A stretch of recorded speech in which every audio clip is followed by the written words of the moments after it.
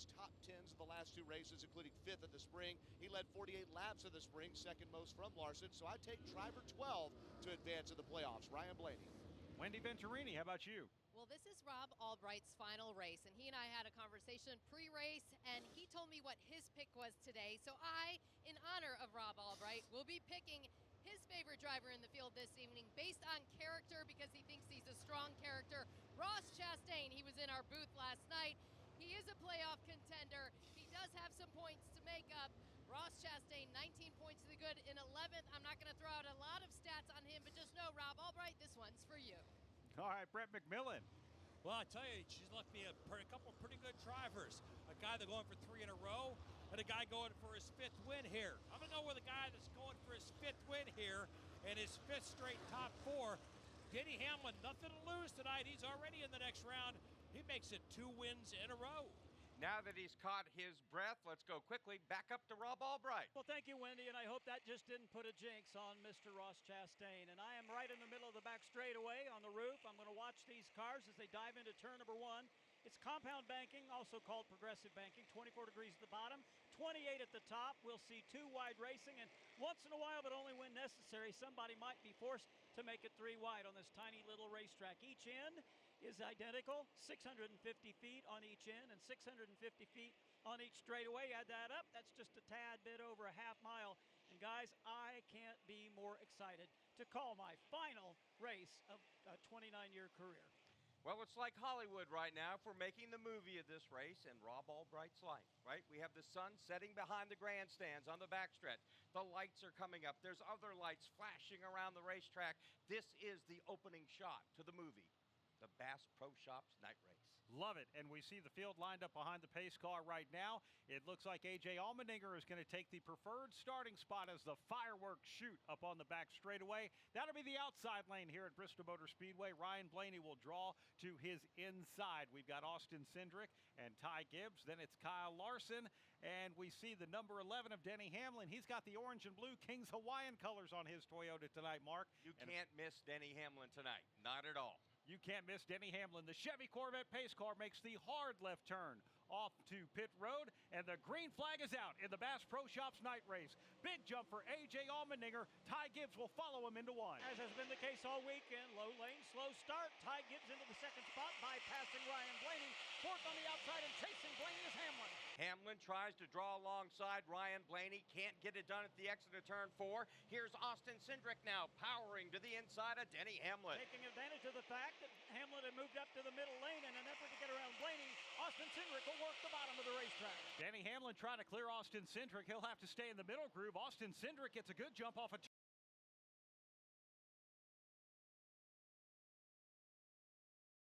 Carson Hocevar has gone to the top. That's to be expected from this young man.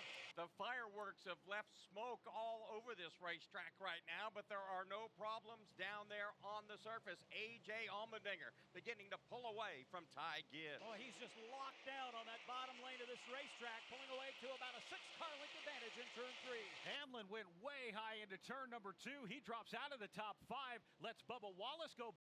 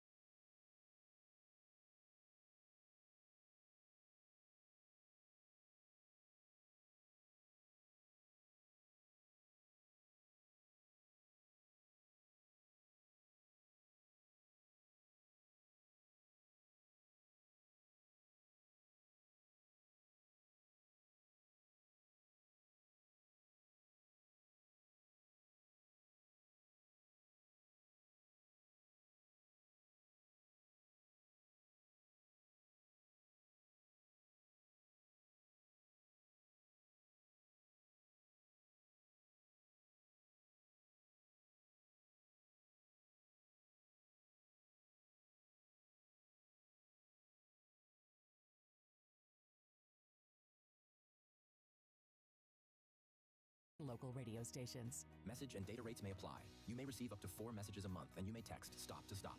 This message furnished by the National Association of Broadcasters.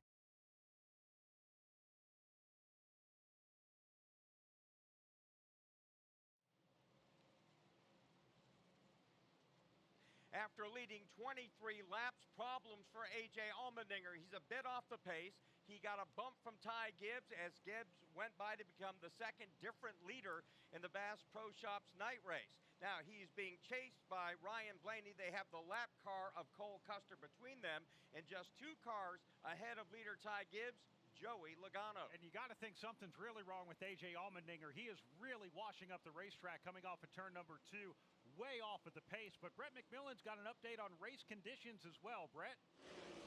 Yeah, Kyle Busch is saying that he's noticing more rubber up against the wall than they noticed in practice yesterday. A.J. Allmendinger is going to come into the attention of his pit crew. He says he feels like he either has a tire going down or a loose tire. He has fallen behind Chase Elliott, Tyler Reddick now, so he's dropping to about 17th or 18th and continuing to free fall as he hits pit road. A.J. Allmendinger coming in, see if he has a loose wheel. Meanwhile, Ryan Preece had to come in unscheduled, Andrew Curlin. Yeah, they just came in, changed all 4 tires, and they're taking a look at one of the tires which seems to already have some cording on it. I'm getting a closer look, and it's the right front tire that has cording, and we've only ran 29 laps, Brett McMillan. I'm looking at the right front tire that came off of A.J. Allmendinger's car, and it is absolutely cored as they've taken those right side tires off.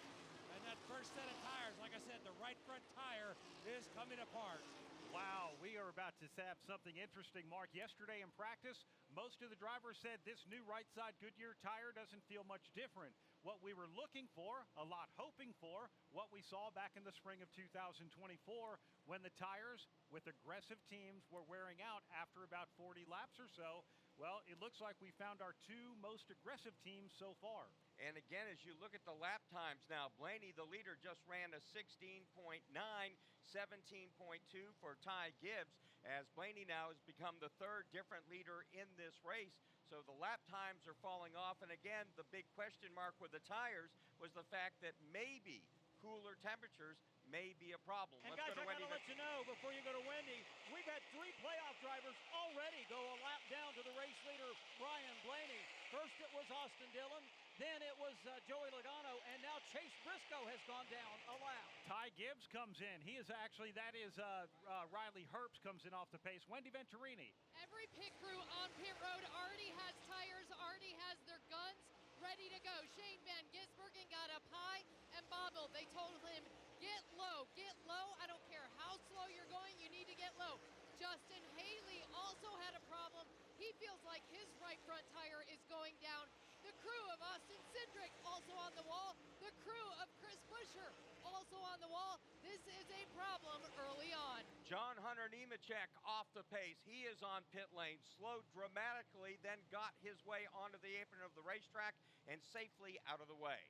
All right, John Hunter Nemechek's in front of Wendy Venturini. Doug Turnbull, let's go to you first. We have one of our playoffs contenders who's already gone a lap down. That's right, the second Bass Pro car to have trouble tonight, and that is Chase Briscoe. They have removed all 4 tires, and he has torted tires there after he went a lap down. Chase Briscoe's down and away. These tires not surviving Wendy Venturini. Corded tires everywhere right now on pit road. John Hunter Nemechek just came in, and a blasted right front tire cords almost all the way around that tire. Also on pit road was Bubba Wallace, who came down pit road for 2 right side tires.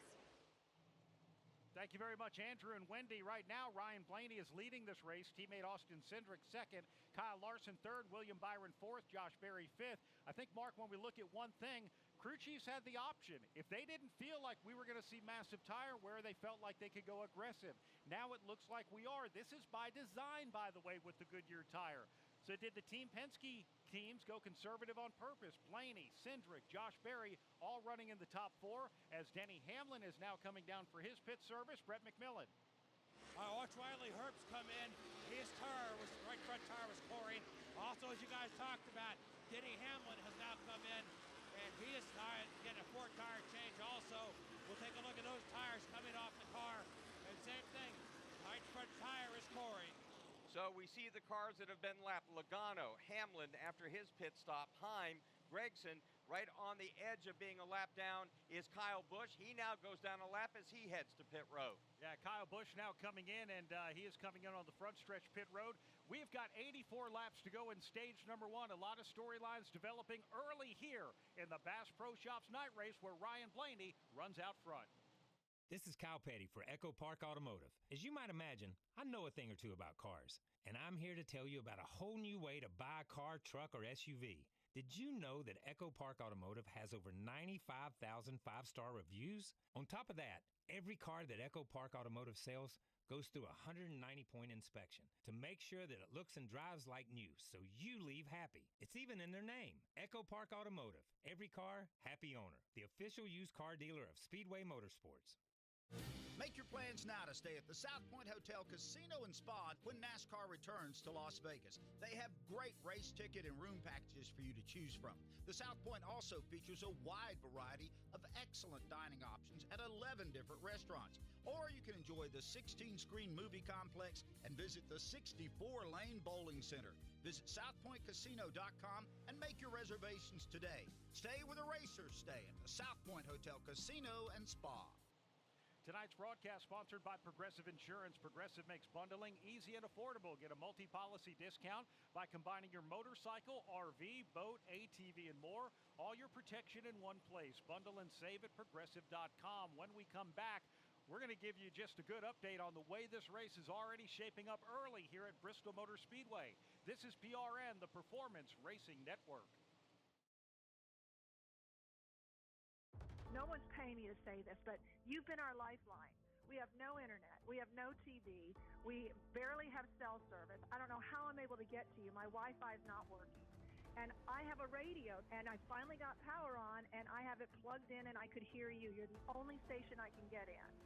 Wow. Well, I'm glad we're here. So, wow. The report that we got was that a severe tornado was heading right toward us. And I just want to commend you gentlemen for the job that you're doing, for keeping us informed. I just wanted to say thank you for being on the radio and guiding us to, where we can get help. I just want to tell you, the first thing I heard was your voices the next morning. Oh, shoot. And it made me cry. The comfort of hearing your voices.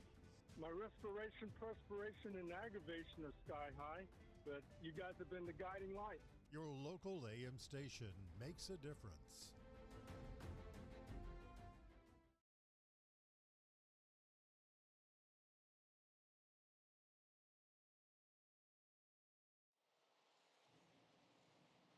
We're going to give you a leaderboard update, and it's going to be very dynamic through the night. First, I want to go down to Andrew Curlin, who has an observation on how some teams are going to make these Goodyear tires last. Yeah, they told Joey Logano just hang on to it as long as you can. He finally surrendered to pit road around lap 49, and I'm taking a look at the right front tire, and it is just about shredded down here. So teams have 10 sets of tires, 9 stickers, and 1 qualifying set that they're going to have to make last this entire night.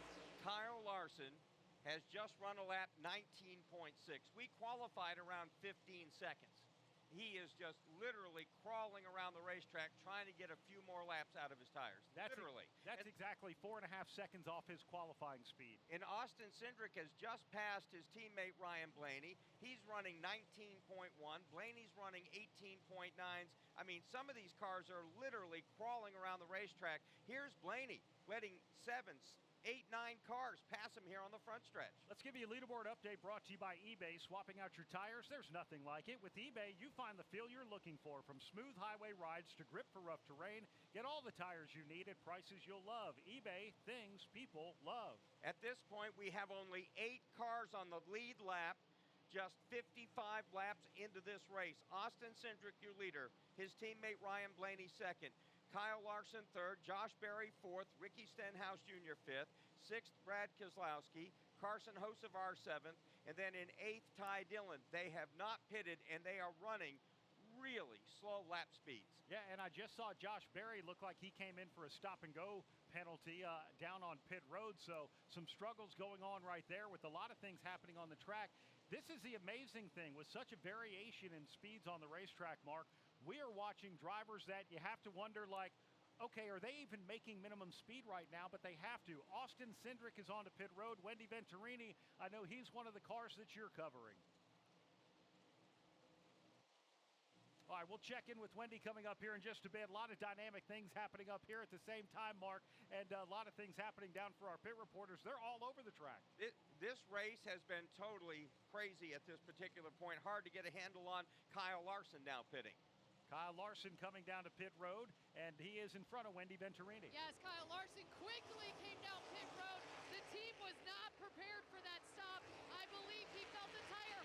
Right behind him is Cole Custer, literally limping to his pit box. The right front tire is gone on Cole Custer's car. Also coming down pit road should be Austin Cindric, because his tire is also going away. Now, Ryan Blaney has retaken the lead again, has not pitted.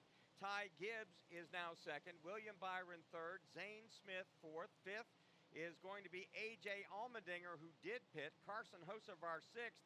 Those are the only cars right now on the lead lap. And it is absolutely the most bizarre thing to look at here at Bristol Motor Speedway. The entire half-mile track is covered by race cars, some running half speed, some trying to get full speed out of their car to get back on the lead lap. And we're not even halfway through stage one. We're at lap 61 in, 64 laps to go. So far, Ryan Blaney, Ty Gibbs, William Byron, Zane Smith, and, well, it's showing Ryan Preece hasn't pitted, but Ryan Preece did pit earlier in this race. So we are seeing so many different things happening here on the racetrack. So Allmendinger pitted on lap 28, and he is currently in the 5th position trying to work his way forward. And again, if you have to change the tires somehow anywhere from lap 28 to say 40 or so, you're going to run out of tires, and Goodyear may have to mount another set for these guys. Rob Albright, Ryan Blaney is just crawling around the racetrack, but he's able to almost maintain the lead. Ty Gibbs just got around him, but he's been able to stay out longer. Well, a full straightaway now. Ty Gibbs 2 laps ago passed Ryan Blaney. In 2 laps, he separated himself by a full straightaway, and Ryan Blaney now will bring his machine onto pit road. Ty Gibbs just smashes into the back bumper of John Hunter Nemechek, moves him out of the way as he dives underneath Chad Fincham as well. And now they work their way to one. The leader, Ty Gibbs, Rob, in very heavy traffic. Yeah, and I've seen Ty already in the early stages of this race hammer on the back bumpers of several drivers. If it continues, I think there could be some retaliation, and he is in the middle of heavy, heavy traffic. Ryan Blaney is in now in front of you, Doug Turnbull. And of course, it's for 4 tires there, Brad, as he has down and away. He was coached by crew chief Jonathan Hassler. He had to make it so he could have enough sets of tires. He went to that point, and then they called him immediately to pit road as soon as they found an opening on this busy racetrack. They split that stage, Mark. I think Jonathan Hassler might actually have the winning strategy, at least early on in stage number 1. If he can go through this stage on only 2 sets of Goodyear tires, that's going to put him at a massive advantage as this race continues. And Ryan Blaney, when you watched how he got to halfway, he would gas it down the straightaways, then literally coast through the corners, gas it hard again. Again, the lap speed was way down, but he didn't have to pit until much later than some of these other guys. One of the drivers we should pay attention to is one we talked about who went backwards at the start of this race. That's Denny Hamlin. He's currently running 7th. When we saw this same type of tire wear in the spring of 2024, he won that race. One thing Mark Denny Hamlin talked about in that race, he was pitted off at turn number 4. He told his then crew chief Chris Gabehart, I'm trying to balance between leaning on the right front and leaning on the right rear. The right front, the right rear. He was able to make his tires last a lot longer and drive into victory lane. He said he went back to his days racing late models to try to nurse his car that day around the racetrack with the best tire wear that he could. And again, it's just amazing to see the lap speeds with these race cars. Some guys, it looks like, hey, we're just going to put them on charge until we need to get tires. Other guys, again, dropping their lap speeds to try to stretch out their tire wear. Andrew Curlin, what's happening in your section of pit road? Austin Dillon just came back in. Right side tires was the call. He's already came in and had a speeding penalty. Remember, he is racing for the playoffs right now and has already gone through 2 sets of right side tires. Thank you very much, Andrew. Right now, with 53 to go in stage number 1, Ty Gibbs leads William Byron, Zane Smith, A.J. Allmendinger, Austin Cindric, your top 5 here in the Bass Pro Shops night race. At Napa, we've spent the last 100 years building our business into an engine that powers yours. Whether you're big or small, national or local, Napa has the automotive solutions your business needs to stay moving. And it's all driven by a nationwide network of quality parts and exceptional service on one mission: to keep your business moving full speed ahead. That's why we are the pros that know.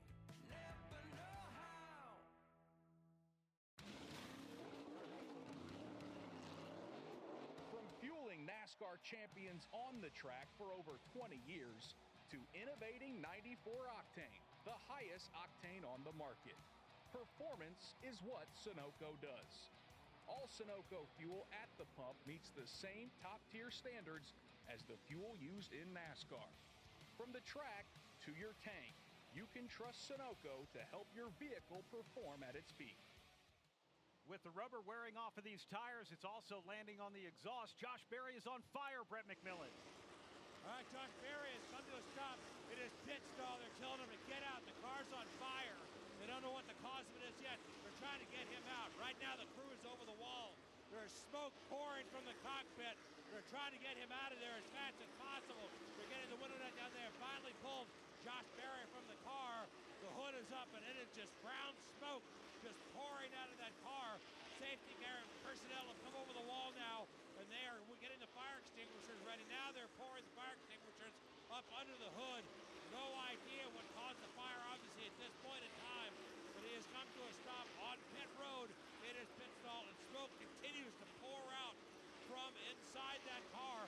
Fortunately, Josh Berry is out of the car and safe inside his pit stall. Caution is out now here at Bristol. Mark, if you remember early on in the next-gen era, we started to learn that some of the design aspects of this race car allowed rubber, when it comes off the cars in the marble form like it is here tonight, was getting caught on the exhaust. Well, they had that cured, but we're seeing extreme conditions here tonight, and when he came in, he was running around the racetrack with that fire. We are under our first caution here in the Bass Pro Shops night race. We owe our local stations a break. From Bristol Motor Speedway, this is PRN, the Performance Racing Network.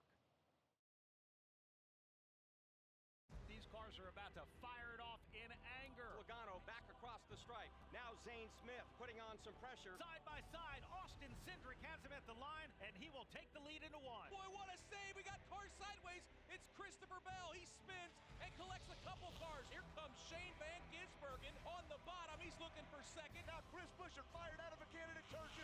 He's right into the rear bumper of Ty Gibbs. Which way is he going to go? Oh, it's a multi-car accident. I want to say 15, 20 cars. Looks like Austin Cindric is involved. Denny Hamlin. Guys, that took out about 2/3 of the field. We have a fight on pit road between two crew guys. One of them is with Ty Gibbs. One is with Brad Keselowski. Brad Keselowski will see the white flag as he drives under the start-finish line. Chase Elliott has battled at the front all night long. He's won the war. Chase Elliott has just punched his ticket to the playoff. Awesome job, man. Awesome. Thank you guys so much. This is PRN.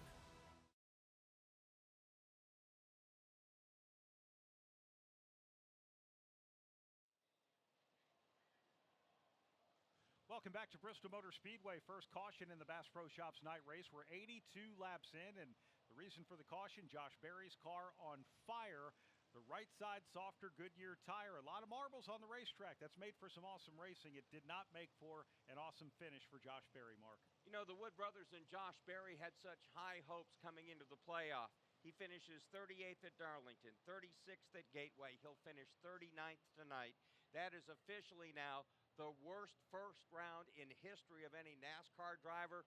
Eric Jones goes, thank you very much. I held that dubious honor. Now you have it, unfortunately, for Josh Berry. 3 consecutive last place finishes, and that is not necessarily the doing of the driver. Josh Berry is definitely going to try and redeem himself for sure, as we've got 7 more to go after tonight. Let's pause 10 seconds for station identification. This is PRN, the Performance Racing Network.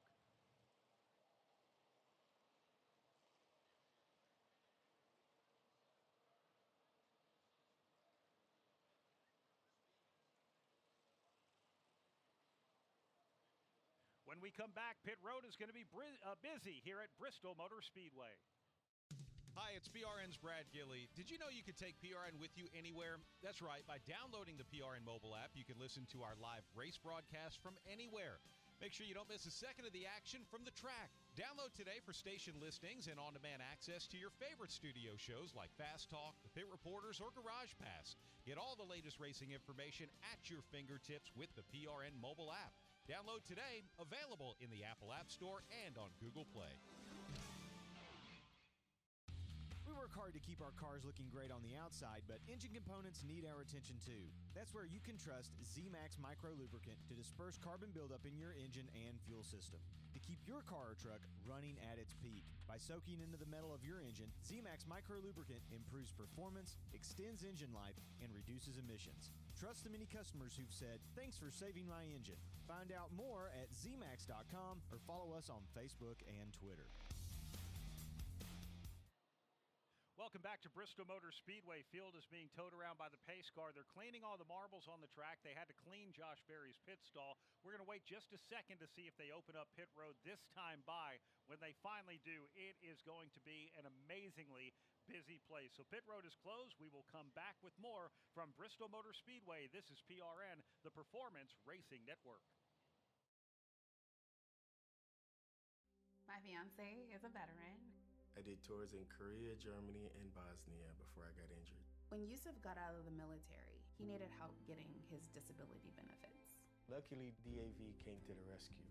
They fought for me the same way that I fought for my country. Every year, DAV provides life-changing support to more than 1 million veterans. My victory is never giving up and finding more ways to serve. He's pretty amazing. Support more victories for veterans.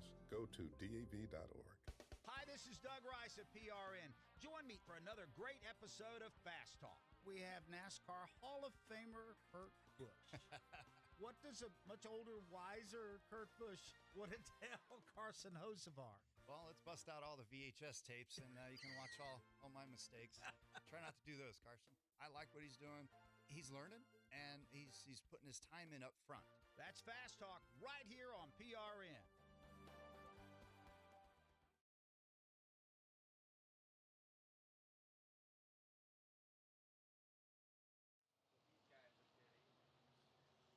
Nine cars on the lead lap. Pit road is open. Let's start with Andrew Curlin's section. Yeah, I will say pit road is open. It is a very lonely place right now. None of my cars are coming in on my section of pit road. They're all -1 lap or more. Carson Hocevar definitely did not want to see that caution.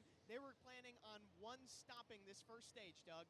All right, I've just had the top two cars there. Ty Gibbs and William Byron down and away with 4 tires. Zane Smith pitted for third for the same thing. Smooth pit stops for all. Wendy Venturini. It seemed like the cars that pitted early on this stage stayed on the lead lap, that being Bubba Wallace, Austin Cindric on my end of pit road. Austin Cindric said the pace is slow and he could be a little bit freer. He felt like he could have gone 20 more laps. On pit road, Bubba Wallace, is going to be 4 tires for him. He's already down and away. Brett McMillan. A.J. Allmendinger is in. They've already put new outside tires on his car. They're working around to the left side now.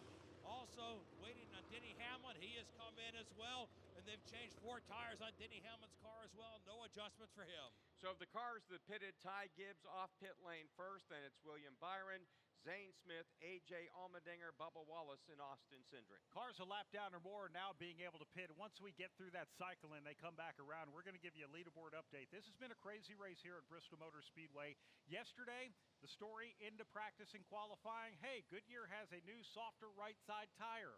Once we got into it, well, the drivers were saying it doesn't feel much different than when we were here back in the spring. Yesterday, we practiced and qualified with the sun on this racetrack. It's cooled off a little bit. Now, Mark, we are seeing a similar situation to what we saw in the spring of 2024. You better manage or you're only going to get 30 to 40 laps out of your tires. And, well, we saw Ryan Blaney hang on for 61. Again, do the math. If you're getting 40 laps, you have 10 sets. That leaves you well short of the 500 you need to get into tonight. There have been times that NASCAR and Goodyear have gotten together and allowed another set to be given to the teams during the event. That could very possibly happen tonight. And we talked about in our pre-race show, everything went fine yesterday, but the temperature could be the difference. And indeed, just that little bit of temperature change has certainly brought on a very different race. Chaotic you got to put that in capital letters with about 5 exclamation marks behind it, because right now this race is just been so topsy-turvy, and it'll be hard to keep a handle on this, just as it was when Denny Hamlin won that race. Constantly, guys taking the lead, then pitting, new guys, and it just sort of everybody climbs up the ladder to first place, then pits. Then they climb back up to first and then pit. When the final rotation came around, Denny Hamlin was on top. Mark, I'm not sure exactly what they are, but I see stacks and stacks of new Goodyear tires on the inside retaining wall inside of turn number 1. So we'll get an update on that to see what we might have extra. But right now, let's give you a leaderboard update brought to you by Bass Pro Shops, voted America's best outdoor retailer. Visit your local Bass Pro Shop store or shop online at BassPro.com. Your adventure starts here. We have 12 drivers scored on the lead lap. Ty Gibbs, the leader. William Byron, second. Third, Zane Smith. A.J. Allmendinger, the pole sitter, fourth. Fifth is Bubba Wallace. Austin Cindric, sixth. Seventh is Chris Buescher. Denny Hamlin, eighth. Ninth, John Hunter Nemechek. 10th is Brad Keselowski, Ryan Blaney, Ricky Stenhouse Jr., 11th and 12th. Again, the last cars on the lead lap. 1 lap down, Chase Briscoe running 13th. Tyler Reddick is 14th. Eric Jones 15th. 16th is Riley Herbst. Christopher Bell 17th. Kyle Larson is 18th. Kyle Busch 19th. And Alex Bowman rounds out the top 20. Then 21st, Joey Logano, Chase Elliott 22nd, Ross Chastain 23rd, Noah Gregson's 24th, Shane Van Gisbergen 25th, Carson Hocevar 26th, 27th, Ryan Preece, Justin Haley 28th, 29th is Michael McDowell. Then in 30th, 2 laps down, Ty Dillon. Todd Gilliland runs in 31st. 32nd is Corey Heim. Austin Hill 33rd. Austin Dillon 34th. Cody Ware 35th. Cole Custer, he tagged the wall. He runs 36th. Daniel Suarez 37th. Chad Fincham is 38th. And off of the racetrack after his car caught on fire. A lot of crew members down there in the infield right now. Josh Berry looks like he will finish last here in the Bass Pro Shops night race, but great to see. He had smoke coming off the back of his fire suit when they pulled him out of the car. That was pretty scary, and they just couldn't seem to put out the fire, at least initially. So right now, here's what's interesting. 12 cars on the lead lap, 17 cars minus 1. So you got 2 battles that are going to be happening here. Ty Gibbs, William Byron, they're going to be fighting for the lead of the race. The other cars, those 17, fighting for the free pass, they get a quick yellow. Yeah, we have a lot of cars taking the wave around right now. That's going to put multiple vehicles back on the lead lap, so that's going to be a good thing. But they're all over the racetrack right now, which has just been pretty interesting. So the next time the leader takes the start-finish line, we're going to go 1 to go. So let's go to the Care Center with Doug Turnbull. Here with Josh Berry. Josh, you had a scary moment before we got to talk about the playoffs or anything like that. Are you okay? We saw you take a moment after the car set fire. Yeah, it definitely got really smoky there quick. We tried to ride it out as long as we could. But yeah, when we slowed down, the fire just seemed like it built way faster. And yeah, I could hardly see in the pit box. And man, just so disappointing. The car was going to be really good. That was going to be a great opportunity for us. And just, it's been a tough couple weeks, a lot of bad luck.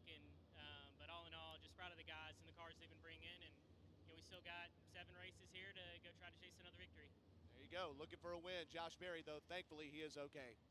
The 1-to-go signal has been given by Joey Aycock, the NASCAR starter, and so Ty Gibbs chooses the outside lane to his inside. William Byron, Zane Smith takes outside of row number 2 with A.J. Allmendinger inside row 2. Bubba Wallace is going to be on the inside of that 3rd row, and then it looks like Bubba Wallace, like I said, Chris Buescher to his outside.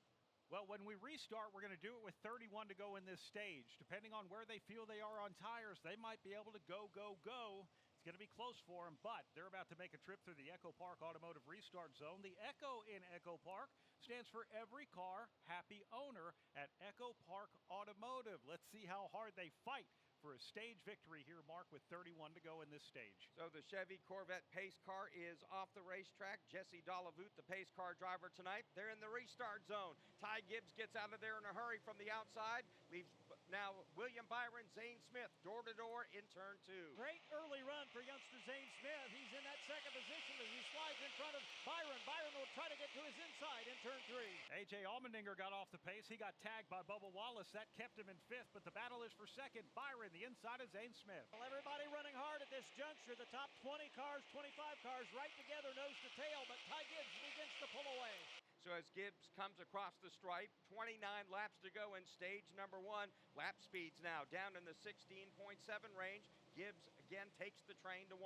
Byron back to the 3rd position now as he was bypassed by Zane Smith. 4th is Busher. Running 5th is A.J. Allmendinger. Bubba Wallace on the move. He actually just moved Ty Dillon up out of the way. Now Bubba Wallace drives to the inside of the number 10. He'll try and take that spot, which is 7th. Kind of love that paint scheme. I would call that color chartreuse. I think it's a little bit green, a little bit yellow, but a great race car. And Bubba is on the move.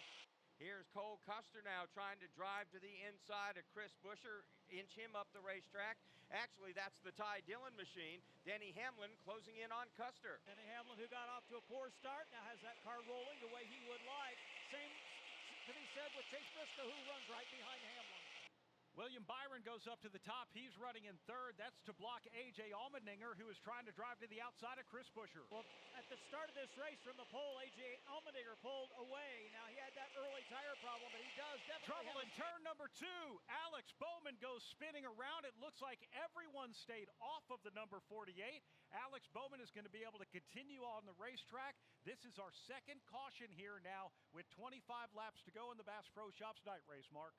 And this one comes out, again, very late in this stage and should make things kind of interesting. We saw just before that yellow flag, A.J. Allmendinger starting to really dig hard on the outside, making up a lot of ground, heading back towards the front.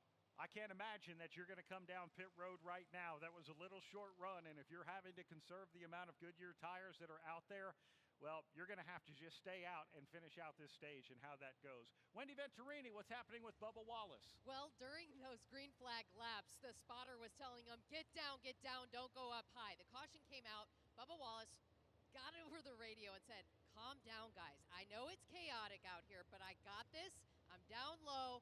I feel good. More importantly, what's the score? So Bubba Wallace has other things on his mind to keep his brain occupied on the chaos of these tire situations. It's not the same for the tire guys on pit road. It is pure chaos right now. So Bowman got together with Riley Herbst, wound up spinning. Chase Briscoe gets the free pass. He's back on the lead lap. We've got 24 laps to go in stage number 1 of the Bass Pro Shops night race. This is a Camry. This is a Camry on NASCAR. This is a Camry on NASCAR with Ty Gibbs behind the wheel. Now you're up to speed. You in? Follow the action at tgrna.com. Toyota, let's go places. NASCAR is a registered trademark of the National Association for Stock Car Auto Racing, LLC. Make your plans now to stay at the South Point Hotel Casino and Spa when NASCAR returns to Las Vegas. They have great race ticket and room packages for you to choose from. The South Point also features a wide variety of excellent dining options at 11 different restaurants. Or you can enjoy the 16-screen movie complex and visit the 64-lane bowling center. Visit SouthPointCasino.com and make your reservations today. Stay where the racers stay at the South Point Hotel Casino and Spa. Welcome back to Bristol Motor Speedway. Most of the leaders stayed out, but the outside pole sitter comes in, and another one right in front of you, Doug Turnbull. Yeah, Ryan Blaney came in. He lost a lap in that sequence, staying out super long there, beginning of the race. And Ricky Stenhouse Jr. had gotten into the top 5, was just outside the top 10. Slow pit stop for the 4017, but not many takers on this end of pit road, so he is down and away. All right, thank you very much. So those are the only cars that have come onto pit road as we're working our second caution, a spin from Alex Bowman. Sweepstakes fans, start your entries. Visit echopark.com/speedway to enter for a chance to win a Toyota Tundra plus a brand new Thor camper. Visit echopark.com/speedway now to drive off a winner. From Bristol Motor Speedway, this is PRN, the Performance Racing Network. It's hard to believe in this day and age in the United States of America that children are hungry. Our time on this planet is short. We have to give back to those in need. Every child has a chance, no matter what obstacles they may encounter. Never have we been taxed more as a society to help kids the way we are right now. At Speedway Children's Charities, our mission is simple. Help every child we can. Because all children Deserve joy. And hope. And love. I'm PRN's Doug Turnbull, co-host of the 5 to Go podcast, a weekly deep dive into 5 motorsports issues. Devin Kupka gives the Gen Z view. One thing that I've never seen before, when the cars got 4 wide, everybody stood up cheering. And championship-winning mechanic Dan Elliott leans on his decades in the garage and promoting. Unless everybody is aware of the rules, then no, it's not fair for everyone. Listen to the 5 to Go podcast on GoPRN.com and subscribe on Apple and Spotify.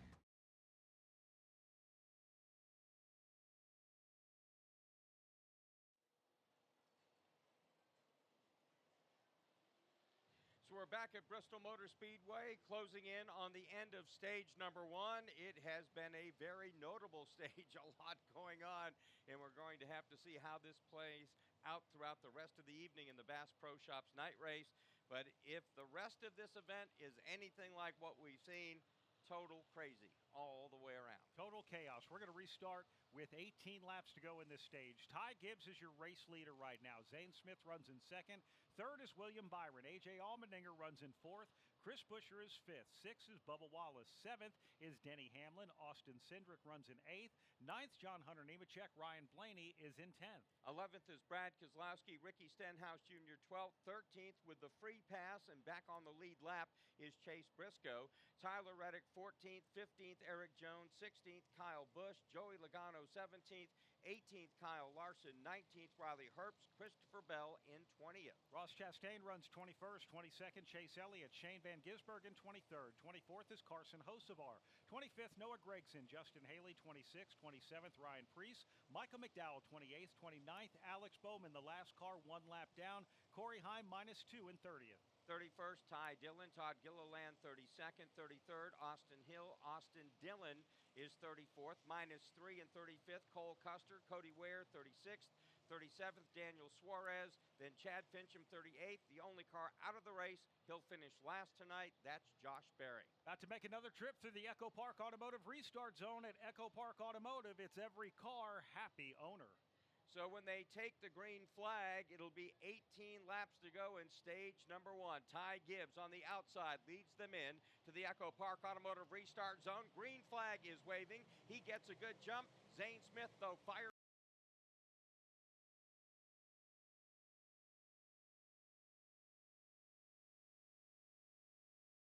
Away from Byron. Chris Buescher runs to the inside of William Byron. Byron tries to squeeze him down coming off at turn number 4. They come out clean. Right now, Byron the advantage in third. Behind him, 3 wide, about mid-pack, but we'll stay on this battle up front. It is Chris Buescher, half a car length ahead now of the machine of William Byron. William Byron draws even on the outside in turn 4 as they exit the corner. Again, a dead heat at the line in the battle for third place. And a battle side by side for the 5th position. Bottom of the racetrack belongs to Bubba Wallace. He'll now take that 5th spot away from A.J. Allmendinger, and Ryan Blaney will move into the challenge. William Byron moved into third. Chris Buescher tucks in behind him. Bubba Wallace right on his back bumper. Behind them, a side-by-side battle. Allmendinger to the outside of Blaney. Everybody on the bottom with the exception of A.J. Allmendinger trying to make that outside line work. We'll know momentarily if he's successful.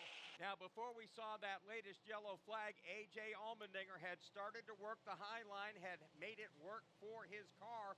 Now, though, he's trying to take on the heavyweights up front. Quite a few drivers behind him are using the outside lane to try to pick up positions, but among the top 10, everybody running the bottom. Ty Gibbs continues to pull away. Brad Keselowski now is the man on the move. Right now, he's running in 9th. He drives to the outside of John Hunter Nemechek and takes away 8th. Looks like Keselowski will have that advantage. The outside generally gives you the better momentum off the corner, and that is exactly the situation. Picking up another position is Brad. So Ryan Blaney now drives around the outside of Bubba Wallace, moved Blaney up to the 5th spot. He draws alongside Chris Buescher now in turn 2. He'll take the 4th spot away from Buescher at the exit of the corner. Now he goes to work on William Byron, diving to the bottom of the racetrack. Ryan Blaney, a very fast race car. Looks like he'll take away that 3rd spot from William Byron. Bubba Wallace drives to the outside of Chris Buescher. Well, it's obvious Ryan Blaney has a very fast race car unless He put 60 laps on the tires. Up to third, he'll now try to chase down Zane Smith. Blaney's tires 16 laps better than the guys he's trying to chase down right now, Ty Gibbs and Zane Smith. And the way we've had tire wear tonight, that appears to be a big deal. Yeah, 16 laps could be huge for Ryan Blaney as he draws ever closer to the second-place machine of Zane Smith. Jonathan Hassler did take the opportunity to pit him on that last caution. Ty Gibbs continues to lead, but right now Zane Smith in second under a lot of fire from Ryan Blaney. Blaney goes deep into turn number 1 on the bottom of the racetrack and easily bypasses his young rival exiting turn 2. Now he'll set his sights on race leader Gibbs. Gibbs has the lead with 8 laps to go in stage number 1, but Blaney's coming, and he's coming in a hurry. Now Ryan Blaney is just blazing fast at this juncture, and he's going to make the most of it as he's narrowed the margin between himself and Ty Gibbs to just about 3 car lengths. It'll be 7 laps to go this time by in stage number 1. We'll see if Ty Gibbs can catch any lap traffic. He leads Ryan Blaney, Zane Smith, William Byron, and Bubba Wallace into 1. Ahead of them, Carson Hocevar and Justin Haley better get up on the button because they are in jeopardy of potentially going a lap down to the race leader. So Ty Gibbs charges out of turn number 4, 6 laps to go in stage number 1, but up ahead, heavy traffic. Side by side are 2 teammates. Justin Haley runs the outside, Carson Hocevar on the bottom. Now they'll file down into a single lane in turn 3. We've got 5 laps to go in stage number 1, Rob. Now watching the battle for that free pass. Right now, Eric Jones has it. He's being chased at the start-finish line by Noah Gragson as they head back into 1. Eric Jones trying to get that free pass along with Gragson as they battle their way down the backstretch and head for turn 3. So as the leaders work their way around the corner, Ty Gibbs gets knotted up in this traffic, and Blaney is right there on his back bumper. And ahead of them, Carson Hocevar is using the front of his race car as a battering ram as he almost gets Alex Bowman turned around. 3 laps to go in stage number 1. Alex Bowman cannot afford to go another lap down. He's -1. Just 1 car separates him from the leader. Well, he'll try to get around Hocevar. Let's see if he returns the favor. Carson really whacked him good a lap ago, but he'll now Hocevar get a little bit of gap. So it's getting a little bit crazy there as these cars try to fight their way to stay in front of Ty Gibbs. He's across the stripe, just 2 laps to go in stage number 1. With fresher tires, it appeared that Blaney was going to chase down and easily bypass Ty Gibbs, but once he found Blaney on his back bumper, guys, he picked up the pace. Battle for the lead, 1 to go in stage number 1. Ryan Blaney's able to drive to the outside of Ty Gibbs. He'll take that spot as they head back to 1. And certainly Ryan Blaney will love to win this stage and get a playoff point, but battling back on the inside, here's Ty Gibbs, and it's going to be a race to the green checkered flag. Ty Gibbs has slower cars in front of him. He and Blaney side by side out of turn 4. It is Blaney by a half a car length, winning stage number 1 in the Bass Pro Shops night race. It is his 7th stage win this season. Ryan Blaney, Ty Gibbs, William Byron was 3rd, Bubba Wallace 4th, 5th in stage 1, Zane Smith, Chris Buescher 6th, A.J. Allmendinger 7th, 8th, Brad Keselowski, John Hunter Nemechek 9th, and 10th, Ricky Stenhouse Jr. Stage 1 presented by eBay. Swapping out your tires? They're doing a lot of it tonight, and there's nothing like it. With eBay, you find the feel you're looking for, from smooth highway rides to grip for rough terrain. Get all the tires you need at prices you'll love. eBay, things people love. Hi, I'm Kim Holderness. And I am Penn Holderness. And we're here to remind you to get your cancer screenings. Now, we don't have cancer, but we do want to keep it that way. And while you don't have to race to the doctor. Oh, but I like races, honey, especially when they're amazing races. I see what you did there. But you do need to make time for routine screenings. I schedule my annual mammogram and gyno appointments every year around my birthday and then treat myself to lunch. Well, that sounds like fun. Can I get in on that? I mean, I like lunch. Well, you have a colon and you're over 45 and you have lungs. Yeah. And didn't you smoke in college?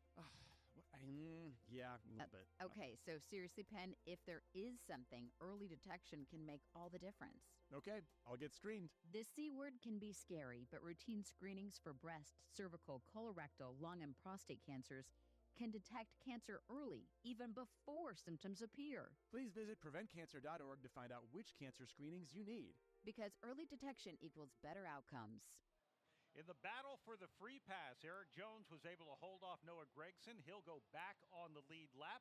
We're going to come back with pit stops before we head into Cheddar's stage number 2, presented by Cheddar's Scratch Kitchen. Cheddar's is the official restaurant of RCR and the number 8 car. Cheddar's serves home-style comfort food like homemade chicken pot pie, slow-smoked baby back ribs, and hand-breaded chicken tenders at prices that won't break the bank. From Bristol Motor Speedway, this is PRN, the Performance Racing Network. Hi, this is Brett McMillan. Join me each week for the True Reporters Roundtable, known as the Pit Reporters. This is not what we're used to and accustomed to seeing. That, I think, with a backdrop, is why a lot of fans are a bit sour on Denny. He still wants to play that role that now Denny has taken on, but him and the A-car haven't had the same success. You can't be the villain, and it doesn't really work as well if you're not winning, and Denny Hamlin is doing just that. Check us out each week on the Performance Racing Network. Did you know that 9 out of 10 Americans are sick of the divisions in our country? But there's one small step we can take to remember that we're still connected. All over America, strangers with different political views are coming together to talk about their lives, not politics, and discovering they actually have a lot in common. Because even if we don't see eye to eye, we can still talk heart to heart. So let's talk for a change. Learn more at takeonesmallstep.org.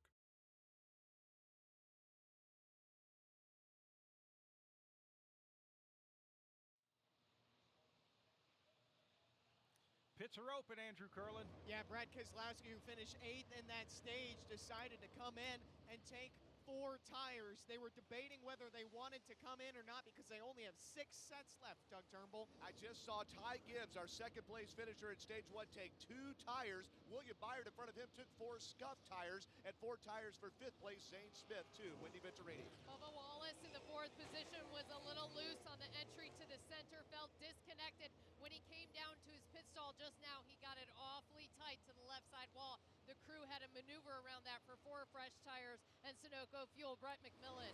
A.J. Allmendinger said he was tight, but it came to him towards the end of the run. Really didn't want any adjustments. 4-tire change, 9.9 seconds on the stop. So it is going to be Ty Gibbs leading them off the pit lane, followed by Zane Smith. Then you have the John Hunter Nemechek. He is up 6 spots. Bubba Wallace. Then it's William Byron, Chris Buescher, A.J. Allmendinger, and Ryan Blaney. Well, when they came in for tires, they also topped off or filled up with Sunoco fuel. From NASCAR to your car, Sunoco helps your car reach peak performance.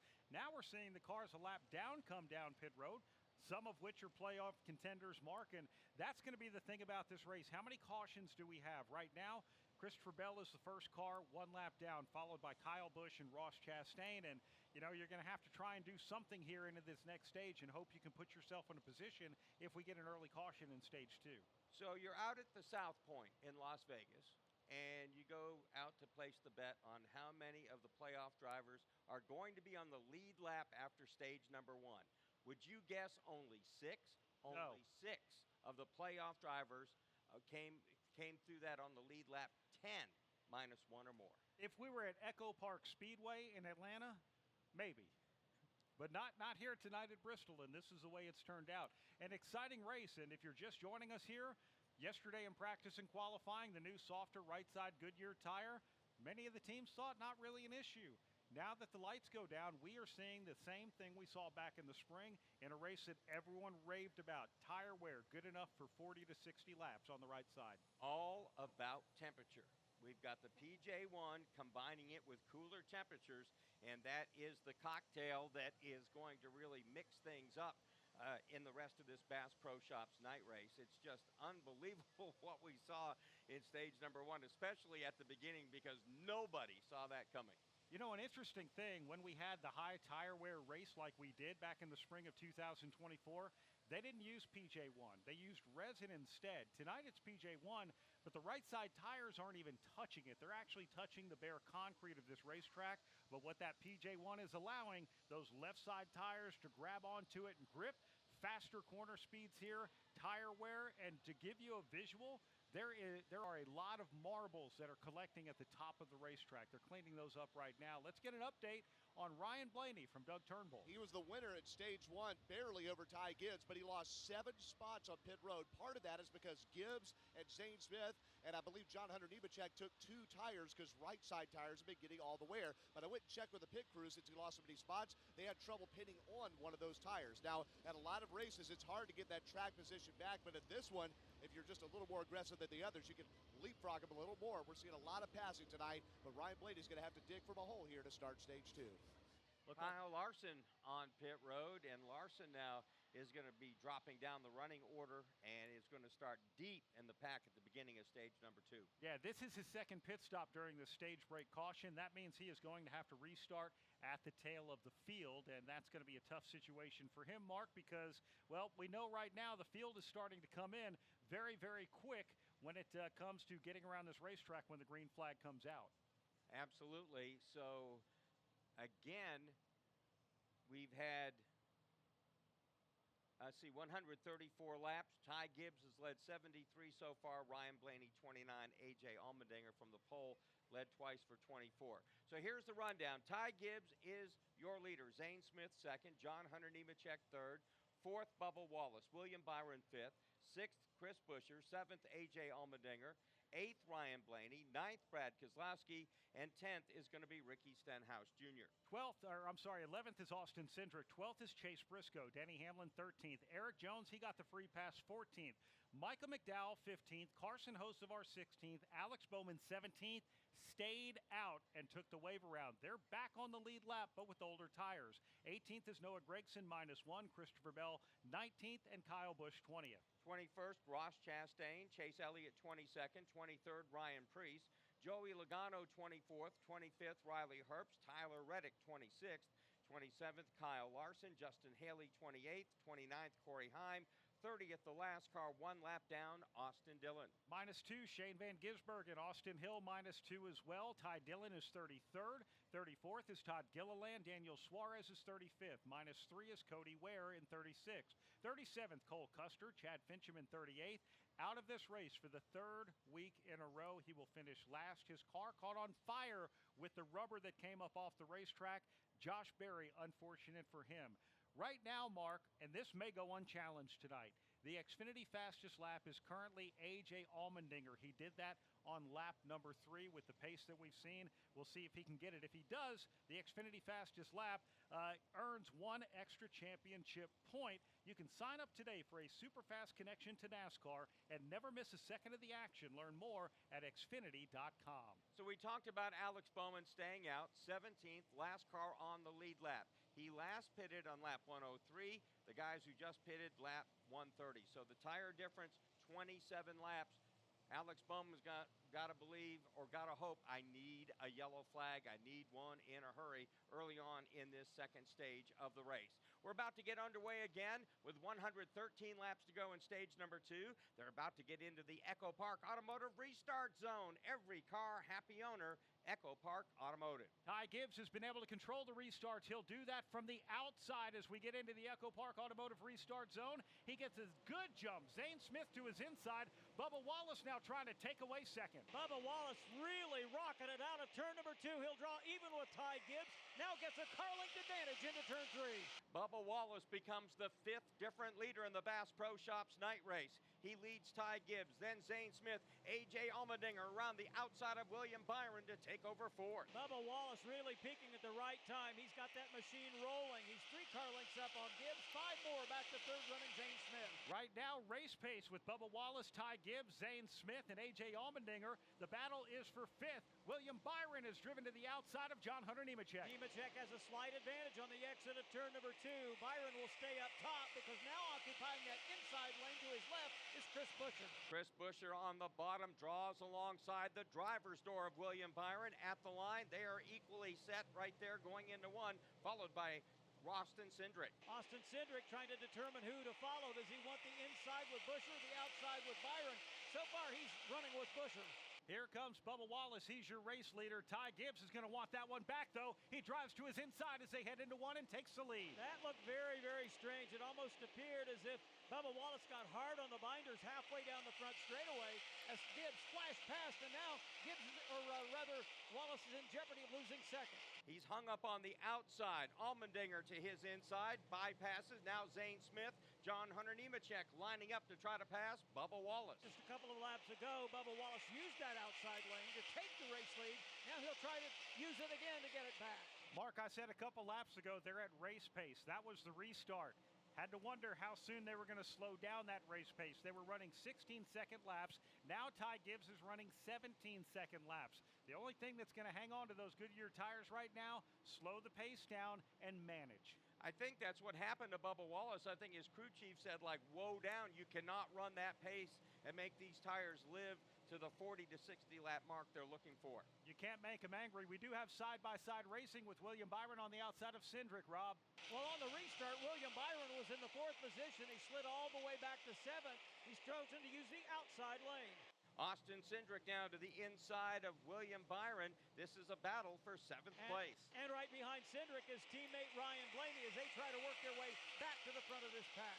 On the outside of Chris Buescher, it's William Byron again. This is a battle for 6. We're going to have 104 laps to go here in stage number 2 and a lot of racing on these tires. And now a couple of rows back, the guy... Trouble. Here is Eric Jones. He spins around. Another car involved in this, Michael McDowell, Ricky Stenhouse Jr., Chad Fincham. They've bottled up the front stretch here at Bristol. 2 Spire cars involved in that one. We actually had Michael McDowell pummel the back of his teammate Justin Haley, but this started with Ricky Stenhouse Jr. You mentioned Eric Jones in this. He gets his car back on the racetrack, and we'll get a replay now here, Mark, and you see Ricky Stenhouse Jr. just up out of the PJ1 groove coming up off of turn number 4. Gets a little loose thanks to Riley Herbst. That's the second in a row to stay off Shane Van Gisbergen. Ricky Stenhouse Jr. ends up spinning, and that causes a calamity on the front straightaway. Tyler Reddick, Joey Logano, playoff contenders. They snuck by the inside. They may be a lap down, but they remain alive in their cars with 4 tires and 4 fenders. We'll take a break and come right back to Thunder Valley. Hey, listen to this. All I needed was a new starter. Got a great deal on eBay. Did it myself. Yeah, that's cool. But how about the soft purr of an upgraded exhaust when it fits just right? For me, it's the little things. Like these new windshield wipers from eBay I installed. From small fixes to big upgrades, eBay has all the parts you need at prices you'll love. Guaranteed to fit every time. eBay. Things people love. Eligible items only. Exclusions apply. The NASCAR playoffs return to New Hampshire Motor Speedway September 19th to 21st. This year, it's gonna be wicked faster and wicked funner. 3 days of racing, camping, concerts, and fireworks. Grab your friends or make some new ones. And when the checkered flag drops, one driver takes home the giant lobster. Don't miss New England's biggest race weekend, the NASCAR Playoffs, September 19th through 21st. Get your tickets now at nhms.com. Couple of good things. If you're Christopher Bell, you're the first car lap down. You're going to get the free pass. If you're Carson Hocevar, if you're Alex Bowman, you stayed out during the last stage break. You're going to now get to pit and get fresher tires. That'll be happening when we come back from Bristol Motor Speedway. This is PRN, the Performance Racing Network. Whether it's skating around the racetrack on a set of rollerblades or turning laps in a Legends car, join JC Fickenshire on JC's Garage. All it takes is one win, and that one win can completely clear the driver's mind. I could even see it happening if Todd Gilliland wins a race or Noah Gragson wins a race, Zane Smith wins a race. These guys are guys who are just searching for one win, one chance. JC's Garage, wherever you listen to your favorite podcasts. Hey, it's Charlie and Debbie, along with NASCAR legend Kyle Petty, inviting you to join us for Kyle Petty's Back Then Again Country Countdown. Each week, we'll put it in reverse and take a trip down memory lane, looking back at that week's top 20 country songs from years past. We'll dive into what made those songs and artists move the needle, what pop culture trends made those years unique. And you'll get to hear me tell stories only I can tell. So don't miss Kyle Petty's Back Then Again Country Countdown right here each week.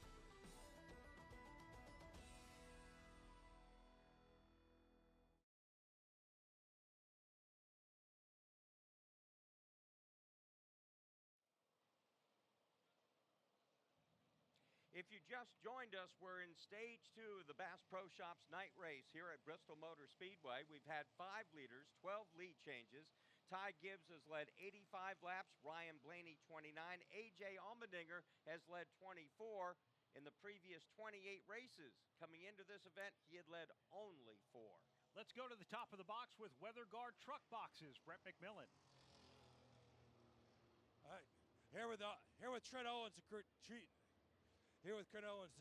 for A.J. Allmendinger. And Trent, tires seem to be wearing just a little bit better now, and we're in the second stage. Are you noticing that?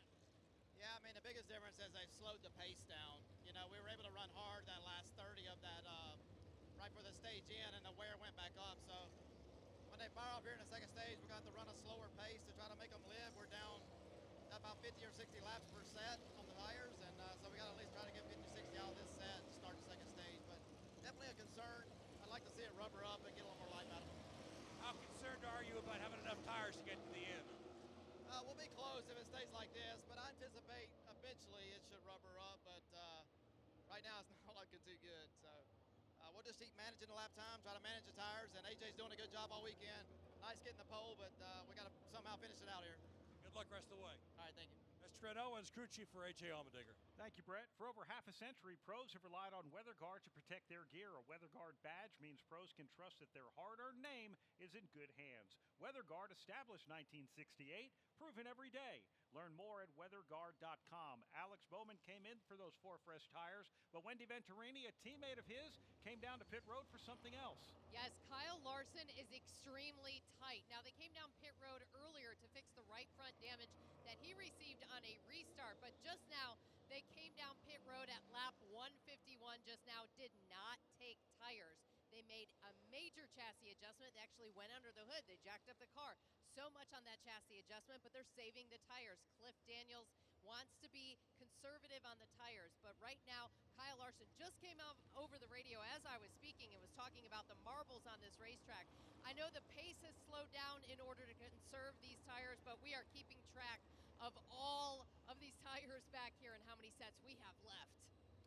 At this point in the race, you just put all the numbers in a hat, shake it up, and throw it down on the table because it's that kind of chaotic here. There's absolutely no way to figure out, at this point anyways, how all this is going to turn out at the end. Let's give you a rundown now as we're about to restart here. It's 97 to go currently in stage number 2. Ty Gibbs is your race leader. Bubba Wallace runs second. Third is A.J. Allmendinger. Fourth is Zane Smith. John Hunter Nemechek runs in fifth. Sixth is William Byron. Chris Buescher seventh. Eighth, Austin Cindric. Ninth, Ryan Blaney. Brad Keselowski in 10th. Denny Hamlin 11th. Chase Briscoe 12th. 13th, Alex Bowman. Carson Hocevar 14th. Then it's Eric Jones 15th, 16th, Ricky Stenhouse Jr. with Christopher Bell 17th and the last car on the lead lap. Chase Elliott 18th, 19th, Ross Chastain, 20th, Noah Gragson. Field has gone through the choose. They're lining up side by side. Let's continue that rundown. Ryan Preece runs 21st, 22nd, Riley Herbst, Joey Logano 23rd. Kyle Busch, 24th, 25th, Tyler Reddick, 26th, Justin Haley, Austin Dillon, 27th, 28th, Corey Heim, Kyle Larson is 29th, the last car on the lead lap, Michael McDowell in 30th. Last car -1. Ty Dillon, 32nd, 33rd, Austin Hill, Todd Gilliland, 34th, 35th, Daniel Suarez, Cole Custer, 36th, 37th, Cody Ware, 38th is Chad Fincham, the only driver out after having a fire underneath the car. Josh Berry will get credit tonight for last place, 39th. Here's how they line up. Ty Gibbs, the control car. He'll restart on the outside. Bubba Wallace is to his inside.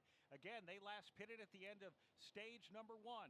Pace car is off. They're going to head through the Echo Park Automotive restart zone. Ty Gibbs gets a great jump on the outside. Bubba Wallace spins his tires. A.J. Allmendinger will race side by side with Bubba. Big wiggle when Bubba spun his tires, but he gathers it in quickly, trying to hang on to the second spot, but he's going to lose it down the backstretch to A.J. Allmendinger. Bubba Wallace wiggled into 1, wiggled out of turn number 2, the handle going away just a bit. He is currently in the 3rd spot. Meanwhile, side by side for 5th, Zane Smith along with Ryan Blaney. Zane Smith lost a couple of spots on that restart. Picking them up where Ryan Blaney gets on the back bumper of William Byron for the 4th position.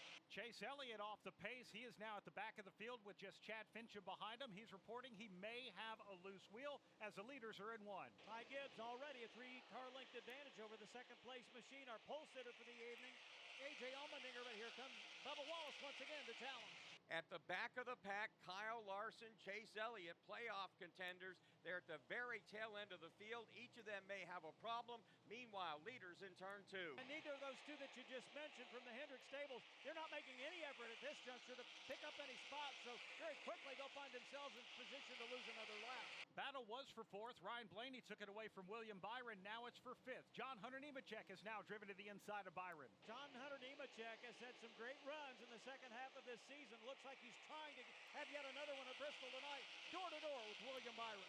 They're trying to walk a fine line. A guy like Ty Gibbs, who's out front, he wants to be quick, but he has to slow the car down to get the tire wear they need. Right now, the pace, 17.4 seconds. Here is Gibbs again, working his way into turn number 3. He'll come across the stripe. Still 89 laps to go in stage number 2. We've got a long way to go. Here now is Nemechek and Byron door to door in 1. Byron persists in trying to make that upper lane work, but he's not all the way to the top. He's right down against the door panel on the right side of John Hunter Nemechek's machine, trying to unsettle him in an effort to get around.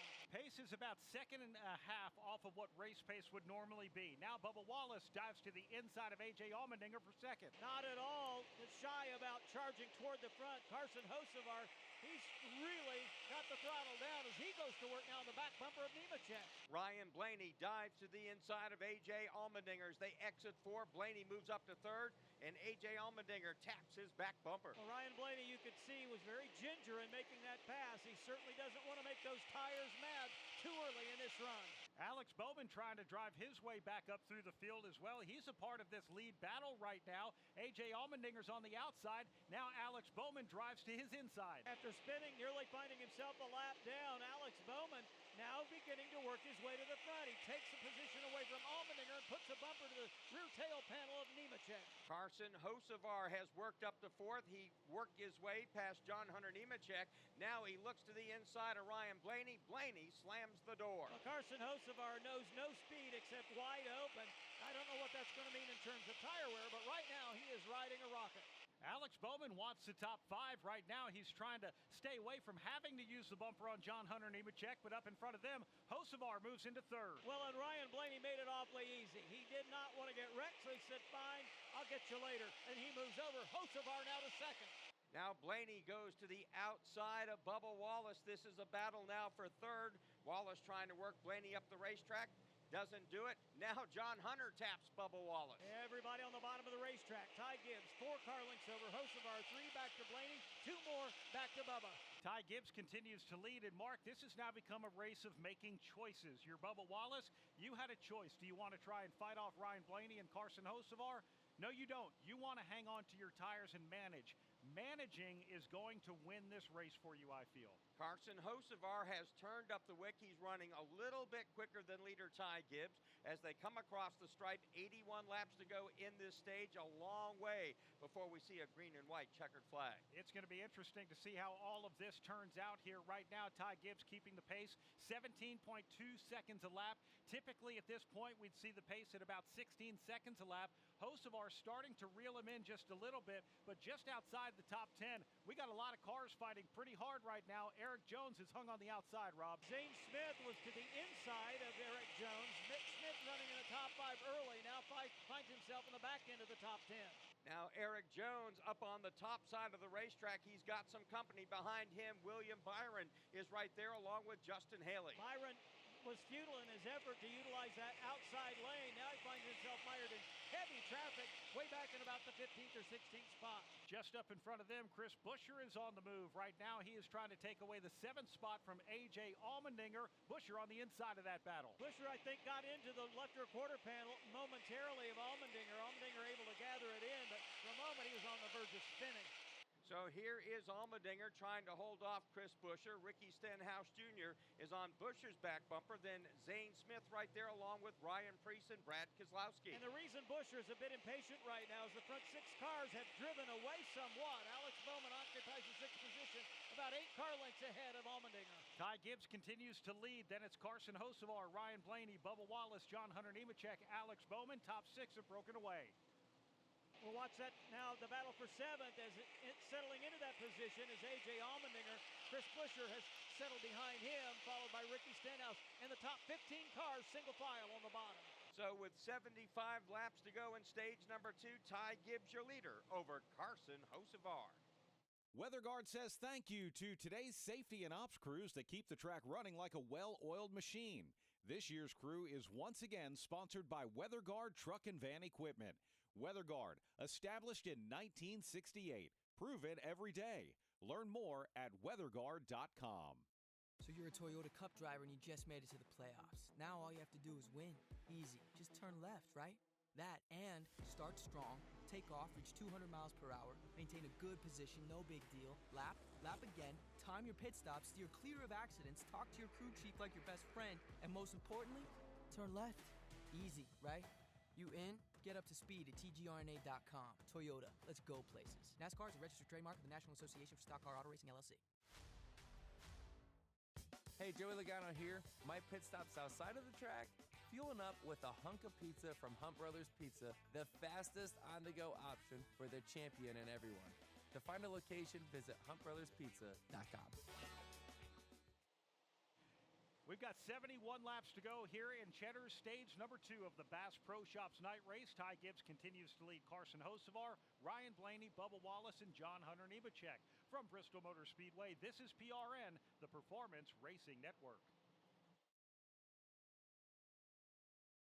It's New Hampshire. Start your engine! Green flag is in the air, and Chase Elliott gets a quick jump on the outside. 2 cars together. Chase Elliott is involved. He spins. He tangled with the car of Joey Logano. In near darkness on a damp racetrack, Christopher Bell is going to win the USA Today 301. It's the NASCAR Cup Series 301 from New Hampshire Motor Speedway, Sunday, September 21st at 1 o'clock Eastern on PRN. Walking Mess is so uplifting. You see how the community rallies around us, saying we're going to fight this thing with you, no matter how long it takes or what it takes. I love the energy at Walk MS. It is community, it is family. I can ride that high for the rest of the year. A cure is on the line for me. A cure is on the line for all of us.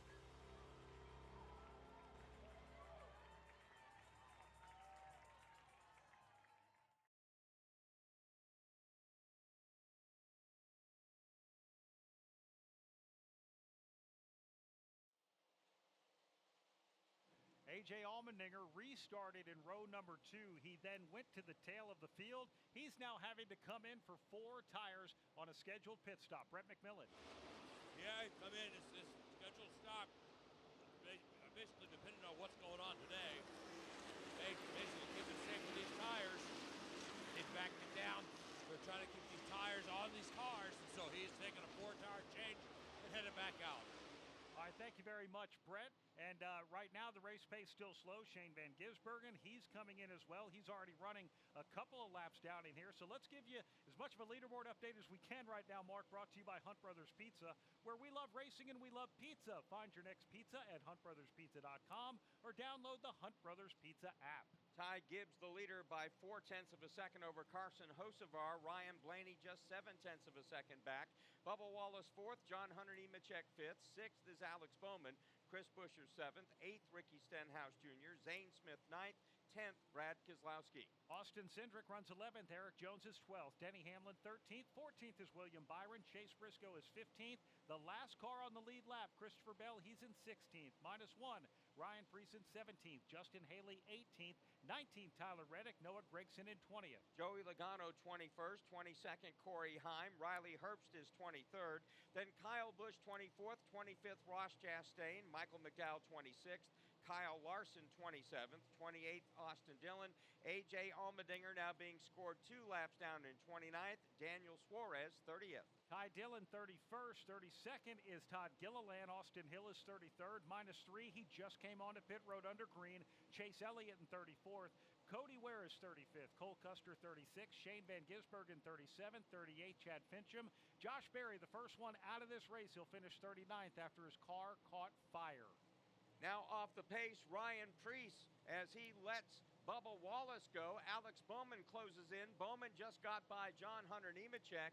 Bowman's tires are 21 laps better than those cars in front of him, and I guess the team that figures out the right cycle at the end that has maybe 15, 20 laps better tires than everybody else could have the upper hand here at the end of this race. Yeah, Bubba Wallace just gave up the bottom to give it to Ryan Preece on the outside. Ryan Preece has come down pit road. He's got fresher tires right now. Kyle Larson is now back in as we're starting to see these teams, well, literally halfway through this stage here, Mark, having to come in to make green flag pit stops. Larson came in -1 lap and really was mired in the back, was making no move at all towards the front. So Kyle Larson has proved to be mortal here at Bristol Motor Speedway tonight after being Superman the last 2 Cup races here in Thunder Valley. Looks like John Hunter Nemechek just hit the cords. He is way off the pace after racing in the top 5, getting a lot of pressure from Austin Cindric. As he goes into turn number 3, John Hunter Nemechek has to back it way down. He is just trying to hang on to that race car, Mark. And at this point, again, we're waiting for a number of other cars that seem to be dropping off the pace to find their way to pit lane. And you got to believe these war rooms back at the team headquarters, they have smoke coming out of the computers trying to figure out how to make this thing work. Right now, we've got 54 laps to go here in Cheddar, stage number 2. John Hunter Nemechek is going to have to come down pit road. Zane Smith, who's been a top 5, top 10 car all night, he's coming off pit road as well. Let's go to Wendy Venturini. John Hunter Nemechek was trying to get down pit road. Now he has nosed in the left front of his race car against pit wall, making it very difficult for the team to change tires. But I see cords on the right side tires of John Hunter Nemechek's car when they pull those tires off. You can always tell when these cars have a tire problem, they just fall off the cliff. They don't just, gradually start to slow down. They're at race pace, then all of a sudden, boom, that's it. They're falling off the cliff. Tires have gone away, back to the cords. Chris Buescher's back on pit road. Back to Wendy Venturini. Chris Buescher is another car that was starting to lose tires. They're going to take Ford Tire and Sunoco Fuel. Chris Buescher last came down pit road at lap 130. So these cars are about 68, 69 laps right now. Ross Chastain's been trying to get back on the lead lap. He's close, but he's going to have to come down pit road and pit under green. We see Cole Custer in. We see Alex Bowman in. We see Denny Hamlin coming in as well, at least here on the front straightaway, Mark. I'm impressed that Ty Gibbs is able to stay out. He's the leader. He's been the one setting the pace. And Carson Hocevar hanging with him, as is Ryan Blaney. They have found their pace, 17.2 to 17.3 second laps. Seems to be able to keep their tires alive. Let's go to Brett McMillan. Yeah, take a look at those tires coming off a Ross Chastain car, Denny Hamlin, and also A.J. Allmendinger. They're lasting longer. They're lasting half of this fuel run, or half of this stage, I should say, which has been 60 laps. But the ones coming off the car are looking exactly like the ones that came off during the first run they had tonight, as they are absolutely just kind of coming apart after about 60 laps. Andrew Curlin. Jones just came in. He fought hard to get back on that lead lap. He came in for 4 tires. Austin Dillon is also in as well for 4 tires. Sunoco Fuel, as is Joey Logano. So again, as you talked about, Brad, you have to be impressed by Ty Gibbs right now. Hocevar, Blaney, Stenhouse, Cindric, Wallace, Bell. They have found a speed. Their car seems to be able to handle the tire wear just a little bit better. Bubba Wallace is coming in now. He's coming in front of Wendy Venturini. Bubba Wallace was last down pit road at 130, so it's been 74 laps. I see the right side tires are completely corded. They put a fresh set of stickers on Bubba Wallace. He's down and away. Again, Ty Gibbs still out there on the racetrack. He last pitted on lap 130. Right now, we are at lap 205 in this race. He's been able to make them work for 75 laps so far. We only have 44 to go in Cheddar stage number 2, Mark. The longer you can go, the harder you can run to the end of this stage.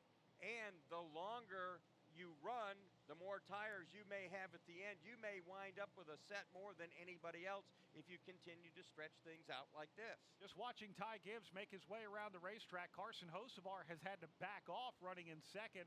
We saw Hocevar kind of anger his tires a little bit right after the last green flag. And Hocevar, it looks like he's hitting cords right now. He's way off the pace, almost pulled right down in front of Shane Van Gisbergen. Yeah, he's in turn 2, and cars are just buzzing by him on the inside, right in front of him. Chris Buescher appears to have a tire down. I think he got up against the outside wall at the exit of the corner. Yeah, it looked like he did get up into the outside wall. We have 41 laps to go, and it looks like Ty Gibbs is now off the pace. Ty Gibbs now, he had to run down to the apron. He's going to come on to pit road. So let's cover the pit stops of your race leader. All right. Ty Gibbs, Doug Turnbull, you have Ty Gibbs. 1-2, 1-2, there we go. Ty Gibbs into the pits there. He was running a much slower pace than everybody. The plan was to pit later, but after that little bit of contact, they brought him in right now. I see cords in his right side tires, a little bit slow on the left-hand side. He asked his crew to dust off or blow off the pit box there because he was having trouble sliding through his stall on the farm so the tires are he's down and away. And now Ryan Blaney is in. Now Blaney pits from the very front of the field there. He's going to pit right in front of you there. We have 4 tires top for him, Andrew Berlin. Carson Hocevar just came in, pitting from the lead. Right side tires only. They said conserve your tires. And let me tell you, Carson has been one of the better drivers being able to save his stuff, guys. Austin Cindric now takes over the race lead. He last pitted on lap 130. He does come down to pit road, so he's going to get that service as well as we pause 10 seconds for station identification. This is PRN, the Performance Racing Network.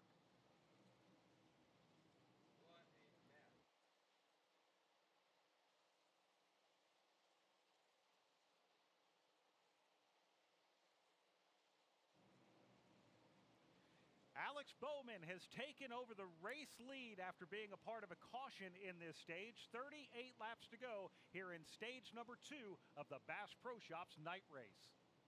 After a devastating storm that brings down trees and homes, so many families have nowhere to turn. That's why Samaritan's Purse responds immediately after hurricanes, tornadoes, floods, and fires all across the country. Our volunteer teams bring tools and compassion to homeowners who have lost not only possessions, but more importantly, hope. You can help. Join with Samaritan's Purse. Log on to SamaritansPurse.org. Here's Paul Doschel of Toyota. Radio fills a much-needed void in our marketing program. Being able to have our commercial spots and the relationship that we have with PRN, where they talk about our vehicles as Camrys and Supras. The Toyota GR Supra makes that hard left turn onto pit road. As pace car adds a nice touch. So for us, it's really the coming together of a 360-degree approach. NASCAR Network Radio drives business. Carson Hocevar just took the lead away from Alex Bowman. Alex Bowman made it easy for him, Mark. He sure did. Did not want to stop the train from behind. 11th race this season. Carson Hocevar has led. 33 to go in Cheddar stage number 2. When we come back, we'll give you a full field rundown from Bristol Motor Speedway. This is PRN, the Performance Racing Network. Get your NASCAR fix with PRN's Garage Pass. It's hard to just turn it around in 1 week, but I wouldn't be shocked if we did. I don't think the results have been what we have hoped for or expected, but I think the potential in the cars and the speed has been pretty good. It's a big deal already, so that's a big positive for us. So I think now it's just about working together and getting better. I think the Penske cars are still elite when it comes to plate racing. Hi, I'm Mark Darrow, tracking the latest racing news every weekday. We all play a role in keeping our community safe. Every day, we move in and out of each other's busy lives. It's easy to take for granted all the little moments that make up our everyday. Some are good, others not so much. But that's life. It's when something doesn't seem quite right that it's time to pay attention. Because only you know what's not supposed to be in your everyday. So protect your everyday.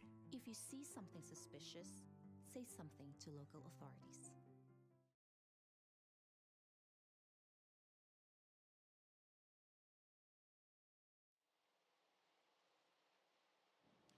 Welcome back to the Bass Pro Shops Night Race. 28 to go in stage number 2. Carson Hocevar the leader. And Mark, I don't know that he knows how to run on his own 17-second laps like what Ty Gibbs was doing out front, because he's got a nice gap over Alex Bowman, but he's not letting up.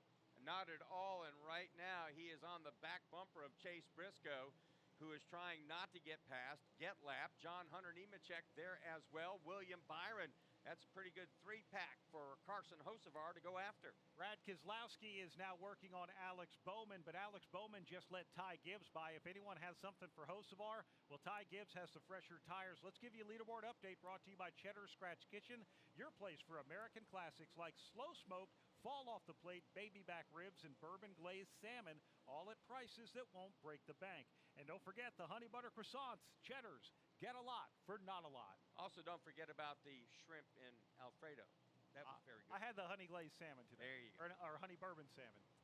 So, I am watching Carson Hocevar, and he is trying to figure out a way around Chase Briscoe, John Hunter Nemechek, William Byron, trying to make sure, of course, they're trying to stay on the lead lap. So Hocevar the leader, 4/10 up on Ty Gibbs, 1 second up on Alex Bowman. Then it's Keselowski, Cindric 5th, 6th is Blaney, 7th is Stenhouse, Zane Smith 8th, 9th is Chris Buescher, Bubba Wallace 10th. And that's your top 10 on the leaderboard, but right now we have a battle for that lead. Ty Gibbs is working the back bumper of Carson Hocevar as they come off turn 4, Mark. And it is going to be Ty Gibbs taking over the number 1 spot. Carson Hocevar maybe waved the white flag, and now that he's going to let Ty Gibbs, Rob Albright, try to blow a hole into some heavy traffic. Well, Gibbs, when he got to the back bumper of Hocevar, used some Hocevar tricks on him, got to the inside, unsettled the 77 machine, and bulleted past. Now they are in heavy, heavy traffic. Let's see if Gibbs able to do what Hocevar could not, and that is get around Briscoe and Allmendinger. Yeah, next in line is Chase Briscoe. He's already advanced to the next round of the playoffs with that win at Darlington Raceway. A.J. Allmendinger is up there. I think the bigger question as well, Alex Bowman's been running a smart pace of this race right now. He was in an incident earlier. He is running in 3rd right now, but he's able to now start to catch the leaders. And I'm watching Ryan Blaney. At this point, 4.8 seconds back. Again, running a steady pace, not really worried about going up and challenging anybody right now, just trying to make sure those tires live for another 19 laps. Rob, we're seeing kind of an interesting train out there. Right now, if you just looked at the track, you'd say Ricky Stenhouse Jr. is leading, but he's sort of the first of all of these other cars that are a lap downer at the tail end of it. Yes, about 2/3 of this field concentrated in less than half of the lap around this racetrack, and the leaders are at the tail end of it, so this is going to get very, very interesting indeed. It is crazy to watch. Let's get an update from Doug Turnbull. Leader Ty Gibbs is told by his spotter Tony Hirschman to back his pace down, and remember that he actually has fresher tires than those lap cars in front of him.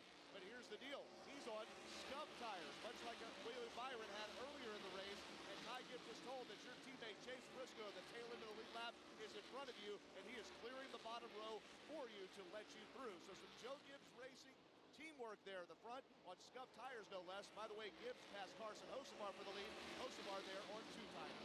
William Byron is the last car on the lead lap right now. He is in threat of losing that right now. Ty Gibbs has driven to his inside. Ty Gibbs, though, stuck behind teammate Chase Briscoe as they go back to 1. Willie B has stuck to his game plan running the top, or maybe that's the only place the car wants to work for him, but it has not been to his advantage. He's now going to go a lap down as Ty Gibbs gets a half-car length advantage. 14 laps to go here in stage number 2. Ty Gibbs has the lead. Carson Hocevar stalking him in turn 1. And Alex Bowman has capitalized on this opportunity with these guys in heavy traffic to narrow that margin between himself and the front 2. So William Byron now goes a lap down. Ty Gibbs able to get around him. Chase Briscoe now the last car on the lead lap. Is Ty Gibbs being kind to a teammate, Rob? Can I just say, and I don't hope this doesn't create something, but it looks like an accident just waiting to happen to me, because these leaders are going to get impatient soon. So here is Gibbs. Now we have trouble in turn 4. It is Shane Van Gisbergen. He goes around. The yellow lights flashing again here at Bristol Motor Speedway. This is going to be caution number 5. It happens with 12 laps to go in stage number 2. The big question is, some drivers need stage points. Alex Bowman does, but does he really need stage points, or does he have to win?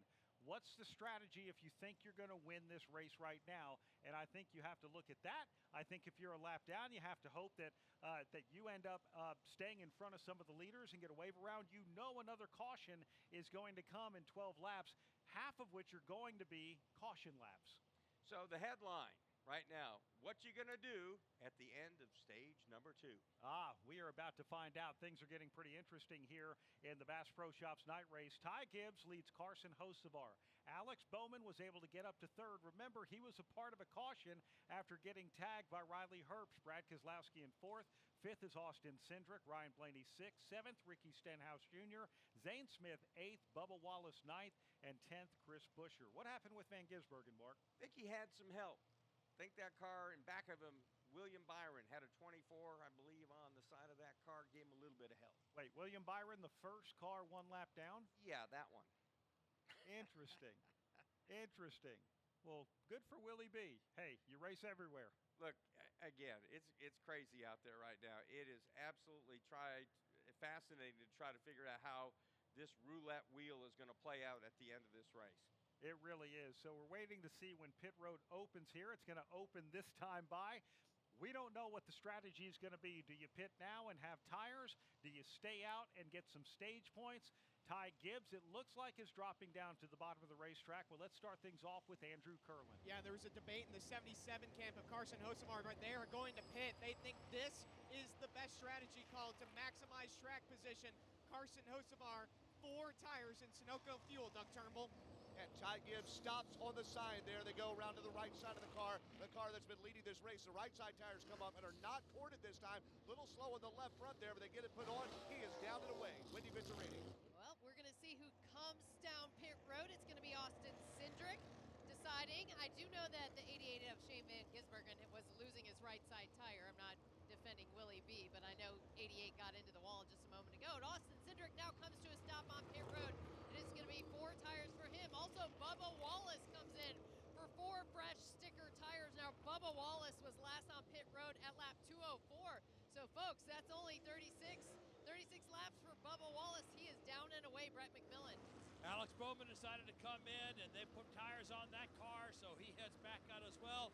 Christopher Bell also comes in, and just a little bit of an adjustment for him. They do not put tires on there. So Ty Gibbs, Alex Bowman, Brad Keselowski, Carson Hocevar, Ryan Blaney, Austin Cindric. That's how the top 6 came off of pit lane. NASCAR apparently has agreed that Mr. William Byron had a little something to do with Mr. Van Gisbergen's spin, and he will not get the free pass. No free pass. That's the way NASCAR has ruled it. And William Byron, if you were wondering, well, could he take the wave around? That answer is it doesn't matter because he has come onto pit road to get service on his race car. Tonight's broadcast brought to you in part by Progressive Insurance. Progressive can help you protect your home, auto, boat, motorcycle, ATV, RV, and more. And if something wasn't mentioned that you had in mind, find out if it can be covered at progressive.com or 1-800-PROGRESSIVE, because it probably can be. So, things are pretty interesting now, just as they have been really all race long tonight here at Bristol Motor Speedway. As they come by the line under yellow, 7 laps to go here in stage number 2.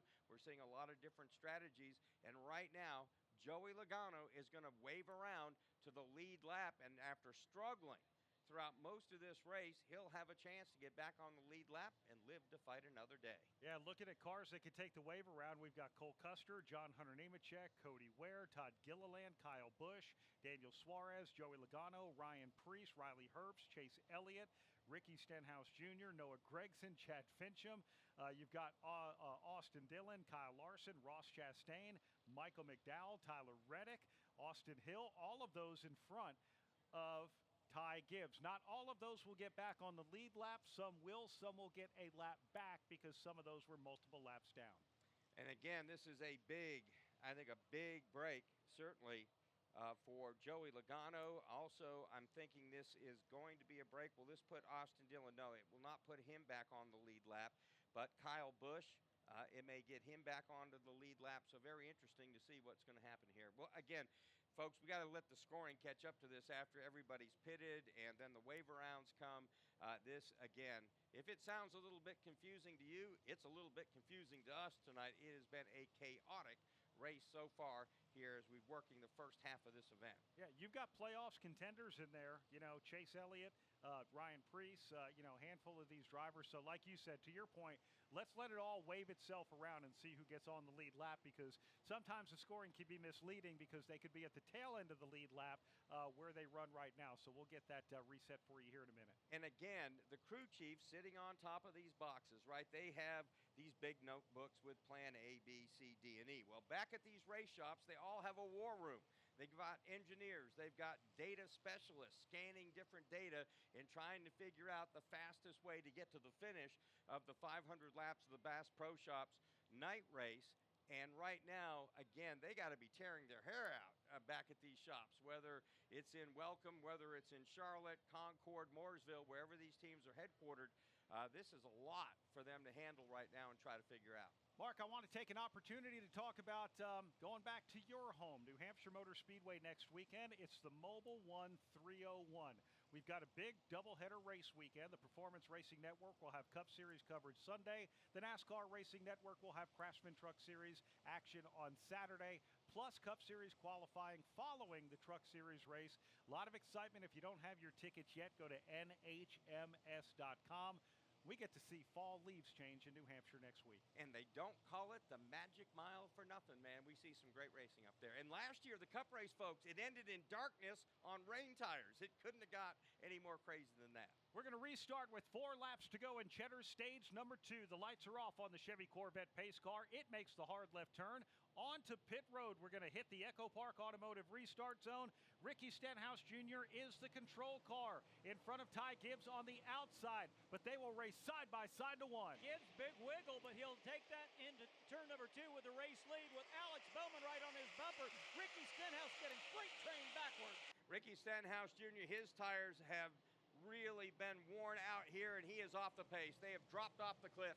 Ty Gibbs has the lead with 4 laps to go here in stage 2. Boy, these guys are charging hard. Ryan Blaney just takes second away from Alex Bowman. Toyota, Ford, Chevy, 1, 2, 3. Here comes leader Ty Gibbs. Right around him, you've got Ryan Blaney. Ryan Blaney is on the charge as they head to 1, and it looks like 2 to go in stage 2. Blaney wants this stage win. Let's see if he can accomplish it. Definitely appears to have a little bit quicker car, but Gibbs will keep that left side pinned to the bottom of the racetrack. 1 lap left in the stage. Blaney trying to track down Ty Gibbs. This pair separated themselves from Alex Bowman out of turn number 2 and down the back straightaway. 2 car lengths, the advantage for Ty Gibbs. Green and white checkered flag will go in the air this time. Ty Gibbs is your race leader. The end of stage number 2. Ryan Blaney will follow him through. Alex Bowman will finish 3rd. 4th will be Brad Keselowski. 5th, Carson Hocevar. Austin Cindric will finish 6th. 7th will be Chris Buescher. Bubba Wallace ends stage 2 and 8th. Zane Smith in 9th. Denny Hamlin gets a stage point. He will finish 10th in Cheddar's stage number 2. So that is the first stage win this season for Ty Gibbs. And as Brad just mentioned, that second stage brought to you by Cheddar's Scratch Kitchen. Cheddar's is the official restaurant of RCR and the number 8 car. Cheddar serves home-style comfort food like homemade chicken pot pie, slow-smoked baby back ribs, and hand-breaded chicken tenders at prices that won't break the bank. We'll take a break, and we'll get some more pit stops, I hope, I believe, here at the end of stage number 2 in the Bass Pro Shops night race. From pads and rotors to shocks and struts, coming to a full stop should never mean your business does too. At Napa, we are the pros that know brakes and suspension better than anyone. So when others are grinding their gears, our premium parts and exceptional service deliver results. Whether you're operating a local shop or managing a national fleet, Napa has exactly what you need, when and where you need it. Get the brake and suspension parts you're looking for right now at Napa. At Progressive, we understand the bond you have with your boat. It's why people name theirs. I was pretty hungry and looking at a menu when I named my boat Change Your Tuna. The backup names were Trick or Trout, I Salmonly Swear, and, oh, it gets worse, New Squid on the Block. It wasn't my best day. Whatever you call your boat, protect it. And start with a quote from Progressive, America's #1 boat insurer. Progressive Casualty Insurance Company and Affiliates. #1 rating based on boat market share data from ratefilings.com. Just past halfway of the Bass Pro Shops night race, and the final stage of this one will take us to the checkered flag. From Bristol Motor Speedway, this is PRN, the Performance Racing Network. Hi, this is Brett McMillan. The opinions fly fast and furious each week on the Pit Reporters. Every other major league sport has a playoff system, so I think the playoff system should stay. I do think there's maybe slight middle ground where there could be some changes that are made. I do remember seasons where this championship had been decided well before the last few races, so it just isn't quite the same vibe that we have now. Join us each week for the Pit Reporters. Hi, I'm Ryan Blaney, a third-generation race car driver, and I dedicate a lot of my time going fast. But when my grandpa was diagnosed with Alzheimer's, it was a very unexpected bump in the road for us. It's important to notice if older family members are acting differently or having trouble with routine tasks. Early detection of Alzheimer's can give your family time to explore support services and access available treatments. If you or your family are noticing changes, it could be Alzheimer's. Talk about seeing a doctor together. Visit alz.org/time-to-talk. A message from the Alzheimer's Association and the Ad Council.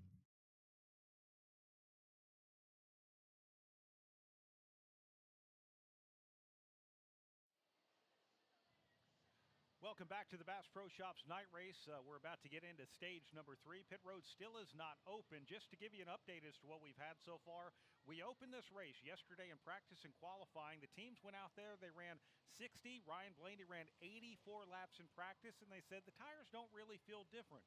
Goodyear brought a softer right side tire. That was in the sunlight. Now that it's cooled down, tire wear for some teams in the opening stage lasted anywhere from 20 to 60 laps before they started showing cords. Pace has slowed down a little bit. We've had 6 cautions, however, with a lot of action on the racetrack, a lot of varying strategies. Mark, we're hearing that as soon as Goodyear gets another set mounted for every team in the field, they'll release another set to the teams. They started this race with 9 fresh sticker sets plus 1 scuff set they carried over for qualifying, and a lot of activity happening down in the newly rebuilt Goodyear building after the baseball classic that was played here last month. Steve Swift and their crew, man, they're amazing. I mean, when was the baseball game? About a month ago, and they had to rebuild that building that quickly. I tell you what this may be setting up for is you get that extra set of tires. Just saying, just thinking, just kind of guessing at what we may see. If we get a late caution, they got that extra set, they bolt them on. We see these guys trying to manage their lap speeds, manage their tire wear. We may get to the end of the race with that extra set of tires. They can bolt them on and just go for it. Yeah, and I want to mention, this is exactly what teams asked for. When Denny Hamlin won that race back in the spring of 2024, everyone on the competitive side of this said, this is what we want. You tell us the tires are going to last 40 laps. We'll find a way to make them last longer in the way we set up our cars. We want tire wear. We want to have to manage tires. Put it back in my right foot as to how these tires are going to run, how these cars are going to run. Put it back in the crew chief's hands as to how aggressive they're going to be. Right now, we've got 18 cars on the lead lap just halfway through, and anything can change, as we've seen with Alex Bowman, who runs third. At one point, he was a lap down, restarting at the back of the pack, and now he's running in third. And the wear is getting better. Not a ton better, but a little bit better. And we've seen cars like Gibbs and Blaney and Bowman, Hocevar and Cindric have been able to handle this tire wear a little bit better than anybody else. Let's go down to Doug Turnbull, get an update from pit road. And one of the quiet surprises here, and it's been a very loud Bristol night race, has been Zane Smith, who's running at night. And he was one of the early drivers to pit in this race there, but has been managing his tires. Crew chief Ryan Berginti, now that they're accounting for it after Goodyear mounting the tires for every team, getting an extra set, has told his driver that they can still run only about 40 to 50 laps in the last stage. Which in theory should be that they could go harder or make a better lap time than they have been so far.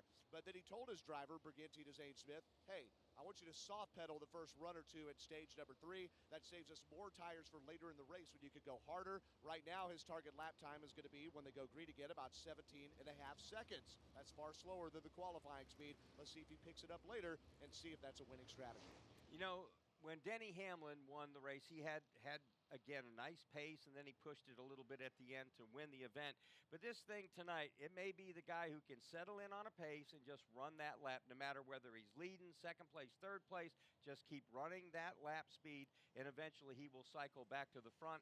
Reminds me of a Coke 600 a long, long time ago when Darrell Waltrip said, I'm going to run this lap speed no matter what happens, whether I'm 6th, 10th, or 20th, and by gosh, at the end of it, he was the winner. Pit road is open. Andrew Curlin. Yeah, there's some teams that aren't even ready to pit. Carson Hocevar, one of those staying out. Brad Keselowski, one of those that is coming in. They were keeping him posted on his pace the entire time. The crew goes around to the right side. Doug Turnbull. And Ryan Blaney pits from the second position, one of the few cars in the top 10 to pit there. They're going to go around to the right side of the car, change those tires, chassis adjustment to the back windshield, and then left side tires getting changed with the Jonathan Hasselbeck crew, Wendy Venturini. Kyle Larson has been tight, but he altered his line to help. They are going to come down pit road and get 4 fresh tires. Also, Austin Cindric and his crew chief Brian Wilson were contemplating whether to take tires. They are putting stickers on his car instead of the qualifying scuffs. 4 tires and Sunoco fuel. Brett McMillan.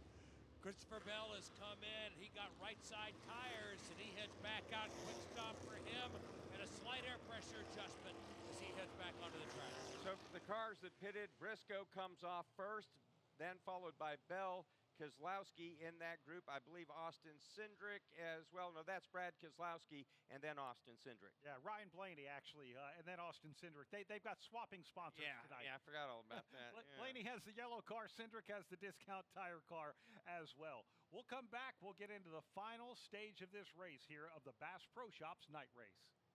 Here's Paul Doschel of Toyota. We have a kind of robust program around NASCAR, and we feel that if we're going to be there and compete against Chevrolet and Ford, that we want to be able to tell that story. And so we feel that a 360-degree approach is the best for that. Radio fills a much-needed void in our marketing program.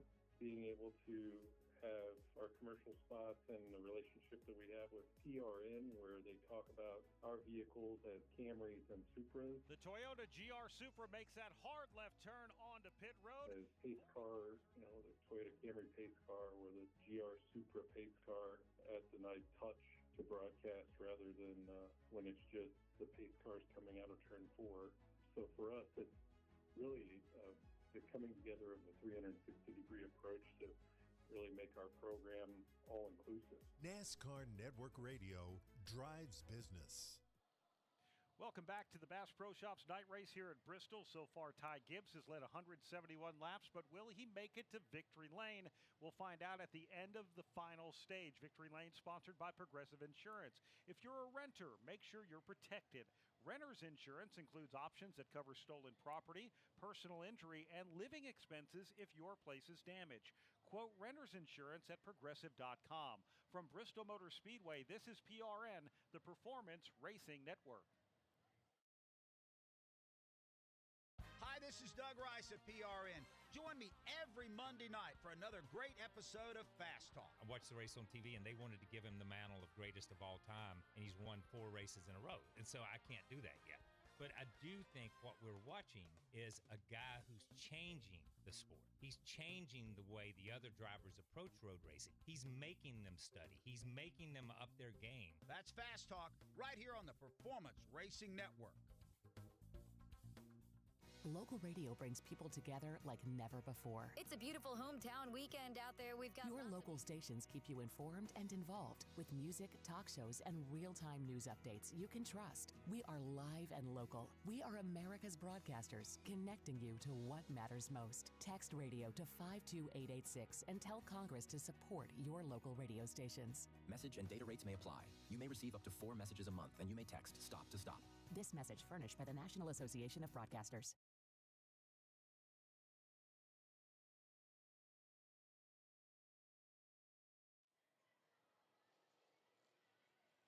NASCAR and the track officials have done a great job cleaning this racetrack. They had a lot of rubber to pull up off this racetrack. Yeah, it took 8 laps before we could open pit road because not only did they have to clean the upper grooves, they had to clean the apron of the racetrack because that's how much rubber is coming off of these Goodyear tires. And pretty exciting. Let's give a rundown, Mark. We actually have 19 cars on the lead lap. This time, William Byron got the free pass because he didn't cause his caution. It was the end of the stage. But Ty Gibbs continues to lead. Alex Bowman runs second. Third is Carson Hocevar. Chris Buescher is in fourth. Fifth is Bubba Wallace. Sixth, Zane Smith. Denny Hamlin, seventh. Eric Jones is in 8th, 9th, Chase Briscoe, Christopher Bell in 10th. 11th, Brad Keselowski, Ryan Blaney 12th, 13th, Austin Cindric, Ricky Stenhouse Jr. 14th, 15th, John Hunter Nemechek, Joey Logano 16th, Chase Elliott 17th, 18th is Ryan Priest. William Byron 19th, the last car on the lead lap. -1 in 20th, Corey Heim. Field coming to the choose right now. Running 21st is Michael McDowell. Justin Haley is 22nd. 23rd, Kyle Larson. A.J. Allmendinger, 24th. 25th, Tyler Reddick. Ross Chastain, 26th. 27th, Daniel Suarez. 28th, Riley Herbst. 29th, Kyle Busch. Noah Gragson, 30th. 31st, Ty Dillon. Todd Gilliland, 32nd. 33rd, Austin Dillon. Van Gisbergen, 34th. Austin Hill, 35th. 36th, Cody Ware. Cole Custer, 37th. 38th is Chad Fincham. The only car out getting credit for 39th place, Josh Berry. As they run right now in the final stage, Ross Chastain just 11 points ahead of Alex Bowman. The playoffs picture could be interesting. We're about to make another trip through the Echo Park Automotive Restart Zone. The Echo in Echo Park stands for every car, happy owner at Echo Park Automotive. Austin Cindric has improved his lot now with the final stage to come. Came in +11. He's +21. Joey Logano is +23. Chase Elliott +29. Through the Echo Park Automotive Restart Zone, Ty Gibbs a big jump from the outside. He'll easily lead into one. Sluggish start for Alex Bowman. He loses second. He's about to lose third. The car is not up to speed. He's back to the 5th position down the backstretch. Ty Gibbs had a little bit of difficulty exiting turn 2, and he almost got run over by Chris Buescher. Here's Zane Smith now getting pressure from Chase Briscoe. Terrible restart for Alex Bowman. He'll have to fight his way back. He's doing side-by-side battle with Bell. Christopher Bell gets around him side-by-side for third between Briscoe and Smith. Chase Briscoe started this race 31st. He is now running third, and a battle for 5th right now with Christopher Bell and Zane Smith. Christopher Bell has kind of been a behind-the-scenes non-factor for the first half of this race. Time to kick it in gear. He's now in the top 5 in the 4th spot. Last lap, Carson Hocevar ran over Bubba Wallace, moved Wallace out of the groove. He also lost a spot to John Hunter Nemechek, and now Wallace finds Chase Elliott riding around the outside of his car. Well, word to Carson Hocevar, Bubba Wallace is maybe one of the guys. Trouble in turn number 2. We've got a car that's gone around. That looks like it's Shane Van Gisbergen once again. His car looks clean. We'll have to find out if he was helped on that when we get a replay. That brings out caution number 7 of the Bass Pro Shops night race, and we're just a handful of laps into the final stage of this race. Man, I keep thinking about how is this going to look in the final 50, 75 laps of this race. Still a ways to go before we get to that. Tough break for Shane Van Gisbergen. He's been involved now in 2 yellow flags. Yeah, been a tough one for him. We have 231 laps to go here in the Bass Pro Shops night race as Ty Gibbs leads Chris Buescher. This is a Camry. This is a Camry on NASCAR. This is a Camry on NASCAR with Ty Gibbs behind the wheel. Now you're up to speed. You in? Follow the action at tgrna.com. Toyota, let's go places. NASCAR is a registered trademark of the National Association for Stock Car Auto Racing, LLC.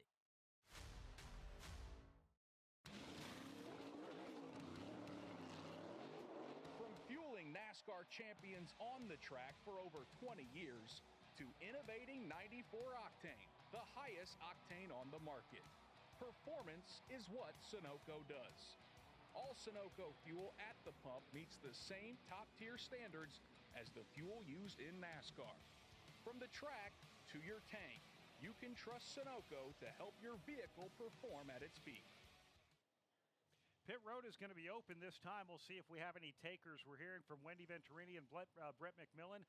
Most of the teams with the extra set of tires that have been released have 4 sticker sets of tires. They're going to try and stretch them about 70 laps or so to make it to the end of this race. So right now, we see the cars in the lead stay out on the racetrack, so we'll send it back to our local stations. From Bristol Motor Speedway, this is PRN, the Performance Racing Network. No one's paying me to say this, but you've been our lifeline. We have no internet. We have no TV. We barely have cell service. I don't know how I'm able to get to you. My Wi-Fi is not working. And I have a radio, and I finally got power on, and I have it plugged in, and I could hear you. You're the only station I can get in. Wow. Well, That's why I'm glad we're we're here. So, Wow.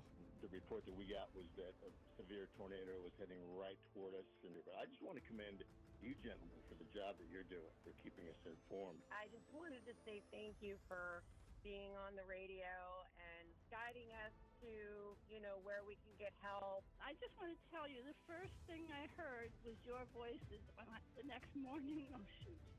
And it made me cry. The comfort of hearing your voices.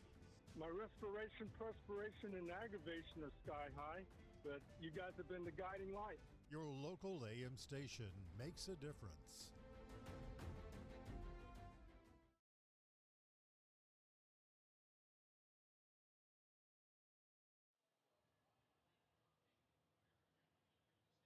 Something a bit different, a softer right side tire, little cooler temperatures. Earlier this year, we had 3 cautions in the event here at Bristol Motor Speedway, the fewest since 1982. Tonight, we already have 7. So, Mark, the highest point getters so far, Ryan Blaney wins stage 1, Ty Gibbs finishes second. Ty Gibbs wins stage 2, Ryan Blaney finishes second. Both of those drivers collecting 19 extra points already in this race. For Ty Gibbs, he's racing for 17th in the final standings. He's out of the playoffs. For Ryan Blaney, well, he's racing for a championship and as many points as he can. That's an extra playoffs point. Let's go down to Doug Turnbull. A driver who has only been in conversation in bad ways this evening has been Chase Elliott, the driver of the 9 car, of course, as he was at one point about 27th place and a lap down on the cycle. I mean, he lost a bunch of spots on a restart at one point, thought he had a loose tire. Well, now he's running in the 10th position, just been biding his time. He told his crew chief, Alec Gustafson, they're going to have a radio trouble tonight, by the way. He told Alec Gustafson he needs some help in the right rear of the car. Gustafson said they'll continue to work on it tonight, anticipating 3 or 4 more pit stops with these sets of tires here, and said, settle in. We're finally in a good spot, and Elliott is both in the running order and in the points right now. Now let's set you up where we are with the playoff at this point. So Briscoe, Hamlin in by win. Now NASCAR is saying that Blaney, Wallace, and Kyle Larson have advanced at this point, given where they're running and what's happened so far. William Byron is being scored currently at plus 51, Christopher Bell plus 50, Chase Elliott plus 40, Tyler Reddick plus 36, Austin Cindric plus 31, Joey Logano plus 27, plus 13, Ross Chastain. Under the bubble, under the cut line, minus 13th is Alex Bowman, minus 22, Austin Dillon, minus 31, Shane Van Gisbergen. Out of the race, minus 61, Josh Berry. And let's put this in perspective. Ross Chastain's running 28th, 1 lap down. Alex Bowman right now is running 6th. There's 13 points that differentiate the two. At 28th, Ross Chastain can only lose because Josh Berry's out. He can only lose 10 more spots. So if Chastain goes to the back, Alex Bowman is still going to have to gain, and he's trying to gain in the top 5. So Bowman can only move up so far. There's a little more room for Ross Chastain. He can go up all the way up to 21st as far as the lap cars down 1 lap. So again, there's a little bit of movement right there. He's got a chance to move up just a few more spots than Alex Bowman right now, and that's right. Change. Yeah, even if something bad happens to Chastain, Bowman still has to move forward, and that's where we are right now. Pace car is off and back onto pit road. We're about to head to the Echo Park Automotive restart zone. On the outside, Ty Gibbs, Chris Buescher on the inside. Ty Gibbs gets a great jump. So do his Joe Gibbs teammates, Chase Briscoe and Christopher Bell. Briscoe wants a race lead. He'll pass, coming off turn number 2, his teammate Ty Gibbs to take the race lead for the first time tonight. Chase Briscoe finally gets the top spot. It only took him 225 laps. Then it's Gibbs, Bell, Buescher, and Hocevar. 3 JGR Toyotas out front. The 4th place Ford of Chris Buescher. He's being pursued by Hocevar, John Hunter Nemechek, and Zane Smith. Wow. Ty Gibbs had to back up turn number 3. Christopher Bell almost hit his back bumper. Everyone stays safe, but the battle is for 5th. John Hunter Nemechek on the outside of Carson Hocevar. John Hunter Nemechek continues to find himself fighting for position in the top 5. Door to door with Hocevar down the backstretch. Hocevar takes the spot. We talked about Alex Bowman needing to move forward. He's going backwards. Logano just got by. So did Cindric and Keselowski. Now his teammate Chase Elliott on his back bumper. Yeah, Alex Bowman really struggling at the moment since the restart. That's too bad for him as he settles back in about the 12th position. Bowman, outside of the top 10, but a battle for the lead. Ty Gibbs drives to the inside of Chase Briscoe. Briscoe nearly cuts him off. The 3rd place car. That's Christopher Bell running in 3rd place right now. You have 3 Joe Gibbs teammates running in the top 3 as they come off of turn 4. Caution is out. In turn number 2, a car around and that is the number 41 machine of Cole Custer. I don't think he made any contact with the outside retaining wall, gets the car righted, but the caution is out, and this opens another opportunity perhaps for some drivers to come down pit road. And that car is crab walking down the back straightaway. Caution out for the 8th time tonight here in the Bass Pro Shops night race, where Chase Briscoe leads teammate Ty Gibbs. At Bass Pro Shops, we salute those who serve. We proudly stand with those who stand for our freedoms by offering our legendary Salute discount every day, saving active duty, veterans, and first responders up to 10% on top quality outdoor gear, and recently partnering with the Army and Air Force Exchange Service, becoming the official outdoor gear provider for our heroes. It's more than the great outdoors. It's about honoring those that protect it. Bass Pro Shops, voted America's best outdoor retailer. You've only got so many weekends. Spend one doing something nobody saw coming. Is it a party, a festival, a race? It's all of that, and all at once. Concerts, tailgating, unbelievable action, 100 reasons to say this is actually awesome. It's fast, it's wild. It's the cutoff race in NASCAR's playoffs, the Wild Card Weekend. The Bank of America Roval 400, Sunday, October 5th. Get tickets at charlottemotorspeedway.com. Alex Bowman has been backsliding on restarts. He dropped to 11th. Brett McMillan, what can you tell us about the 48? Alex Bowman said he had no grip taking off on that restart, and then after he did get going, he said the car was just really tight. That's tough for Alex Bowman. Now the gap is 18 points. Pit road is open, so we'll keep it here right now, and we'll find out as we have 217 laps to go. Maybe a good opportunity for these teams to get some fresh tires. Chase Briscoe is your leader. He is above the yellow line. Ty Gibbs, the first one down pit road. Let's just do a full sweep, and we're going to start with Andrew Curlin. Yeah, Carson Hocevar elected to stay out. They asked, if you think you can conserve tires, do that. So they decided to not come down pit road. Eric Jones, the first one in my section to pit, and by my math, with about 2:17 to go, 53 laps per set if you have 4 sets left, Doug Turnbull. And Ty Gibbs' team changing 4 tires because they have an extra set now. He is down of the way. Same story for William Byron's team and Chase Elliott's team. Elliott pits for the back of the top 10. Wendy Venturini. Well, my top performing car on this end of pit road is Chris Buescher. He's in 4th. He's been a little bit tight. So they want to make those adjustments. They're not coming down pit road just yet, but I just checked in with the 17 tire specialist. They have 4 sets of stickers left on Chris Buescher's machine. Let's get over Brett McMillan. Alex Bowman's come in. He's also going to have 4 sets of stickers. Right now, they're putting on scuffs. 4 of them go on, 10.1 second on the stop. All right, some tire management there from crew chief Blake Harris for Alex Bowman. Again, they were a part of a caution early in this race. They're back on the lead lap, and they are competitive here tonight. We'll come back. We'll send it to our local stations from Bristol Motor Speedway. This is PRN, the Performance Racing Network. These cars are about to fire it off in anger. Logano back across the stripe. Now Zane Smith putting on some pressure. Side by side, Austin Cindric has him at the line, and he will take the lead into 1. Boy, what a save. We got cars sideways. It's Christopher Bell. He spins and collects a couple cars. Here comes Shane Van Gisbergen on the bottom. He's looking for second. Now Chris Buescher fired out of a cannon at turn 2. He's right into the rear bumper of Ty Gibbs. Which way is he going to go? Oh, it's a multi-car accident. I want to say 15, 20 cars. Looks like Austin Cindric is involved. Denny Hamlin. Guys, that took out about 2/3 of the field. We have a fight on pit road between 2 crew guys. One of them is with Ty Gibbs. One is with Brad Keselowski. Brad Keselowski will see the white flag as he drives under the start-finish line. Chase Elliott has battled at the front all night long. He's won the war. Chase Elliott has just punched his ticket to the playoff. Awesome job, man. Awesome. Thank you guys so much. This is PRN.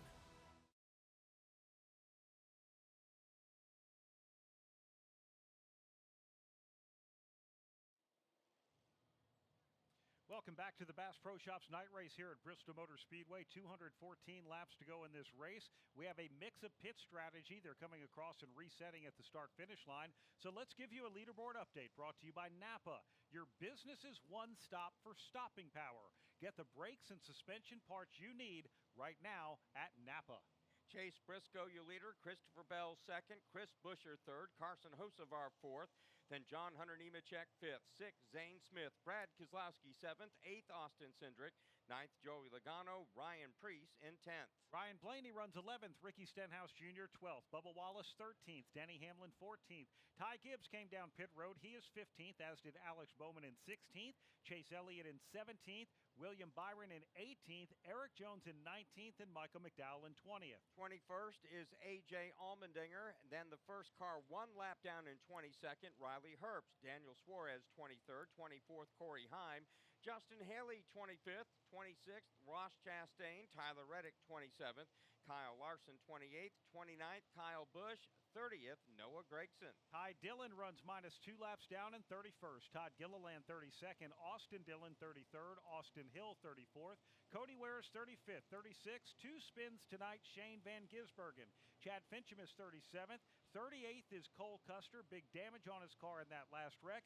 Josh Berry, the only car out after his car caught on fire for the 3rd week in a row. That team will finish last. Just a tough playoff for Josh Berry. They're going to regroup. They'll make some noise in the final 7 races, and we still have Vegas on the schedule where he just whooped everybody earlier this year. That's a great team. Coming through the Echo Park Automotive Restart Zone, Chase Briscoe on the outside of Chris Buescher.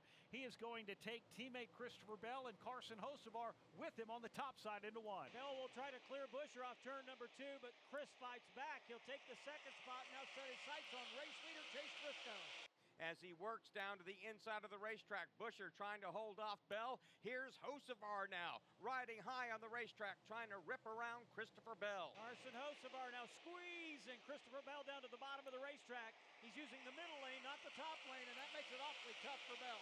That's a battle for 3rd. Carson Hocevar continues to be hung on the outside. Just behind him, Ryan Blaney trying to make some moves. He drives to the outside of John Hunter Nemechek. Blaney hasn't made a lot of noise in the last 100 laps or so, but starting to slowly work his way back to the front of the field, door to door with Nemechek in turn 3. As they work in turn 4, again, Hocevar trying to work around Bell, can't do it. They go single file. Then it's Nemechek and Blaney door to door in 1. Blaney eases past Nemechek. Now he'll go after the car directly to his inside.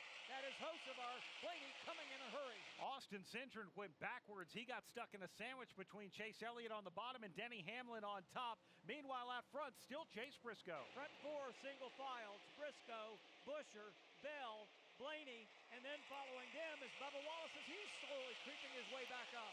Ty Gibbs now, who has led a lot of this race, trying to find some running move. Trouble down the back straightaway. It's Noah Gragson who's gone around. I didn't see if he had made contact with anybody. Necessitates yet another caution flag. That'll be the 9th caution here in the Bass Pro Shops night race at Bristol Motor Speedway. I would say the biggest mover in that one, Mark, Bubba Wallace. He was actually flying his way up through the field, finds himself now running back in the top 5 once again here tonight. +5, they have Bubba Wallace after the restart, so he's been strong all night long. Back on the lead lap, he'll be the free pass. They came in for fresh tires. Ross Chastain, we talked about him on the bubble on the cut line. He's about to be on the lead lap. He is +28 to Alex Bowman right now, and he can move up a lot. And he can move up a lot more than Bowman at this point as well, although Alex has fallen back to 15th. So at this point, right now at the cut line, Chastain +28. -28 is going to be Alex Bowman, -29 Austin Dillon. Yeah, so what turned out to be a really tight playoffs battle, and it can get there again. We've had 9 cautions here, still 206 laps to go. But for Ross Chastain, you have to give Phil Surgeon a lot of credit. They brought him down pit road. Not a lot of the cars that were a lap down came down pit road. They brought him down pit road. He was able to drive his way past all of the other lap down cars. Now sits in 22nd. The good and bad. Good thing is, he's actually going to be back on the lead lap. The bad thing is, as the free pass, he does have to start at the tail of the field. Again, though, showing great patience, and that includes not only Ross, but the team, right? You can panic when you get into those situations, but little by little, first you got to put the shovel down, stop digging, and then work your way out of the hole, and that's exactly what they did. I think that's a great description of it, exactly, Mark. Chris Buescher, we talk a lot about him running strong. He's running in second right now, give him a lot of credit, but pit road is open right now. Andrew Kurland, it looks like that first car is stopping in front of you. Yeah, Carson Hocevar is in for 4 tires and fuel. They last pit on lap 240, so it's certainly due for 4 Goodyear Eagles, Doug Turnbull. The only driver on my end of pit road pitting is Ricky Ricky Stenhouse Jr., who has nose damage from his spin earlier in the race. He's going to come to the attention of the 47 crew, and it looks like just changing right side tires. Nope, it'll be 4 tires for him. Wendy Venturini. Austin Cindric last came down pit road at lap 259. He took 4 tires. They told him with 5 sets of stickers left, if you want to come down pit road and you feel something, let's go ahead and do it. Austin Cindric is on pit road for 4 sticker tires and Sunoco fuel. Brett McMillan. Ross Chastain's talking about coming down and making a major chassis adjustment, but they said if you do that, we're going to have to leave this set of tires on there. He will decide whether or not to do that when they open it up for the lap down cars. So Chastain has been given the free pass. He's caught the back of the pack, and now he'll get that chance to make the choice of whether he's going to pit. We'll keep an eye on Chastain at the back of the pack. Will he move on the pit lane? It doesn't look. Yes, it does. Chastain is going to come on. Yeah, as the free pass car, now you've got the opportunity. This isn't a wave around situation.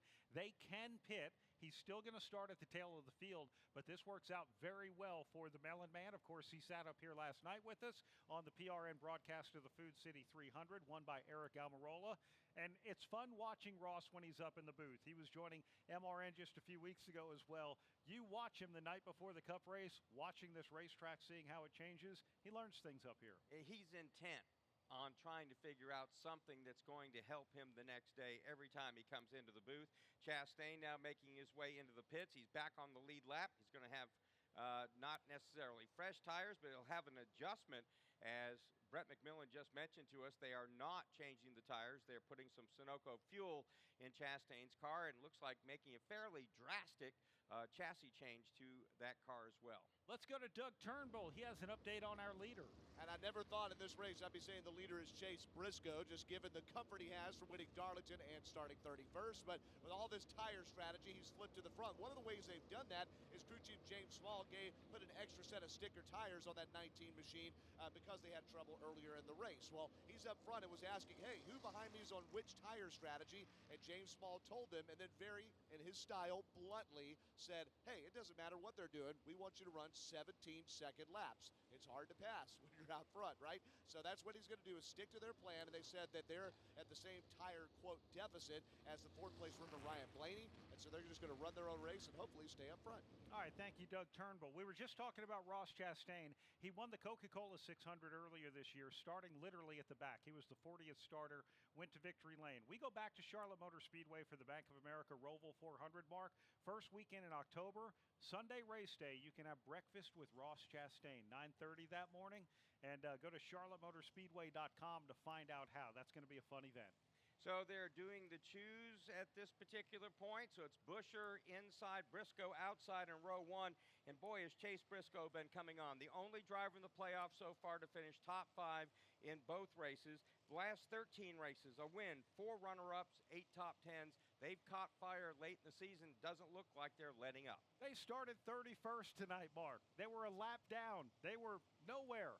And now they're in the front. The Bass Pro Shops Toyota is leading the Bass Pro Shops night race here at Bristol Motor Speedway, and we're about to restart with 200 to go. So Bubba Wallace is inside of row 2, Bell to his outside. Then it's Nemechek, Blaney in row 3, Hamlin and Zane Smith row 4. Then it looks like Michael McDowell, and then Ty Gibbs in row number 5. Pace car comes off of pit road. We go through the Echo Park Automotive restart zone once again with a big jump. Chase Briscoe able to clear Chris Buescher. Chris Buescher has Bell on his outside. Poor Buescher keeps getting stuck on the bottom, but it's not so poor Chris this time as he stays right on the back bumper of Chase Briscoe, the guy who lost spots, Christopher Bell. Christopher Bell struggling now. His car slides up the racetrack. A big wiggle in turn 4. He's dropped back to 5th. Behind him, Zane Smith, Nemechek, Ty Gibbs knotted up fighting for position. And in front of Bell is the 4th place car of Ryan Blaney, trying to narrow the gap between himself and the new 3rd place car of Bubba Wallace. Ty Gibbs is on the move once again. He wants the top 5, and he'll take it away from teammate Christopher Bell as they cross the start-finish line. Up next for Gibbs, Ryan Blaney. I mean, at various times tonight, Ty Gibbs looked like he had a car with about 25 more horsepower than everybody else, and we'll see if this is one of those times. Ty Gibbs last lap 3/10 quicker than your leader, Chase Briscoe. Gibbs now trying to track down Ryan Blaney in turn 1. Well, he's in the top 5 now. Maybe time to just kind of settle in and ride. He's right in front of his teammate, Christopher Bell, behind Bell, the guy who's been strong all night, Zane Smith. Right now, the battle behind Chase Elliott, who runs in 8th. The battle is for 9th. John Hunter Nemechek had it. Carson Hocevar took it away. Hocevar wants more going into 1. Like Ty Gibbs, Carson Hocevar bulleting toward the front, utilizing the outside lane. May do a little more in terms of tire wear as he draws even with Smith. He outmuscles Chase Elliott. Now he'll go to work on Zane Smith. Exit of turn 4. Hocevar will clear Smith, go after Christopher Bell. Still yet to win a cup race. Carson Hocevar has been very, very fast many times this season. Just trying to put all the pieces together. Perhaps tonight's the night. Next driver on the move is Brad Keselowski. He's running to the outside of Chase Elliott, trying to take away that 9th spot. He'll get it at the start-finish line and tuck in front of Chase Elliott. Brad has had an impressive and very competitive night tonight. Solidly in the top 10 for most of the evening. Still in contention for a race win. As they come down to the stripe, 193 laps to go in the Bass Pro Shops night race. Gibbs again trying to pressure Ryan Blaney in turn 1. And once again, single file among the top 15. Everybody running right on that yellow line that separates the track's apron from the track's racing surface. Tire conservation mode for some right now, but not for everyone. Bubba Wallace peeked to the outside to look outside of Chris Buescher for second. He'll do it again as they go to 1. Buescher had fallen a couple of car lengths back of Briscoe, and it looks like Bubba thinks this is my opportunity. He'll get half a car length advantage halfway down the back straightaway. Bubba Wallace on the high side loses ground now on the inside. The 2 cars scrape just a bit at the exit of 4. Bubba has a slight advantage on the outside. Neither wanting to give any ground, slipping up off the bottom, moving Bubba up. Buescher hangs on to the second spot and now will clear up in front of Bubba. Bubba gives him a big shot in turn number 3. Chris Buescher actually puts on the binders, starts to back up the field. Trouble in turn number 3, spinning, and everybody slowing down. Not sure he made any contact, but big trouble for Chase Elliott. Chase Elliott, heavy damage on the right front of that car. You see it smoking right now. We'll get an assessment of that under caution for the 10th time here at Bristol Motor Speedway as we pause 10 seconds for station identification. This is PRN, the Performance Racing Network.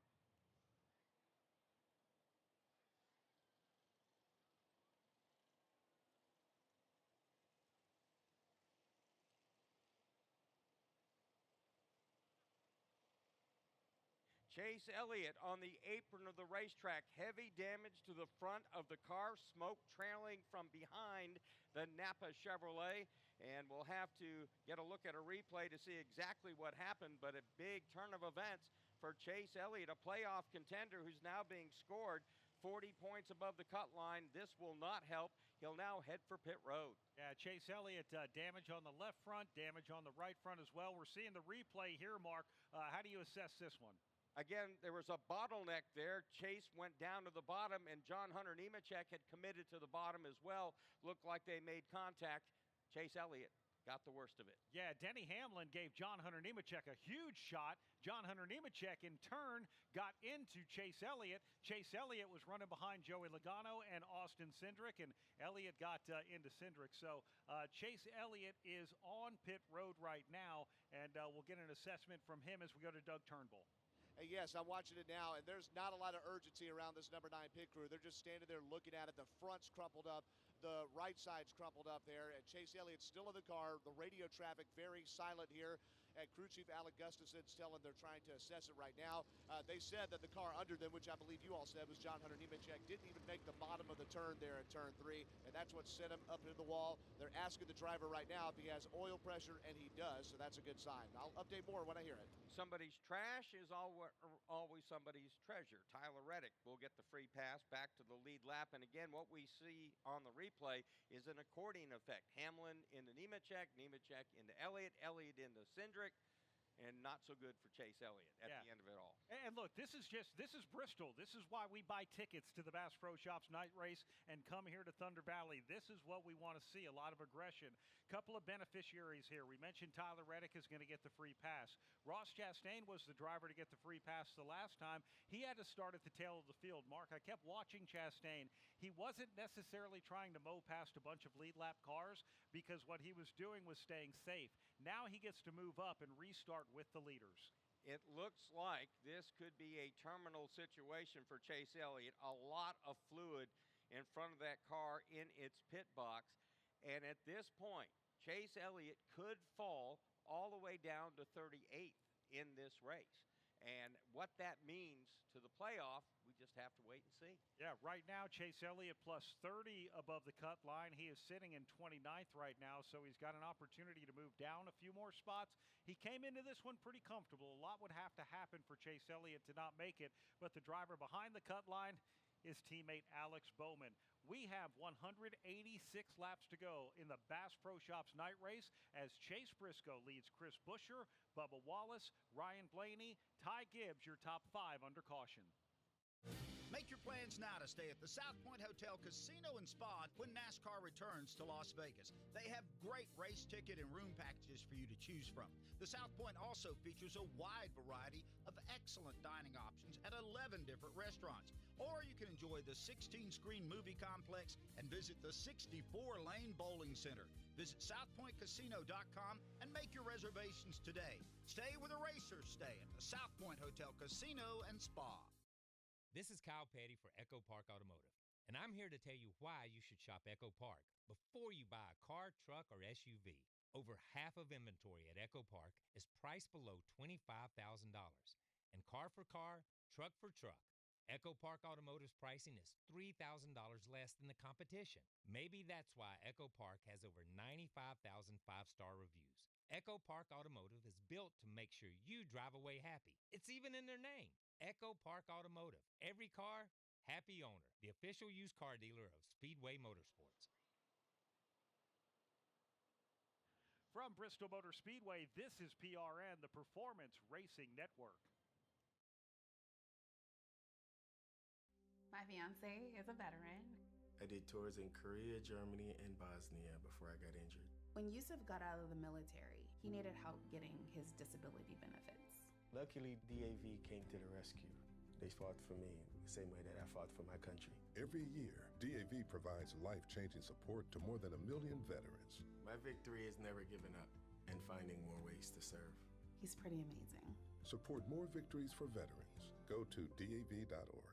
Hi, this is Doug Rice at PRN. Join me for another great episode of Fast Talk. We have NASCAR Hall of Famer Kurt Busch. What does a much older, wiser Kurt Busch want to tell Carson Hocevar? Well, let's bust out all the VHS tapes, and you can watch all my mistakes. Try not to do those, Carson. I like what he's doing.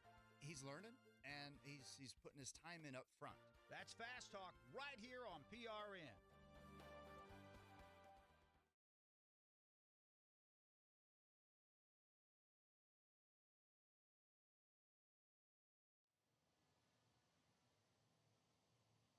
Fan favorite Chase Elliott is out of the race under the 10th caution flag in the Bass Pro Shops night race. Good afternoon. Then now into the evening, Mark Garrow and Brad Gilley. Rob Albright up there in turn 3 for the final time in his career. We certainly appreciate him. Andrew Curlin, Doug Turnbull, Wendy Venturini, Brett McMillan on pit road. Mark, Goodyear had to release another set of tires to these race teams because of the high tire wear. And again, this is by design. They brought a softer right side tire just for something like this. The Bristol Motor Speedway Operations Department might have to release more Speedy Dry to the cleanup crews because that incident with Chase Elliott put a stripe of oil all around this racetrack on the apron a couple of times. And one thing we need to emphasize, the drivers really like this type of race. When we had all that kind of chaos and Denny Hamlin winning in tires, cording and all that, they weren't complaining about the Goodyear tires. They were just going like, man, wasn't that a great race?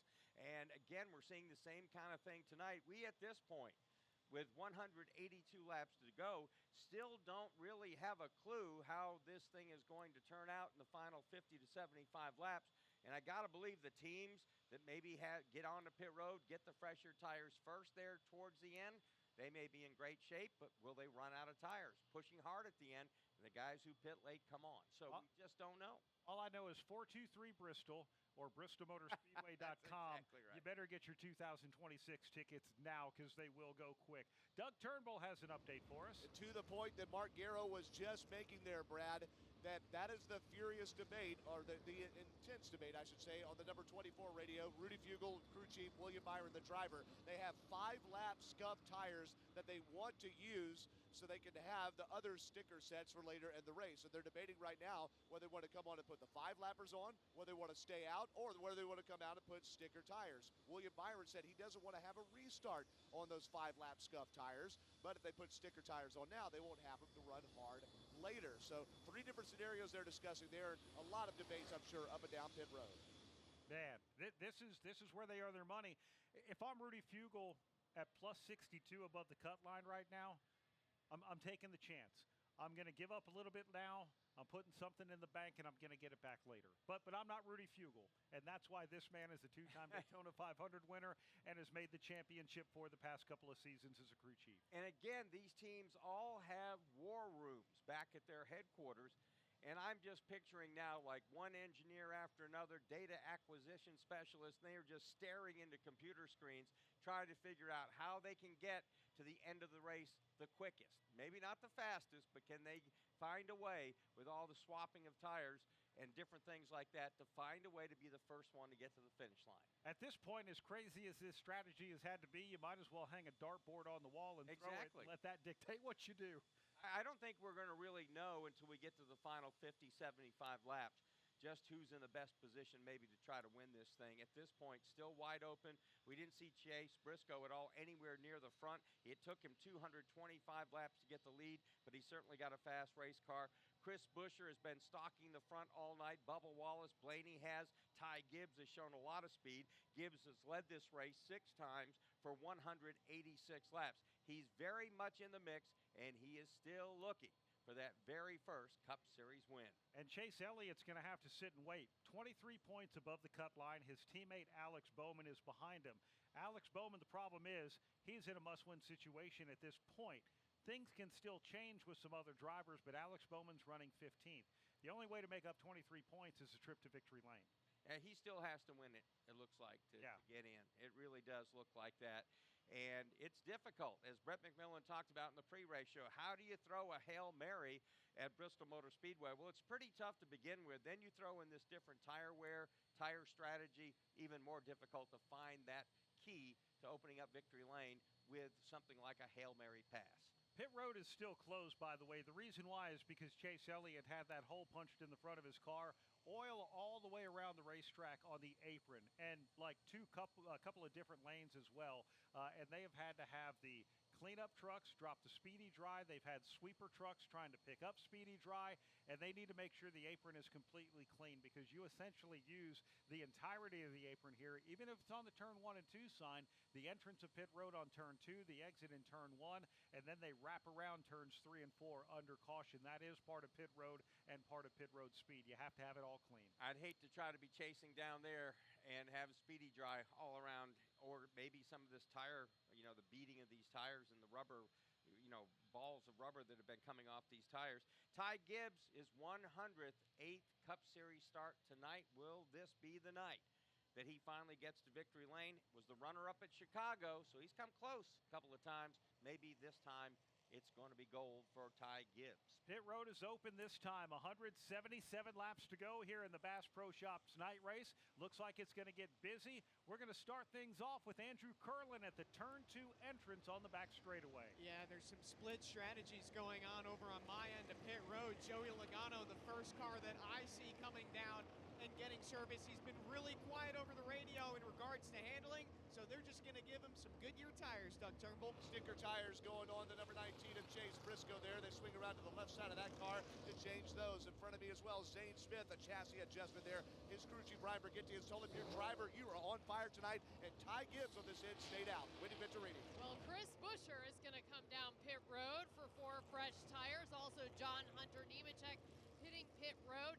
Now, I do know Chris Buescher had 4 sets of stickers left his last time down pit road, so now this means he will have 3 sets left. Brett McMillan. All right, Christopher Bell's made a quiet climb towards the top. He's did a 4-tire change. They put stickers on the right side. Looked like scuffs on the left. He heads back out after an 11-second stop. All right, let's go back to Wendy Venturini. There's a loose tire going down pit road. It looks like it came from John Hunter Nemechek's car. Will run down there on pit road, but that tire did get away about 2 pit stalls down right into the groove of pit lane. All right, thank you very much, Wendy Venturini. And Mark, I know there's a big stack up at the exit of pit road. That's because they have to stop there and wait for the field to go by. And we had all the lap down cars trying to come in at the same time. Almost a little chaos under caution. So Blaney is the first off the pit lane, followed by Christopher Bell, then Joey Logano, Zane Smith, William Byron, Alex Bowman, and then John Hunter Nemechek. And then I believe that is going to be the A.J. Allmendinger car. Bubba Wallace is the leader of this race as they stayed out. We're actually going to get you a full leaderboard update as soon as the lap down cars cycle through as well. A lot of things getting mixed up here. We've got 175 laps to go. And Wendy said Chris Buescher came in. They had 4 sets of sticker tires. They put that on. They've got 3 left. And I'm not good at quick math, but you divide 175 by 3. We're starting to get to a point now, Mark, where these teams might be able to get a little more aggressive on lap time because they've done a good job of stretching out their sets of Goodyear tires. Exactly. We talked about early in the race how Ty Gibbs had stretched his lap number on the tire. So did Cindric. So did Bubba Wallace. Some of the others that may play off in a big way. Let's go back down to Doug Turnbull. All right, here with Chase Elliott, who had a wreck just a few laps ago there. He's looking down at the running order. Chase, first off, what happened out there on the racetrack? I don't know. I haven't seen it, but somebody ran in the back of me, and I overcorrected and crashed.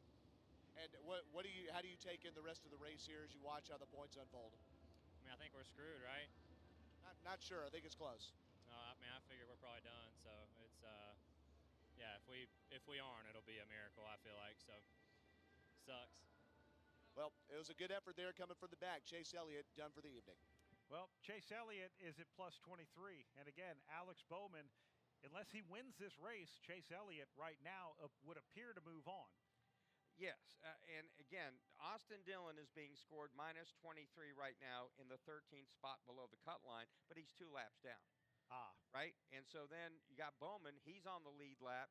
He is currently in the 17th spot, so he's got a little bit of room to climb, but it doesn't look like enough to get just ahead of Chase Elliott. Could get close, but that's if he wins the race. Could get close. Yeah, so we'll have to wait and see what happens. All right, let's give you a leaderboard update brought to you by State Water Heaters. When you need a water heater, make sure you get a State. Visit statewaterheaters.com to find a professional installer near you.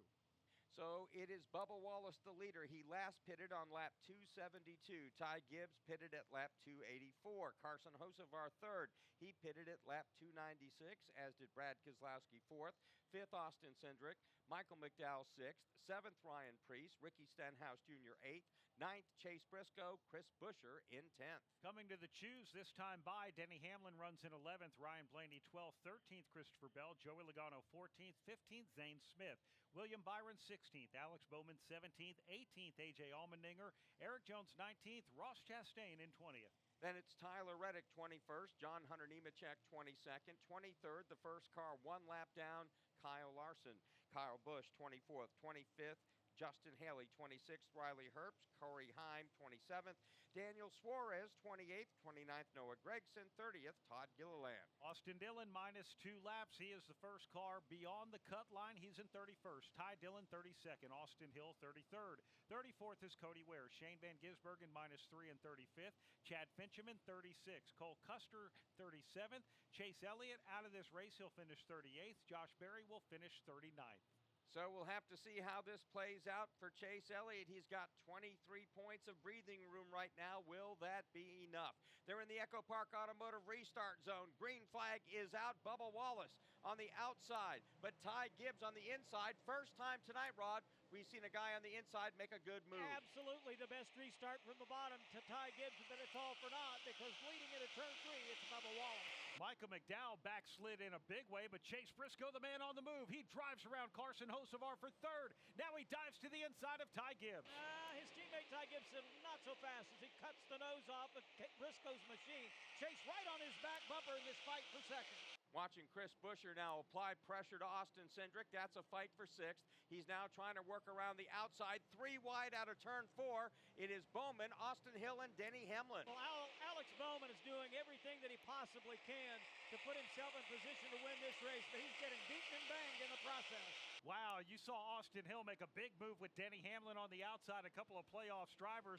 Up front, though, Chase Briscoe starts to pull away slightly from Bubba. About 2 car lengths, the margin that Briscoe enjoys off turn number 2. 2 car lengths back more to Ty Gibbs than half a car length to Carson Hocevar.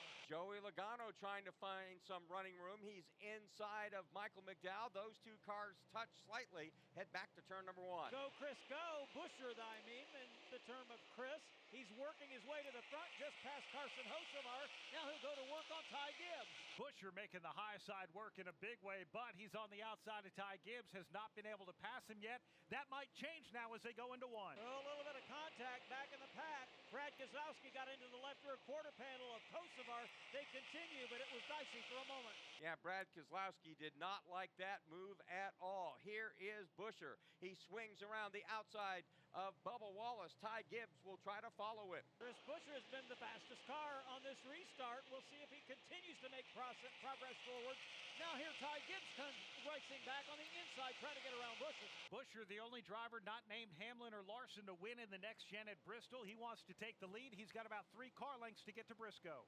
Chase Briscoe just glued to that yellow line, running a safe, steady pace at the moment. How long can he afford to do that? Well, that's going to depend on the guys behind him and how aggressively they pursue. Brad Keselowski has created a bit of a traffic jam. He's running 7th, but right there with him is Austin Hill, Ryan Preece, and Zane Smith. Austin Hill, a total non-factor for the first half of this race. In fact, he was a lap down most of it, battled his way back, and he's now very, very strong.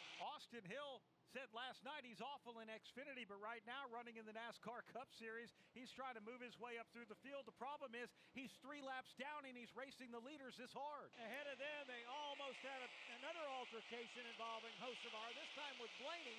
Ryan Blaney gets to Hocevar's inside, and Carson wisely gives him racing room. Yeah, Hocevar roughed up Blaney to take that spot away, and didn't take long for Ryan to show the fact that he was pretty unhappy. Down the back straightaway, Chase Briscoe maintains the lead. 2 car lengths over Chris Busher. Christopher Bell right on the back bumper of Chris Busher. He also seems to be one of the drivers on the move. The front 5 beginning to move away ever so slightly. The 5th place car is Bubba Wallace. 6th place is Ryan Blaney. And I think he's just running on that pace, guys, that we've seen all night long. Here's Christopher Bell now ramping up the pressure on Chris Busher. This is a fight for the 2nd spot. Ty Gibbs, Bubba Wallace closing in as well. Once again, 3 out of the top 4 machines from the stables of Joe Gibbs Racing, the Toyotas, and 4 of the top 5, including the 5th place car of Bubba Wallace at Toyota. Let's get an update from pit road with Wendy Venturini. Chris Busher in the 2nd place position, really battling it out. He said there's nothing wrong with the tires. It just feels like he's on top of the racetrack, especially in turns 3 and 4. That's where Chris Busher is going to lose some time in 3 and 4. He feels good in 1 and 2, and I'm sure you guys can see that from upstairs in the radio booth. Absolutely, Wendy. And now we're starting to see the pace at a 17.1 second lap, about a second slower than what we normally see a race pace here at Bristol, Mark. But even though they're about a second off the normal pace, they're out there racing. And we've talked a little bit about Austin Hill, the pace he has right now, but we need to make sure we understand he is 3 laps down, so he's trying to get back to -2 and see what happens then. Yeah, I would imagine Austin Hill is probably making some people a little bit angry right now as he drives to the outside of Bubba Wallace. Wallace runs in the 5th spot, but for Austin Hill, he's just trying to climb away through the field and unlap himself on his own, Rob. There's absolutely no questioning the fact that right now he's got a blazing fast race car, so why not try to capitalize on it? Still a long way to go in this race. And why not push your tires to the max? Other drivers may not be doing that right now, so he's trying to earn one of those laps back the old-fashioned way. And Seatbelt just gives him plenty of racing room up on top. Said, go ahead. You want to burn him up? That's up to you. Yeah, and hey, if everyone else is going to run a second off the pace, why not try and unlap yourself on your own? Again, he's 3 laps down. He just moved around Chris Busher. He'll try and unlap himself around Briscoe. And I don't think Briscoe's going to give him any fight. Why? There's no necessity of it, and as I say that, there goes Mr. Hill right around the race leader. And Austin Hill, as Briscoe lets him roll around the outside. Trouble out of turn number 4. Ty Gibbs got into the back of Chris Buescher almost sent him into the outside wall. Buescher's lost a couple of spots. It looked like, however, that Buescher may have lifted just a bit.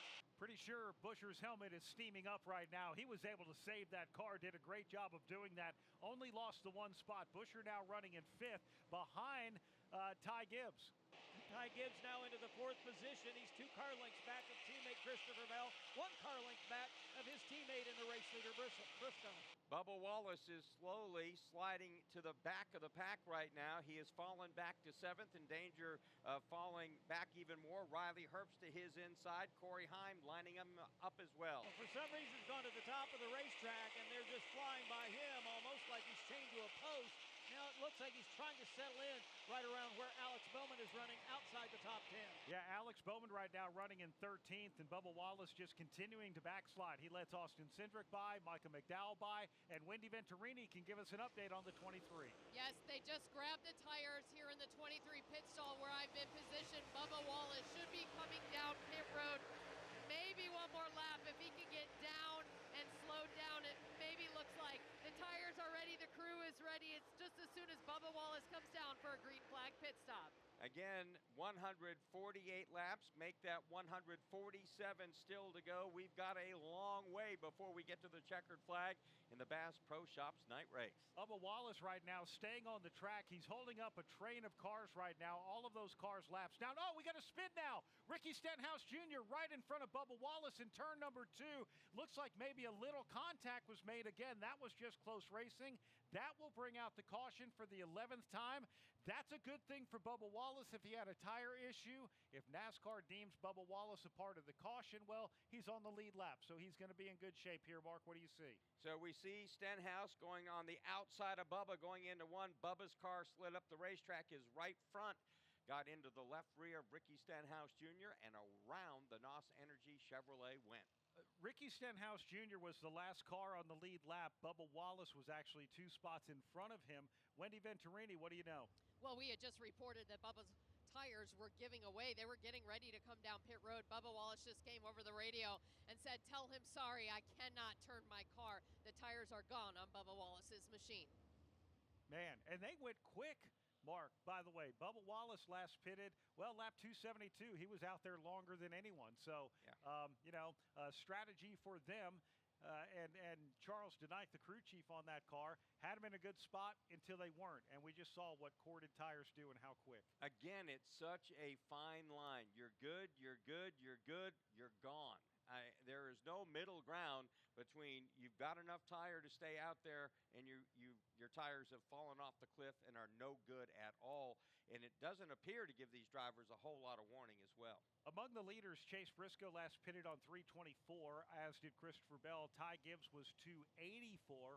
We talk about Bubba Wallace. He last pitted on 272, and pit road is open. 144 laps to go in this race. Things are about to get busy, busy, busy. Chase Briscoe, Christopher Bell, all the leaders drop to the apron. Let's start things off with Andrew Curlin. Luke Lambert told Carson Hocevar to pit this time. They're going to do right side tires only. Joey Logano also in, saying he was way looser this run. Brad Keselowski, 4 tires, no changes, Doug Turnbull. And Ty Gibbs furiously scrubbing off his tires as he comes to the attention of the number 54 pit crew. They swing to the right side of the car. They will change 4 tires. Chase Briscoe's already down and away. Looks like he might have changed 2 tires, as Ty Gibbs will lose a few spots here in the pits. Wendy Venturini. Chris Buescher's going to come down pit road. The last time he was on pit road to get 4 tires was lap 324. Also, Bubba Wallace is finally coming in to get his fresh tires as he just had a little mishap of Ricky Stenhouse Jr. putting a set of stickers on Bubba Wallace's car. Let's head over to Brett McMillan. Right side scuffs for Christopher Bell. Right side stickers for the number for Alex Bowman. And also coming in, Ross Chastain. It looked like a 4-tire change for him. All those cars getting fresh Goodyear tires, as well as Sunoco fuel. From NASCAR to your car, Sunoco fuel helps your car reach peak performance. So at this point, they probably have enough Sunoco fuel to get to the end. They're going to have to change tires at some point. So it is Briscoe leading them off the pit lane, followed by Ty Gibbs. Then it's going to be Michael McDowell, along with Blaney, Keselowski, Logano, then John Hunter Nemechek. Boy, it is interesting. Oh, penalty for William Byron. 24 is too fast on pit road, so he'll have to go to the tail of the field. 22 cars on the lead lap right now. Kyle Busch is the first one being shown a lap down. So, Mark, I believe he is actually going to be the beneficiary in this one. So we see a lot of the cars now coming down pit road. We'll get you a full field rundown as soon as this cycles through and see where we are. But right now, Denny Hamlin being shown as the race leader. He last pitted on lap 324, the only car to stay out. And now the cars that have pitted, they'll do so at lap 357. So that's 33 laps. Did I get that right? 5 minus 2 is 3. Somewhere in there. Yeah, 30. Close enough. Yeah. 33. I feel like, Jethro Bodine on the Clampets there. Like, all right, need my piece of paper and a pencil right now. Get it right. Yeah. Not good at math. That's why we talk for a living. But for Denny Hamlin, the last time we saw a race shape out like this was severe tire wear. And again, one that the drivers and teams wanted, one that the race fans asked for as well. Denny Hamlin was the man in victory lane. He was, with his veteran skill set, able to manage those tires and drive on to the win. And again, as we mentioned before, Denny talked about after that race kind of going back in reverse and thinking about how he used to run his late model stock car, because in those races, you got a 100, 150 lap race. You don't get to change tires in most cases, so you really have to manage the tire wear. Denny was very good at that in late models and had to kind of go back in the way back machine to kind of bring back some of that, and absolutely enjoyed the race and having a race that you had to really manage the tires. And I think the fans are seeing a great show tonight. And again, want to emphasize, this is what the drivers wanted. They wanted a softer tire. They don't have a problem with this at all. They don't. This is a great race. This is a great race. I'm not going to engrave the Gladiator sword just yet, but I will point out that Denny Hamlin sits at 59 career victories. His next one will be number 60. He just won the 200th Cup Series race for Toyota at Gateway last weekend. Boy, what a way to start things out with 201. When he got the win at Worldwide Technology Raceway, he tied Kyle Busch for the most Toyota wins as well. Only 10 drivers have won races after their 700th start. Richard Petty the most at 22. But now, of course, he's won 3, Denny Hamlin. Other drivers who've won after their 700th start, Jeff Gordon, Kevin Harvick, Kurt Busch, Bobby Allison, Ricky Rudd, Terry Labonte, Bill Elliott, Mark Martin. Of course, I mentioned Richard Petty, and then Denny Hamlin. All Hall of Fame.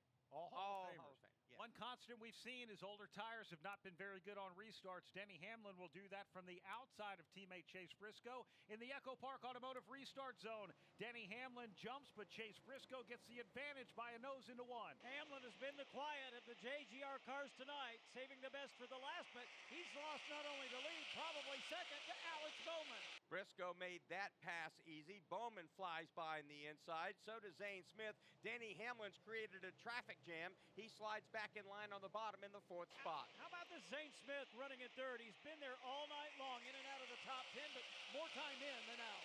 Denny Hamlin backs up to 5th, 3 wide. Carson Hocevar shoots right in between them. That says Denny Hamlin back spots. Kyle Larson goes up the racetrack into Daniel Suarez. Suarez hits the wall. He's off the pace, and we stay under green for now. Of course, this is what Carson Hocevar is often criticized for, over-aggressive driving. But guys, he seems to be getting away with it, and he's got a very strong race car tonight. Ty Gibbs just rips the outside. He goes around Brad Keselowski, move him up to the 6th spot. Now he sets his sights on Carson Hocevar. Trouble. Kyle Larson spins on the apron coming into pit road here on the turn 4 side. That brings out the caution now for the 12th time tonight. I will point out, Daniel Suarez had already passed the commitment box coming onto pit road. He dove back onto the racetrack when the caution came out. He already hit the commitment box. I think that'll be a commitment line violation. But Wendy Venturini, Kyle Larson, obviously had something wrong with that race car and one of the tires. What can you tell us about him? I was just checking in with the team at the same exact time. Cliff Daniels just told the tire changers come back over the wall and send over the road mechanics, basically. So the pit crew guys are different from the road mechanics. They've called for the jack stand now, working on the right rear area under that wheel well. So we're going to diagnose exactly what they're doing over there. The pit crew has been called behind the wall, and the road mechanics are now working under there. The car chief underneath the car right now. Cliff Daniels still on top of the pit box, calling all the shots as they are continuing to figure out what's wrong with Kyle Larson's machine. Thank you, Wendy. I was going to point out real quick, Mark, that Kyle Larson has already had enough points to advance to the round of 12, as has Bubba Wallace and Ryan Blaney. Denny Hamlin, Chase Briscoe there with wins. But speaking of Denny Hamlin, that gamble has not paid off. He has fallen all the way back to 19th. We'll have to see if he'll take advantage of pit road this time. We will come back and see if pit road opens here in the Bass Pro Shops night race with 134 laps to go. At Napa, we've spent the last 100 years building our business into an engine that powers yours. Whether you're big or small, national or local, Napa has the automotive solutions your business needs to stay moving. And it's all driven by a nationwide network of quality parts and exceptional service on one mission: to keep your business moving full speed ahead. That's why we are the pros that know. Hey folks, it's Doug Rice. Did you know you can take PRN with you anywhere? By downloading the PRN mobile app, you can listen to our live races just about any place on the planet, and you will not miss a second of the action. Plus, you can hear our shows like the fantastic editions of Fast Talk, plus Brett McMillan on the Pit Reporters, and Mark Garrow with Garage Pass. Get all the latest racing information right at your fingertips. The PRN mobile app, available at the Apple App Store and on Google Play. Everyone stays out on the racetrack with pit road open, with the exception of just a couple of drivers, one of whom is on the lead lap, and that would be the man that restarted on the front and dropped several spots. Brett McMillan. Denny Hamlin is bringing that orange and blue Kings Hawaiian Toyota Camry to you. He is indeed. He said the car is just way too tight. He actually shot up the track right about the time that Kyle Larson had his problems, so he's coming in. He's getting a 4-tire change. They're finishing up that 4-tire change. A major air pressure adjustment for him as they finish it up there and top him off with Sunoco fuel. Thank you very much. Wendy Venturini, what's the update on the 5? It's the toe link for Kyle Larson. The team already fixed it. They were so fast on that. They are going to bring him back down again just to check the damage on the car. Cliff Daniels said, we'll lose as many laps as we need to get it right. But the team was awfully fast. They did put 4 fresh tires on it as well, but expect Kyle Larson to come back down just to check it. Nothing to lose for Kyle Larson. He's already advanced to the next round for sure. We owe our local stations a break. From Bristol Motor Speedway, this is PRN, the Performance Racing Network. It's hard to believe in this day and age in the United States of America that children are hungry. Our time on this planet is short. We have to give back to those in need. Every child has a chance, no matter what obstacles they may encounter.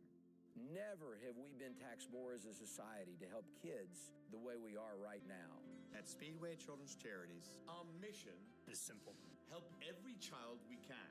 Because all children deserve joy and hope and love. I'm PRN's Doug Turnbull, co-host of the 5 to Go podcast, a weekly deep dive into 5 motorsports issues. Devin Kupka gives the Gen Z view. One thing that I've never seen before, when the cars got 4 wide, everybody stood up cheering. And championship-winning mechanic Dan Elliott leans on his decades in the garage and promoting. Unless everybody is aware of the rules, then no, it's not fair for everyone. Listen to the 5 to Go podcast on GoPRN.com and subscribe on Apple and Spotify.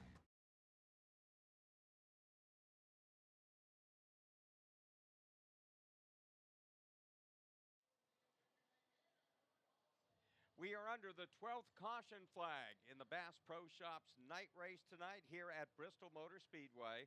And at this point, we have Chase Briscoe, Denny Hamlin, Ryan Blaney, Bubba Wallace, Kyle Larson. 5 drivers have punched their ticket into the second round of the playoff. Plus 44 right now, William Byron, Tyler Reddick plus 39, Bell plus 37, plus 30 for Joey Logano, plus 22 for Austin Cindric, plus 20 for Ross Chastain. Chase Elliott, who's been wrecked, he's out of the race. He'll get credit for next to last tonight in 38th.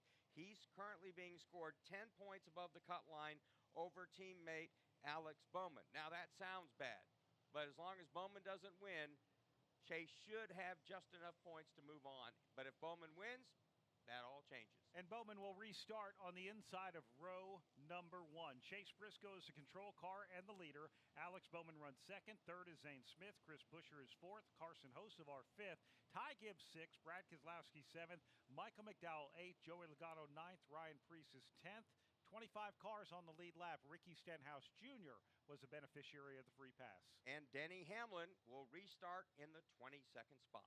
All right, here we go. So the pace car's kind of slowing them up there in 3 and 4, and they waved off that restart, so we didn't have everyone caught up. The officials didn't like where it was, so you want to continue with our rundown, Mark, starting with 11th? Ryan Blaney is in that spot. Austin Cindric, 12th. 13th, Christopher Bell. Bubba Wallace, 14th. John Hunter Nemechek, 15th.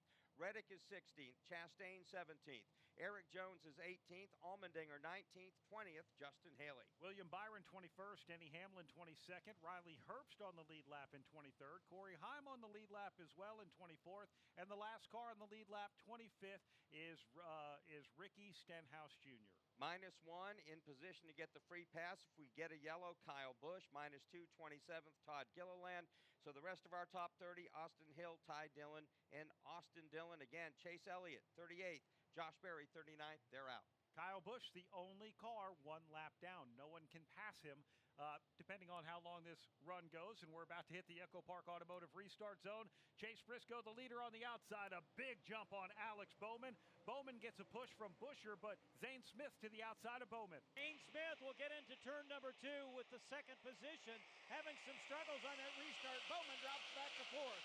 So Bowman is passed by Zane Smith and Carson Hocevar, and right now getting a tap from behind. He's out of shape after Chris Buescher tapped him. Also right there, Ty Gibbs and Brad Keselowski. Alex Bowman close enough to the front. He can taste it. The restarts have been his nemesis all night long. Hanging on to 4th, but Buescher would like to take it away. Chase Briscoe continues to lead. He goes way up the racetrack in turn 4. He cuts down in front of Zane Smith. They touch. Now Carson Hocevar drives to the inside of Smith. Wow, near disaster for both Chase Briscoe and Zane Smith, and now Hocevar gets into Smith, and he sets him sailing up to the top of the racetrack. And now Bowman slides way up the racetrack. Buescher goes by. Ty Gibbs goes by. He finally gets back in line in front of Keselowski. And behind all of this, there's fierce side-by-side racing about 10 rows deep as the leader charges into turn 3.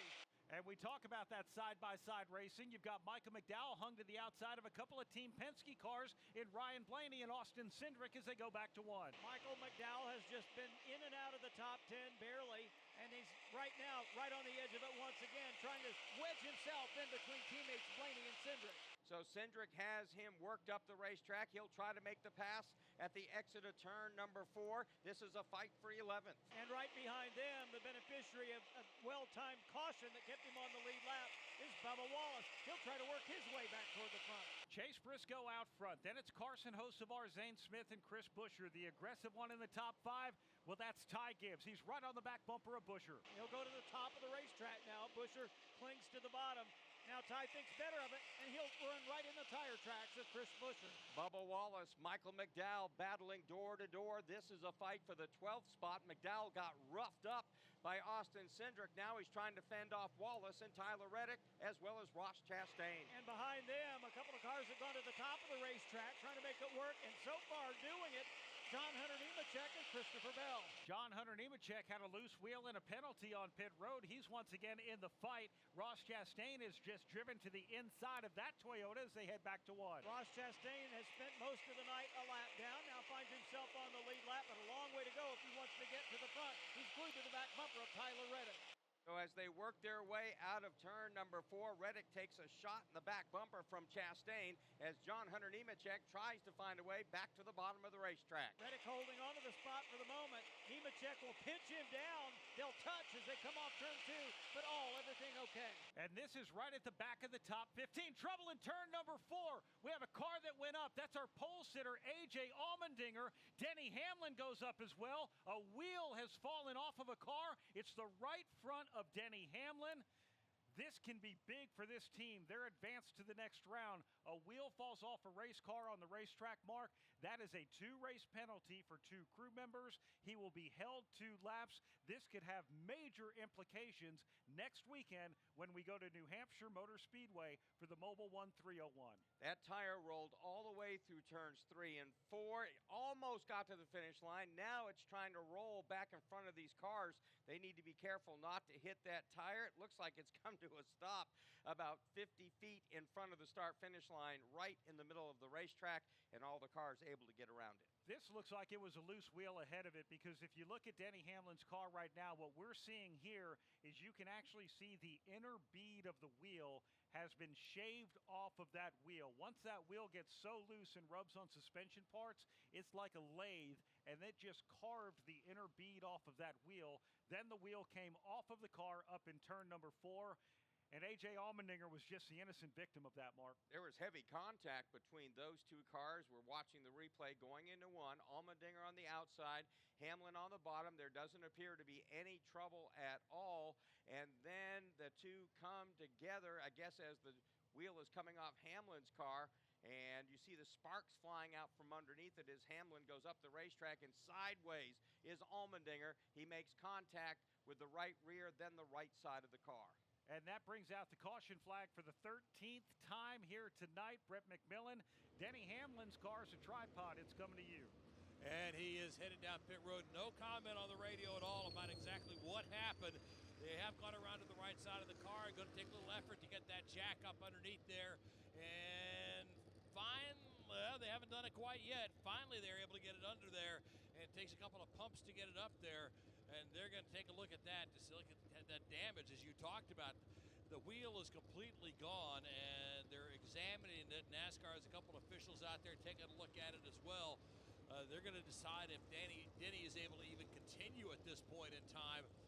The crew just taking a look, not a real sense of urgency at this point in time, as they're diagnosing how bad the damage is as Denny Hamlin sits here in the pits. So Hamlin cycles to the front, and then it all goes bad in a hurry. Boy, does it. And Hamlin actually goes back out on the racetrack. This should be a 2-lap penalty, Mark, because the wheel came off on the racetrack. I guess they'll make them serve that after they initiate their pit stop. So Hamlin's going to have to come back down pit road, because when a wheel comes off the track, it's an automatic 2-lap penalty and an automatic suspension for 2 crew members. So it gives the race officials here opportunity to clean the marbles off the top side of the racetrack.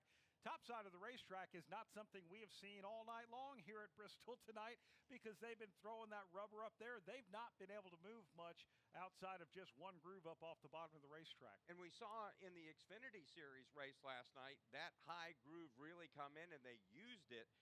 But again, a little bit different tire on the right side of these Cup Series cars, a little bit softer, and that's made things a lot very interesting. Not just a lot, very interesting tonight. And again, the ebb and flow of this race. We're 113 laps away. Now go back to the spring. At 113 to go, we're going like, okay, unless Kyle Larson blows up, he's won the race. Right now, with 113 to go, we haven't got a clue who's going to win this race. No clue at all. Well, the sheriff has stepped over the wall. That would be the NASCAR official who is standing right at the end of Denny Hamlin's pit box awaiting the number 11. Hamlin does enter pit road on the back straightaway where you do under caution. He's pitted in the first pit box just past the start-finish line on the front straightaway. Hamlin is going to have to come in and serve that 2-lap penalty. As he serves that penalty, well, his crew members are just going to have to watch. No harm, no foul, because Denny's already punched his ticket to the second round. He certainly would have liked another playoff point or 2 or 5 out of this race tonight. But nonetheless, he's moving on. And as we mentioned, having locked in as well, Blaney, Wallace, and Larson, currently as we have it scored with 112 laps to go, plus 46 for Byron, plus 44 for Reddick. They seem to be in great shape. Plus 35 for Joey Logano. I think he's in. Bell's plus 35. Austin Cindric plus 27. I think he's in, given the fact what happened to Chase Elliott. Plus 25 for Ross Chastain. He looks like he's okay. And even though it's a little dicey there at the cut line, Chase Elliott plus 14 to Alex Bowman. I think no matter what happens here, unless Bowman wins the race, and he's currently running 6th, is not going to be able to make up those points. He still has to win. Looking at it, I think the only point situation that could play out is if something happened to Ross Chastain and he were to finish 37th, and if Alex Bowman finished in the top 5. I mean, without Alex Bowman winning, that might be one of the only point scenarios, but it's still a pretty highly unlikely one. I know Chase Elliott was pretty dejected when he talked to Doug Turnbull, thinking, well, this is it. But, they did enough in the first two races, especially that third-place finish last weekend at Worldwide Technology Raceway. So Chase Briscoe has led the second highest number of laps here tonight, started 31st. He's now led 3 times for 101. Ty Gibbs is the strongest lap leader. He's led 6 times for 186. Carson Hocevar, a man looking for his first win. In fact, you look in the top 5, Mark, Carson Hocevar in second, Zane Smith in third, Ty Gibbs in fifth. All 3 of those drivers still seeking their first Cup victory. And then somebody even hungrier than that with Alex Bowman sitting in the 6th spot. It's win to get in for Alex Bowman, basically, the way this thing is looking right now. So the bottom line is Chase Briscoe has the lead, and he's got some junkyard dogs behind him. And I would not want to try to take away the dog bone from Carson Hocevar, Zane Smith, Buescher, Gibbs, or Bowman. Yeah, this is really interesting. Carson Hocevar restarting on the front row with Chase Briscoe. We know he's aggressive. We've seen how aggressive he is. By the way, I saw Hocevar walking into the racetrack today. As I pulled in right outside the driver-owner lot, there is a replica Buddy Baker Gray Ghost street legal car. It literally looks like the Gray Ghost of Buddy Baker's car. And I looked at Hocevar and said, "Is that your Gray Ghost?" He goes, "Yeah." I didn't want no one to see it parked in the driver-owner lot. And they said, "Well, just park it outside the fence." Looks pretty awesome. And he's got a Dale Earnhardt vehicle as well. Yeah, he does. Yeah, so that's kind of a cool collection if you think about what he's doing right there. Carson Hocevar is going to win a Cup race. He's going to do that. And when he wins one, could open up the floodgates. He is certainly one of the most talented young drivers we have on the Cup Series. And you have Ty Gibbs back there in 5th. Our youth movement has begun. We've got some great young drivers coming along. Let's go to Doug Turnbull. And something to the back of the pack here, Ricky Stenhouse Jr. has had a couple of spins tonight, has been at back and forth debate with his longtime friend and crew chief, Mike Kelly, and he's saying, should we take stickers or not? Should we pit or not? And they wanted to make a big adjustment, too, and Mike Kelly said, look, I don't want to use a set of stickers right now. That only leaves us with one more. And as we got cars on pit road, let's go to Andrew Curlin. Pit road is open. Carson Hocevar is going to put 4 sticker tires on it. Luke Lampert gave Carson an inventory and said, we think we have 1 extra set of sticker tires advantage over everybody else. Doug Turnbull, anyone come in on your end? And Zane Smith is getting a 2-tire pit stop there. Almost hits his crew member. He is down and away. The only driver near the front of the pack that is pitting on my side of pit road is William Byron. Now comes in when he Venturini. On this end of pit road, a lot of the guys opting to stay out there. Chris Buescher up front, keeping that track position. And also Austin Cindric, Bubba Wallace, John Hunter Nemechek. They all decide to stay out on my end of pit road. Brett McMillan. I have Christopher Bell coming down pit road. They're going to put some sticker tires on the right side of that Toyota, and it is going to be a 4-tire change for him. They're going to fill him up with Sunoco fuel and send him back out. Thank you very much, Brett, Wendy, Doug Turnbull, Andrew Curlin. Zane Smith of the cars that pitted first off the pit lane, followed by Hocevar, then Logano. Looks like that's then going to be Michael McDowell behind him, then Christopher Bell. Saw a little bit of damage on the nose of William Byron's car. Doug Turnbull, what's that team saying? Yeah, extended pit stop there for that. Must have been caught up in some of that accordion effect there on one of these restarts, or maybe in the Hamlin incident. They had a drill out and some tape out working on the front and the right front of that number 24, which has struggled all night, mostly at the back of the lead lap. All right, so we're going to give you a full field rundown. We can tell you that Kyle Busch has now made it back on the lead lap. He was the first car 1 lap down. Right now, there are no cars 1 lap down, as Todd Gilliland is running 25th behind William Byron. He is -2 laps. He would still get a lap back if he is the first car -2 laps down. But let's give you a leaderboard update as we've got cars cycling through, brought to you by Hunt Brothers Pizza, where we love racing and we love pizza. Find your next pizza at huntbrotherspizza.com or download the Hunt Brothers Pizza app. Chase Briscoe, the leader. Chris Buescher, second. Ty Gibbs, third. Alex Bowman moves up to fourth. Keselowski, fifth. Sixth, it's Ryan Preece. Ryan Blaney, seventh. Eighth, Austin Cindric. Bubba Wallace, ninth. 10th, John Hunter Nemechek. Tyler Reddick was a lap down not too long ago. He now runs 11th. Ross Chastain is in 12th. Eric Jones, 13th. 14th is Justin Haley. Riley Herbst is 15th. 16th, Corey Heim. Ricky Stenhouse Jr. up to 17th. Zane Smith came onto pit road. The next cars did pit in this cycle. Zane Smith, 18th. 19th, Carson Hocevar. 20th is Kyle Busch. Joey Logano, 21st. 22nd, Michael McDowell. 23rd, Christopher Bell. Last car on the lead lap in 24th, William Byron. -2 in 25th, Austin Hill. Ty Dillon, 26th. 27th, Austin Dillon. Todd Gilliland, 28th. Noah Gregson, 29th. 30th is Denny Hamlin, -3. And Denny Hamlin's now dropping to the back to serve his penalty, so that moves Shane Van Gisbergen up to 30th, Cody Ware up to 31st, Hamlin drops to 32nd, Kyle Larson -4 laps in 33rd, Chad Fitcham is 34th, AJ Allmendinger is 35th. He was a part of this last caution, innocent victim of Hamlin losing a wheel. Cole Custer 36th. Off the track is Daniel Suarez in 37th. Out of the race, Chase Elliott will finish 38th, and Josh Berry will finish 39th.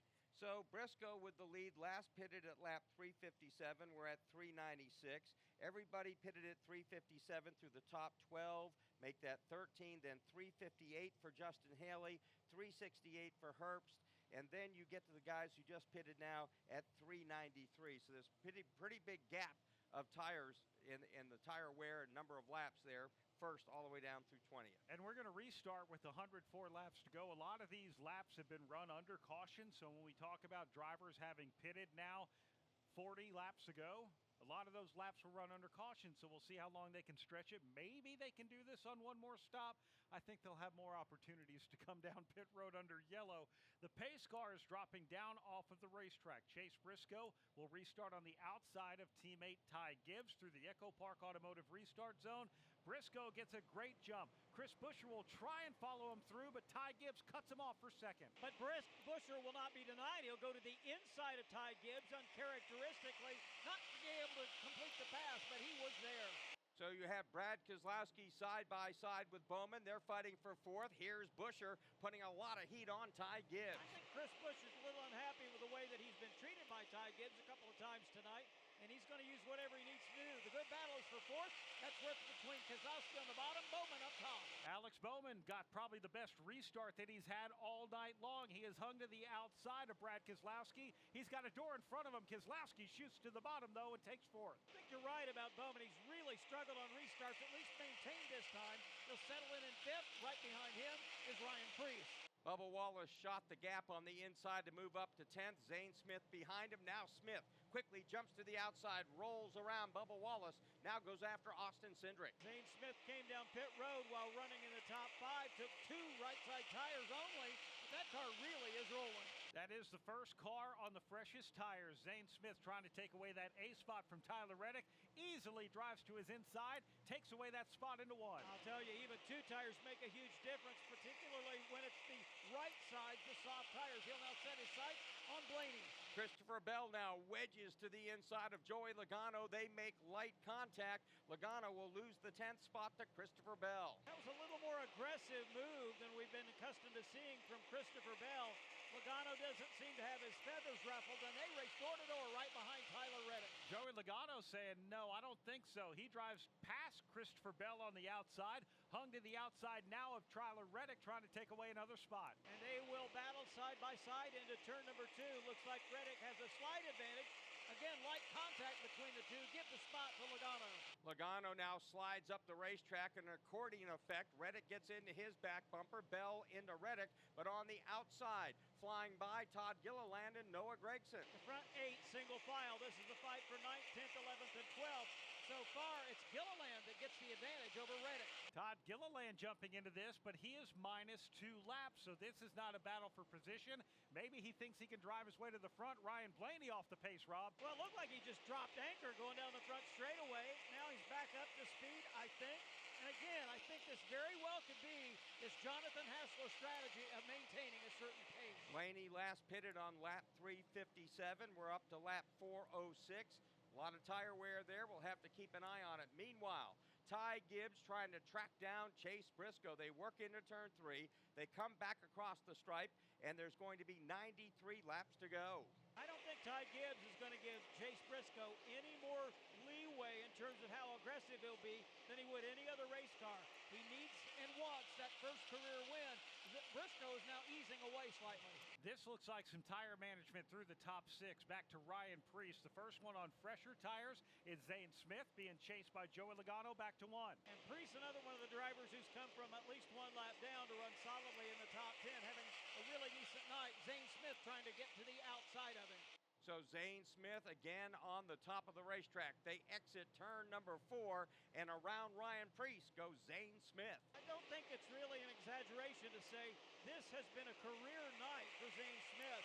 He has struggled since getting to the Cup level, but really acquitting himself tonight. Here's an interesting thing. We saw Austin Hill get one of his laps back under green by muscling his way around the leaders who are running a softer pace. Now we see 2 other cars doing the same. Noah Gragson is on the outside of Joey Logano trying to get 1 lap back.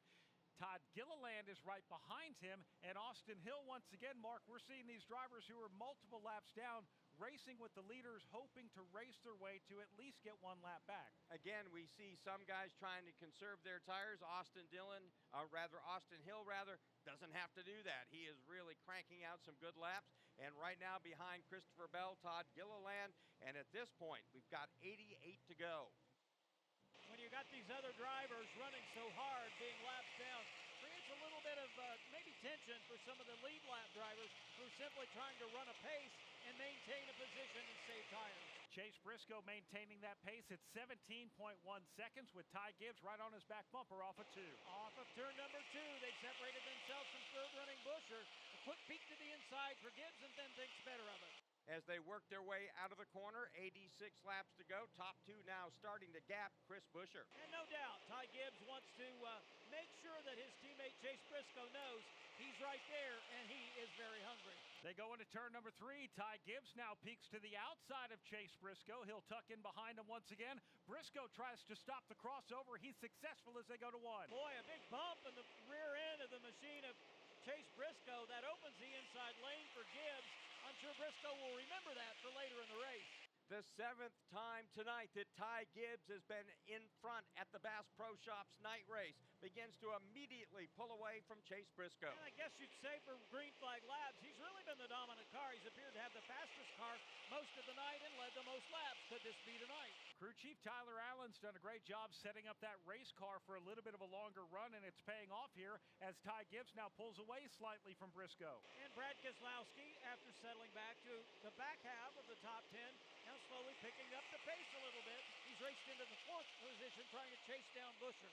Carson Hocevar now chasing Joey Logano. This is a battle for the 9th spot. Logano's losing ground to Noah Gragson. Here's Hocevar looking to the inside. Taking place just about the length of the straightaway off turn 2. Hocevar will have that position. Next up for him on the lead lap will be Christopher Bell.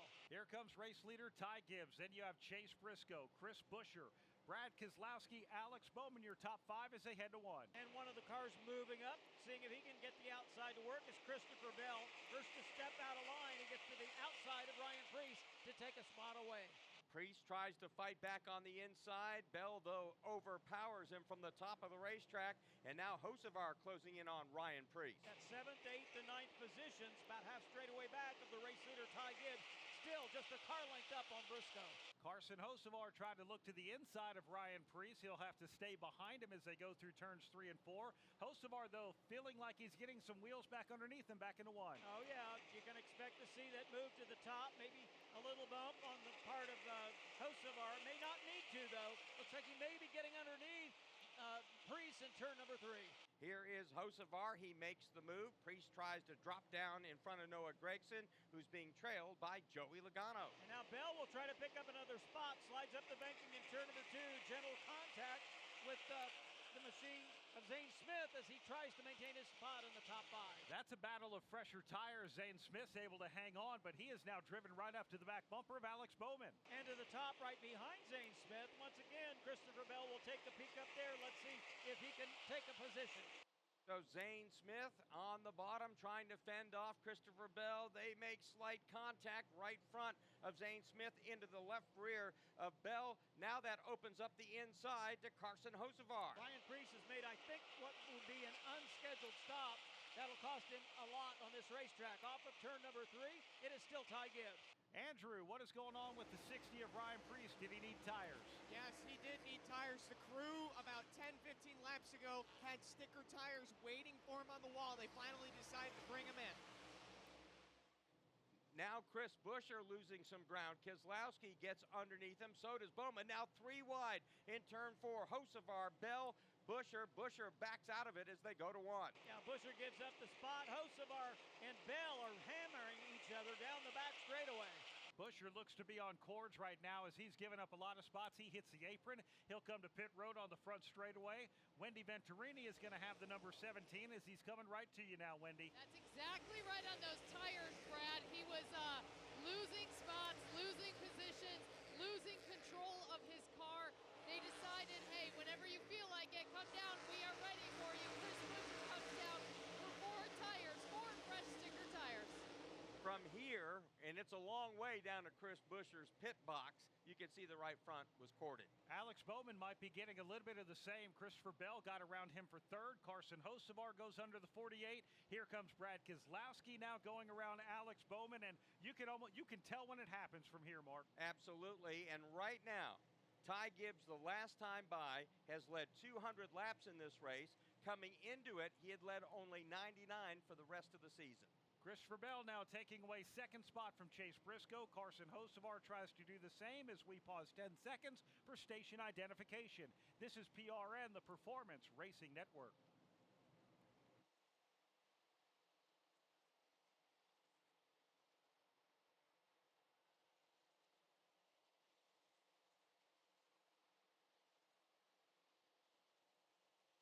Christopher Bell has taken over the lead from Ty Gibbs. Hocevar now works his way by. Brad Keselowski gives him a love tap in turn 3, shoves him up the racetrack, and Keselowski goes by. It looks like Briscoe, Zane Smith, Logano also lining him up right now in 2.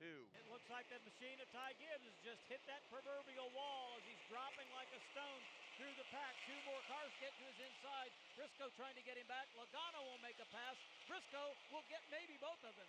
Alex Bowman came in for what could be his final service. The right front was on fire when he left. Looks like that got blown out. Ross Chastain's now coming in. We're starting to see the leaders now. 67 laps to go here in the Bristol Bass Pro Shops night race. Christopher Bell leads Carson Hocevar, Brad Keselowski, Zane Smith, and Joey Logano, your top 5. Whether your engine runs daily or only when you need it, Z-Max Micro Lubricant is the force you need against carbon buildup that can damage your engine. Combustion causes carbon and other harmful deposits to build up in your engine, fuel system, and transmission. And carbon is like sandpaper rubbing against your engine's internal parts. You don't want that. You want Z-Max Micro Lubricant. It soaks into metal and keeps your vehicle running at peak performance. Find out more at zmax.com or visit us on Facebook and Twitter. Protect your engine to the max with Z-Max. From fueling NASCAR champions on the track for over 20 years to innovating 94 octane, the highest octane on the market, performance is what Sunoco does. All Sunoco fuel at the pump meets the same top-tier standards as the fuel used in NASCAR. From the track to your tank, you can trust Sunoco to help your vehicle perform at its peak. Ty Gibbs' tires went down to cords and then some. Doug Turnbull, this was disastrous for the 54. He was down and away from his pit stop, and that right front tire completely shredded right there. The right rear tire is corded. They changed 4 tires there and had to readjust the hood flap after that scenario. Also, Ty Dillon is down and away. Wendy Venturini. We have a fire. We have a fire in the 23 pit stall. Bubba Wallace. This is what happened. He came down pit road for 4 tires. The left rear tire changer did not get the lug tight.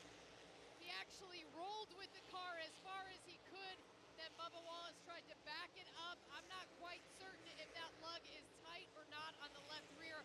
A fire also broke out at the same time as he pulled out of the pit stall. They have now extinguished that fire, but we will continue to watch Bubba Wallace, who just came down pit road at lap 440 for 4 fresh tires.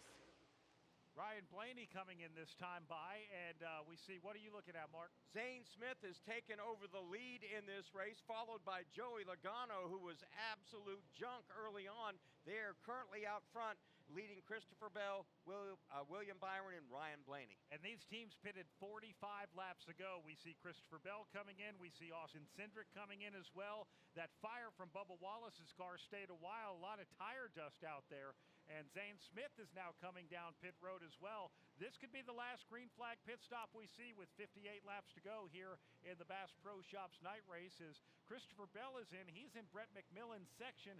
Brett, what can you tell us about that DeWalt number 20 Toyota? They put sticker tires on the right side, 4-tire change for him, topped them up with Sunoco fuel. It's a 9.4-second stop for Bell. So Christopher Bell, there's so much rubber coming off of these tires, it's getting caught in the wheel wells. Both the right side wheels lit up with fire in the brake area of that with how hot everything is. When they pull these wheels off, just tire rubber is falling down on the hot parts of the race car. So with 55 laps to go right now, Joey Logano staying out. He's the only car on the lead lap. Everybody else -1 or more. In the second spot, -1, Keselowski, followed by Hocevar, Zane Smith, and Justin Haley. We owe our local stations a break. We'll come back and reset the field for you with 55 laps to go. You're listening to PRN, the Performance Racing Network.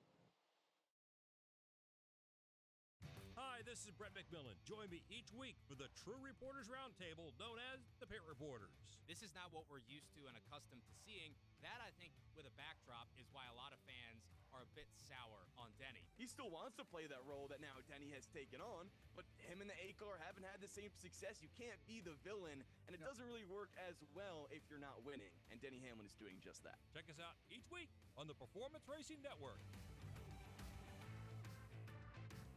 Did you know that 9 out of 10 Americans are sick of the divisions in our country?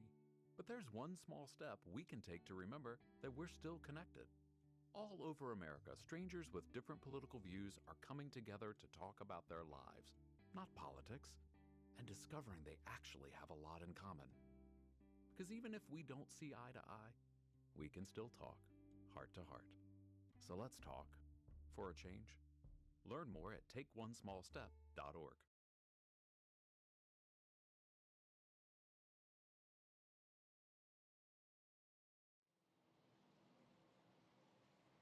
Joey Logano gave up the race lead, Andrew Curlin. Joey Logano just came down. He was waiting longer than everyone else, but remember, he's on that different strategy. Right side tires for Joey Logano. Carson Hocevar had an unscheduled pit stop. He said the right front was coming apart. They brought him down, they changed tires, and they said, just go as hard as you can until we need tires. So that's the strategy going on my end of pit road. Still waiting on Brad Keselowski to make his final pit stop with 50 to go. We will take you commercial free to the checkered flag presented by Toyota. For the latest Toyota Gazoo racing information, visit tgrna.com. So at this point, Brad Keselowski now has gone to the top of the board. Boy, does he need a win. Hocevar, Zane Smith, Bowman has to try to win this thing to make his way into the second round. Currently scored 12 points under the cut line over his teammate Chase Elliott. If you just joined us, he got wrecked. He's going to finish next to last, but right now it appears he has enough points to move into the next round as long as Alex Bowman doesn't win.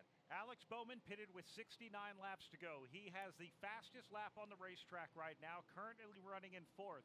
He pitted on lap 431. In front of him, Zane Smith on 393, Hocevar 393, Keselowski 357. Bowman has fresher tires among the top 4 teams. He is now charging in turn 2, trying to get by Ricky Stenhouse Jr. Then it's Dillon, then Cindric, and then he gets to Zane Smith. So again, Alex Bowman, it is a chance for him now to lay it all on the line. He has to win this thing. He has to march his way to the front. Winging a pair for sure, but he's wanting to do everything possible to get this thing done, having a great deal of difficulty getting around Stenhouse. Yeah, he needs to get Ricky Stenhouse Jr. off his door. To do that, he's going to have to pass him. Stenhouse is saying, no way, it's not going to be that easy. And Austin Dillon is a bit of a spoiler as well. He's running the bottom lane. That's where Bowman needs to go. He gets to the back bumper of Dillon. He's definitely not going to be able to get around the machine of Stenhouse. So the good news for Brad Keselowski, he's got the lead. The bad news, his tires certainly are degraded more than the guys behind him, whether it's Hocevar, Smith, or Bowman. And now here's fire from underneath Austin Cindric's Discount Tire Ford as he pits in front of Wendy Venturini. Austin Cindric has a large tire on the right front. They're calling for the fire extinguisher. They were going to put qualifying scuffs back on him. He had just came down pit road at lap 443. They put two right side tires on it. You see the right front tire changer is actually under there with the fire extinguisher trying to put the tire out. I'm going to guess this might bring out a caution if they can't get the fire out. They need more fire aid now. They're trying to extinguish it still. The tough thing is they actually didn't hit it with the fire extinguisher initially, even though the firemen were there from what it looked like up here. The team was looking at it. Once they start putting the fire extinguishing propellant on there, Mark, that all of a sudden now gets into parts of the race car. I think they were hoping it would go out. It just didn't. Now it is out, and Austin Cindric's going to go out there. But, man, that was pretty intense and a great call from Wendy Venturini. Now, according to statistician Seth Eggert, coming into this race, there had been 17 rubber buildup related fires since the debut of the next-gen car in 2022. I think we're going to add 4 or 5 more of those tonight. I think we are as well. And that could have been a scary moment because we saw Josh Berry have a fire. And, boy, we got hard racing. Austin Cindric way off the pace, and he's stacking up a lot of the cars out there right now. Rob, they're in turn 2. Yeah, and I think that's probably an after effect of that fire in the right front. He's trying to pick up some speed going to the outside of John Hunter Nemechek, who has a flat right front tire. Brad Keselowski has the lead, but he's got company. Coming up, Carson Hocevar, Zane Smith, Alex Bowman. They close in on the back bumper of Keselowski as they exit turn number 4 with just 36 laps to go. Obviously, BK with the oldest rubber on the race car, so he's pretty much a sitting duck. It's only a matter of how aggressively and how soon will Carson Hocevar make the pass. Here come the leaders into turn number 4 right now. Brad Keselowski leading the way. His tire's about 40 laps older than Carson Hocevar. Hocevar now tries to peek to the inside into 1. Brad tries to squeeze him down, but it's not going to work. Hocevar flashes by. So does Zane Smith. And Bowman now into 3rd, dropping Keselowski back to 4th. Hocevar pitted on lap 393. So did Zane Smith. But Alex Bowman pitted at lap 431. He's got the tire advantage as he goes after Zane Smith. And he makes very quick work of Zane Smith. He's got his sight set now on the race leader, Carson Hocevar, narrowing that gap to 2 car lengths. This could change the playoffs picture. Alex Bowman in a must-win situation. Teammate Chase Elliott's now on the bubble. Battle for the lead goes to 1. We haven't seen Alex Bowman this desperate and running this hard this late in a race this season. He's right on the back bumper of Hocevar. Carson now pulls away a car length. And just to make things more interesting as they go by the line, 32 to go, and Rob Albright, there is a major traffic jam up ahead. Oh, yeah, and these aren't necessarily going to be easy guys to pass because the first 2 they'll have to encounter, Bubba Wallace and Tyler Reddick. Alex Bowman has nearly 40-lap fresher tires than Carson Hocevar. There's no way Hocevar's tires can go over 100 laps here, Rob. And right in front of the race leader, things really jamming up as they're too wide. Quickly, Hocevar approaching a whole host of trouble. That's Bubba Wallace. Tyler Reddick is currently there. So is Cole Custer. Eric Jones. Again, a big tangle. Hocevar has now caught them in 1. Once again, they're side by side directly in front of the race leader as running on the top side is Cole Custer down on the bottom, Reddick and Bubba Wallace. Alex Bowman has smartly backed off this battle for the lead because this is almost a recipe for a caution. Carson Hocevar now getting thick into lap traffic. Carson Hocevar uncharacteristically showing a little bit of patience here, but he's got a significant lead. He'll now get to the inside of Eric Jones and pass him in turn 3. Now Alex Bowman off the pace. Zane Smith goes flying by. Bowman is coming on to pit road. He's got to give up his battle for the lead right now. He pits with only 28 laps left. Brett McMillan, he is coming your way. What's happening with the 48? He has 1 set of sticker tires left, and they're going to put it on right now. They've gone around to the right side of the car. They're going to make it a 4-tire change. We said that they're going to have to try something different. They're going to have to throw a Hail Mary. They finished the pit stop. They're sending it back out there with a fresh fresh set of rubber. Wow, we see Ty Gibbs coming onto pit road. Remember, he had trouble. Carson Hocevar, we're hearing he's going to come to pit road. Eric Jones comes to pit road right now. So this is interesting. We have 26 laps to go here in this race. Carson Hocevar coming down. Andrew Curlin, I believe he is pitting in front of you. Yeah, Carson Hocevar is on pit road, potentially the biggest pit stop of his career. Right side tires only for Carson Hocevar, and he's away. And this, of course, in the exchange of pit crews, that is Alex Bowman's old pit crew, pitting now Carson Hocevar tonight. Wow, and Carson Hocevar's old pit crew pitting Alex Bowman. You have to wonder, he had last come in on lap 431, Alex Bowman did, and then had to come in again. We see Bubba Wallace now coming in. Wendy Venturini is there in front of him. Yep, lap 475 is going to give us 25 laps to go. I see Fords on the right side tires, but they are putting stickers on Bubba Wallace. He is down and away. Mark, they must be looking at this. If you're Blake Harris again, Brett McMillan said it, maybe do something a little different. Come in, get tires, get some track position. If everyone has to pit again, come in, pit before them, see what track position you can make up. So, Zane Smith now makes another pit stop. Brad Keselowski again inherits the lead. He last pitted at lap 357. He has gone over 100 laps on his tires. 22 laps to go here in the Bass Pro Shops night race. Brad Keselowski running in the lead. Chase Briscoe is running in second. He's 4.5 seconds behind. Chase Briscoe also last pitted on lap 357. Christopher Bell running in third, minus 4.8 seconds. Last pitted on lap 4:42. So, as we find these cars on the racetrack, a lot of intensity happening here in the Bass Pro Shops night race. Watching Brad Keselowski come off of turn number 4, and you can see he is just making nice, deliberate laps. It's 17.4 seconds, Mark. So Brad Keselowski is going to try to steal this one with a long run. 20 laps to go in this event. He again comes out of the fourth turn. Let's go down to Andrew Curlin. They just told Brad Keselowski, manage, pit only if you need. So Brad Keselowski going to need a miracle to go 19 more laps on this set of tires, but he does not plan to come down pit road unless he has to. He has a 4-second lead over Chase Briscoe, 4.2 over Christopher Bell. We'll keep an eye on that as Brad Keselowski makes his way past the line again. We'll watch Brad Keselowski very slowly and methodically making his way around this racetrack, kind of reminiscent of the old fable about the tortoise and the hare. He's trying to be the tortoise that beats the hare by strategy. Hopefully Jeremy Bullins topped that car off with Sunoco fuel, because that is almost a 143-lap run to the checkered flag if they have to do that. Chase Briscoe is in as well. That's in front of Doug Turnbull. It's going to be a 2-tire stop. That's a call from James Small. He is down and away. Chase Briscoe needed those. 40 on those Goodyear tires on the right side. So again, as Keselowski goes by the line, the lead has been cut to 3.9 with 16 laps to go. And it's no longer Christopher Bell that's in that second position because he came on pit road, correct? I think he did, maybe not. Oh, that was Chase Briscoe. Bell is in the second spot. Blaney now moves up to third with Logano fourth. The rest of the top 10, Carson Hocevar runs in fifth. Corey Heim runs in sixth. Zane Smith is seventh. Alex Bowman runs in eighth. He's the last car currently on the lead lap. William Byron in ninth. Ty Gibbs balances out the top 10 here as we have 15 laps to go in the Bass Pro Shops night race, Mark. Brad Keselowski again trying to hold on. The gap, Rob, has been cut to 3.3. Yeah, but 3.3, trying to do a little math. He just might get it done unless he has one just go down on him.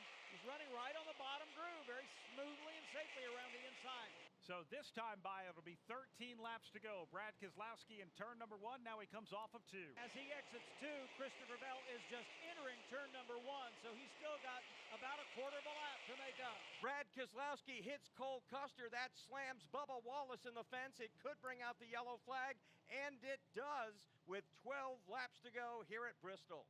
This changes everything. There is no way Brad Keselowski can survive a restart on these old tires. Lap 357, we're at lap 488, the longest run we've seen. What do you see, Mark? So Keselowski again on the bottom of the racetrack as he works his way out of turn number 2, comes up on Cole Custer, who was slowing down. He hits the back of Custer. Custer then bounces off Bubba Wallace and puts Bubba in the fence. Bubba Wallace, again, the innocent victim. He was just driving around Brad Keselowski on fresher tires, and when that happened, Keselowski, and again, getting into into Cole Custer. Man, this is our 14th caution here in the Bass Pro Shops night race.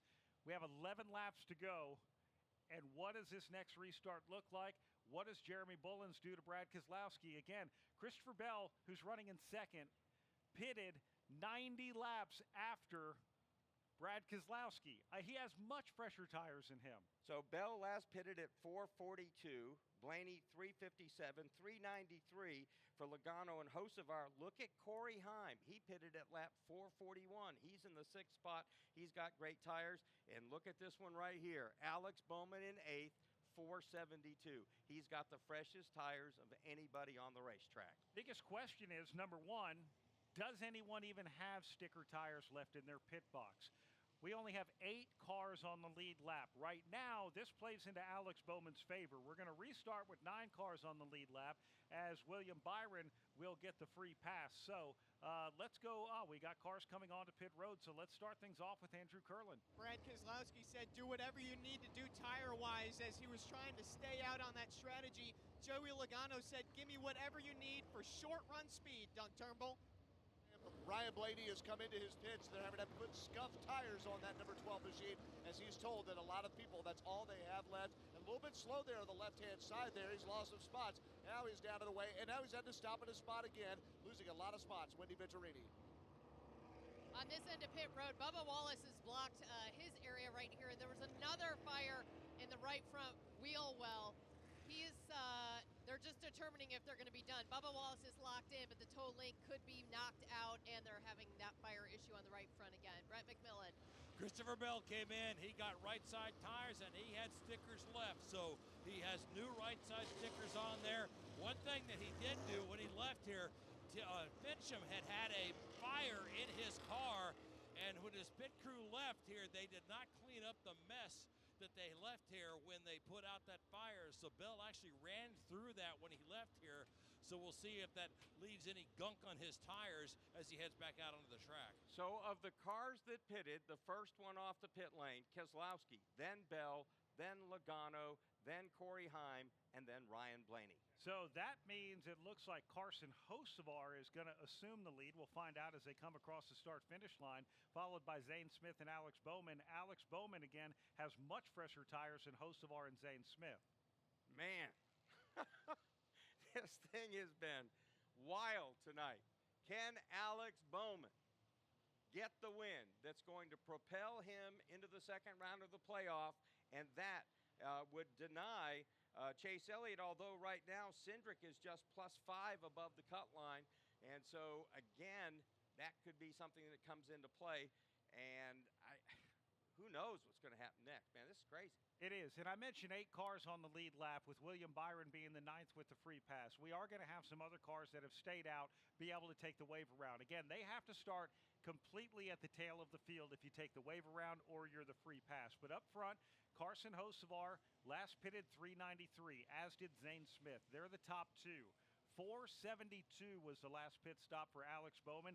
He has fresh tires, but Brad Keselowski still has a great shot at this one. He is 4th right now and just pitted on lap 491, as did Christopher Bell. Bowman struggled on restarts here tonight. Keselowski and Bell are going to restart in the top 5 on the freshest tires. I just got to say, unbelievable. I got only one word for it. I mean, this race has been fantastic. It's been interesting. And again, 3 caution flags in the spring. We're on now our 14th yellow flag of the night. And then with this tire wear. And again, folks, this is a good thing. The drivers love it. Goodyear loves it. Everybody loves it. Really making for an interesting race. This is definitely making for an interesting race. So pit road is closed right now.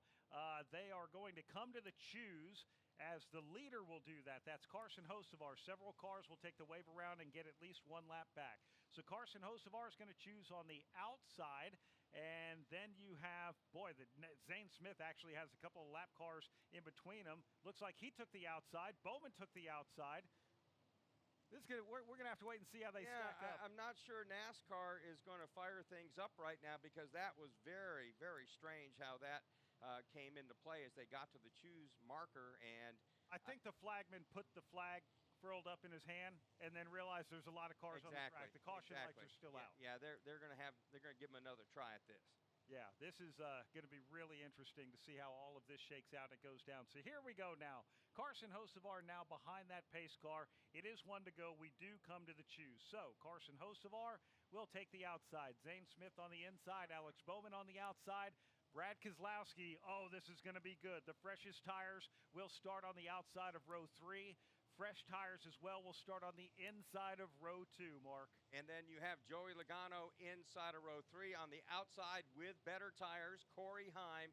Then it's going to be Blaney along with Tyler Reddick in the next row. So up front, Zane Smith, Carson Hocevar looking for their first career wins. In the third spot, Alex Bowman trying to get the victory that will lead to round number 2.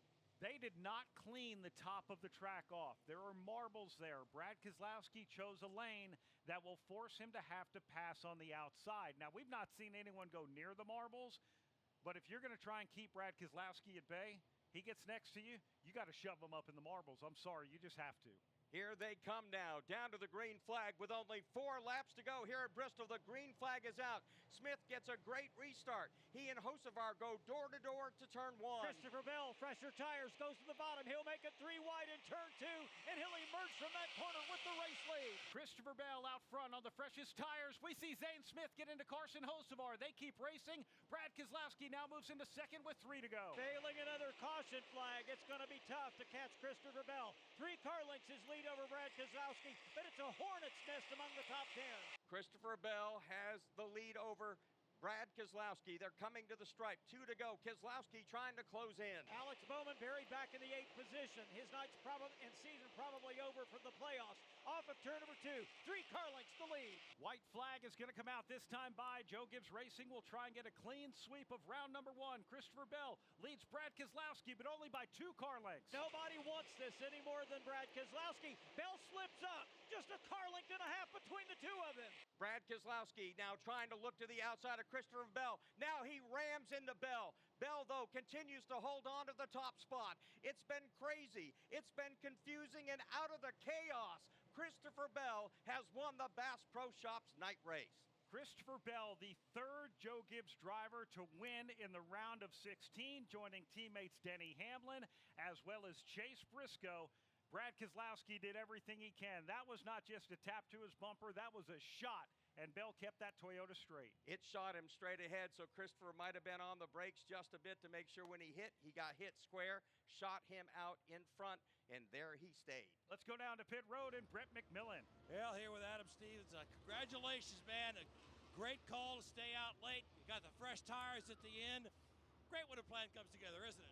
I don't know that you could have much of a plan for the day we had today, but, you know, we lost a couple laps early and really fought to get them back and really had to manage our tires with some strategy there and put on in-race scuffs and everything. It was a crazy day, but proud of all the support we have at Joe Gibbs Racing. Super proud of this team and super proud of Christopher Bell. You and I talked earlier today. You said you've had the speed, you just haven't been able to translate it into wins. Today you did. Yeah, we did. You know, it wasn't without some hiccups along the way, but in this sport, you know, you get batted down and you pick yourself back up and you get after it again. Congratulations. Thank you. That's Adam Stevens, your winning crew chief. And if you'd like to know, Chase Elliott has made it into the second round as the 11th seed, and on the final spot right now is Austin Cindric. He beats Alex Bowman in round number 1 by 10 points. So you have Briscoe, Hamlin, Bell moving on into the next round. So does Ryan Blaney, Kyle Larson, Bubba Wallace, William Byron, Tyler Reddick, Joey Logano, Ross Chastain, Chase Elliott, and Austin Cindric. Right now, Christopher Bell doing his post-race burnouts presented by Sunoco. From fueling your favorite NASCAR teams to filling up at the pump, Sunoco is trusted to help vehicles perform at their peak. Sunoco, performance is what we do. Mark, an observation. This could become a storyline. Last week at the end of Gateway, we saw 2 Trackhouse cars, Ross Chastain and Shane Van Gisbergen, drive through the grass, presumably to add weight back to the car with mud and dirt. NASCAR came on SiriusXM NASCAR radio this week and said, we have rules in place for that. We're going to be watching that. I just watched Kyle Larson, Shane Van Gisbergen, and another driver pick up marbles right from the inside wall of the track. This is going to be an interesting thing. I think we're trying to put the Speedy driving the marbles to the inside of the wall. They wanted to make sure that Christopher Bell was able to get a good, clean burnout. That's just my personal feeling. That or add weight to the car. Doug Turnbull. All right, down here with Brad Keselowski, who's watching the final standings of the race, Brad. And Brad, this is the best chance you've had in a few races here, and saw you get out of the car dejected. Can you run us through how you got to the front and how those last couple of laps went? Yeah, Jeremy Bowman's my crew chief. They played the strategy really well. We did all the things we needed to do to be in position, and was really happy with where we were for the last restart. And 77 didn't get a good launch, and then the 38 missed the corner and cleared them up, and just the bottom lane took off. It just 50-50 shot, and I, like everything else, got the wrong one. And I saw some hard contact there with Bell. Were you just trying to rattle the cage a little bit? It's Bristol, baby. There you go. Brad Keselowski with a fierce runner-up finish there. Wendy Venturini. Joey Logano comes home 5th, also locked into that next round. Sweaty, I know you worked hard. Recap how crazy it was out there, Joey. Yeah, I don't think anyone's expecting it, or at least I wasn't, with the tire fall off like that. And the first run, it started tanking pretty bad as it got to the cords. Like, oh boy, here we go. It's one of these kind of races, and changes your whole mindset. And at one point, we were 32nd a lap down, so team did a good job. I felt like my car was really good on the long run. There just wasn't any long runs until the end there. And once there was that long run, I drove up to the lead, and I felt like, okay, I'm going to be all right. And we put tires on there in that green flag cycle. That's just a little bit tighter. But I still felt like the 6, the 12, those guys had more laps on their tires. There's a good chance that they were going to get the cords before me, and I was going to be able to get back to them. I felt like if it stayed green, I had a chance to win. I don't even know what the caution was for. But either way, we had no more tires left when that caution came out, so we had to put scuffs back on and scratch for our top 5, so took it. And there it is, Joey Logano, 9th in points, plus 40. Andrew Curlin. Ryan Blaney recapping the action with crew chief Jonathan Hassler right now. It was a pretty wild race. What was that like from your entire perspective? Wild is an understatement. I don't think I've ever been a part of a race that long before, that much of a I don't know, that was something else. So yeah, the tires thing was interesting. No one expected that. I guess that's what they want, is us practice one way and then it races a completely different way. Yeah, just trying to manage tires and ran a bunch of laps under caution, and thought we were pretty good all night and good to get a good finish. Guys, that's Ryan Blaney. Wild is an understatement about this one. All right, thank you very much. Well, let's go to Victory Lane, brought to you by Progressive Insurance. Progressive can help you protect your home, auto, boat, motorcycle, ATV, RV, and more. And if something wasn't mentioned that you had in mind, find out if it can be covered at Progressive.com or 1-800-PROGRESSIVE, because it probably can be. Brett McMillan. All right, Christopher Bell, you said before the race how much you love this place and how it was kind of unbelievable you never had a win here. All the good runs you've had here. I don't think this is the way you scripted your win here, was it? No, I never in a million years thought that I'd be getting my first Bristol win on a tire fiasco, and it just worked out, man. Like you have to be in the right place at the right time and have the yellow flags come at the right time, and it did for us tonight. I know that it's been frustrating for you that it's been so long since you had those 3 wins to start the season.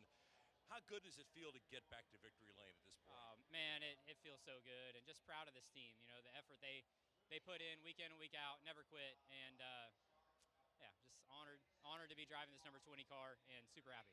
It seems like this time of year, the playoffs, you guys, you don't sneak in, but you really shine this time of year. What is it about playoff time that brings the best out of you? Yeah, I mean, this group, they just, I don't know, they show up when it matters the most, and so I'm so thankful to be here driving this number 20 car, and they show up the most when it matters, whenever the playoff time comes around. Congratulations, your first Bristol win. Thank you. His first Bristol win, his 4th win of the year, and he moves into the next round of the playoffs. Now let's head down to Wendy Venturini.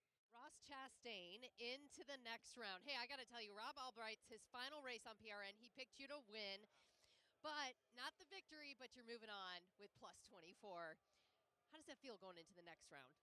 Well, it's just good to survive tonight. I mean, we started the race, Wendy, in our Moose Chevy running along around 10th-ish, and all of a sudden I got tight, and I thought, well, that's a little weird. Maybe I don't know. That was odd. And then the 16 tanked, and I was like, oh no, this is a tire race. I didn't know that. I didn't realize it. So just good to survive. I mean, every corner of the car is beat up because when you would pit, you'd be going by guys so fast you'd hit, and then whenever I was on old tires, they'd be going by me so fast they'd hit me. So for our Moose Chevy, that's a big deal to transfer through to this round and just survive. And for Rob, he told me that this is his last race, and I hate that we didn't get him that win. That would have been really cool, but yeah, it's we're still going to see him around. So it's good days ahead for him. Thank you, and that's Ross Chastain, who moves on with plus 24. Andrew Curlin. Carson Hocevar standing here on pit road. Obviously, disappointment after that one. Just what are the emotions? I mean, it sucks, but you have a shot to win and control what we can control. We don't have a crystal ball up there with the yellows, and I'm just proud of this group and these guys. We got caught out really early and was able to execute there, and tire savings and managing and just executing at the top caliber that we were destined if things go green there to catch them at the right time and have a huge tire advantage. It just didn't work out, but super proud of our group and everything. Yeah, I mean, there's a lot of times where I feel like we've had a shot to win races and we're 30th, so I don't know where we finished, but it's a lot better than it's been. So, but man, we really, obviously really wanted that one to work out there, or at least see if it would have, especially, for new pit crew, new guys, really, and yeah, just proud of our effort. This team really wants to win, and you can only ask for shots. Doug Turnbull, it was a valiant effort for Carson Hocevar. And the driver that he fought hard with there on that last restart, Zane Smith. Zane, your first top 10, I think, since Atlanta there, so it's been a struggle lately, but you had a good feeling when you and I talked pre-race there. How do you feel getting a few minutes afterwards after a third-place finish? Yeah, I mean, happy at the result. These things get crazy towards the end, and yeah, I mean, just tried my hardest there. I knew there's gonna be 5 to go, and it's marbly out there, and yeah, I mean, everyone's just slipping, sliding around, and yeah, I mean, man, we did 2 tires, I don't know how many times in a row there, and it was just proud of our day of settling inside the top 5 there and staying inside the top 5, top 10 all day. Felt we did a good job of managing our stuff, and came prepared for how this race, how we thought it was going to be, and fortunately it worked out for us. Well, that valiant effort there for Zane Smith, who survives the Tire Fest here at Bristol. Wendy Vittorini. Austin Cindric, the last car to get in, plus 10. Man, talk us through how chaotic it was from your vantage point, because we saw the fires here on pit road. Yeah, which part? I mean, the 40 laps into the race, the tires shredding themselves apart, and all the restarts, all the different tire strategies, and then catching on fire there obviously was a huge challenge for us to overcome. And I'm just proud of the team for being prepared for the scenario, and not lose too many laps under green. And it takes a team effort. It seems like whenever we do great things as a team, we do it together. So proud of the effort, and happy to have a Sunday at home and ready to reset. Congrats to Austin Cindric. He moves on, plus 10 in that final spot. Thank you very much, Wendy. And for Cindric, what a great job for him. And we're going to go back down to pit road and Brett McMillan. All right, here with Austin Dillon. I know that you gave it everything you had today. And is it one of those things you look at in the big picture and say this is something to build on? Well, I just hate it. We really wanted to try and race this race out, and our setup just wouldn't allow it. We kept chewing tires up faster than most. We were the first one to have the problem, and as much as we tried to get the car to live, it just wouldn't. And we had to go really easy, and that was really our only play. And then we get to getting run over, and it's just impossible to go right there. So it just sucks, because you really want to go out there and be able to drive hard and have a shot to race your way in, and that was taken from us today. And I know they didn't want that to happen at a playoff race as far as NASCAR goes. So I hate it for them, and I hate it for us. All right, that's Austin Dillon. Let's go to Andrew Curlin. Alex Bowman certainly did not go down without a fight. Talking to Jeff Gordon right now, but just what are the emotions coming so close but so far? Oh, well, my radio didn't really work, so I didn't know we were close at all. Aside from, having a shot to win. But our guys did a really good job calling the race. Blake did a good job, and proud of the team effort for sure. Wish we were better, had a little more speed. We were a little down on speed yesterday. I thought we got our car a little bit better, and green flag running, green flag cycles, I think we're as good as anybody, or good enough at least to contend.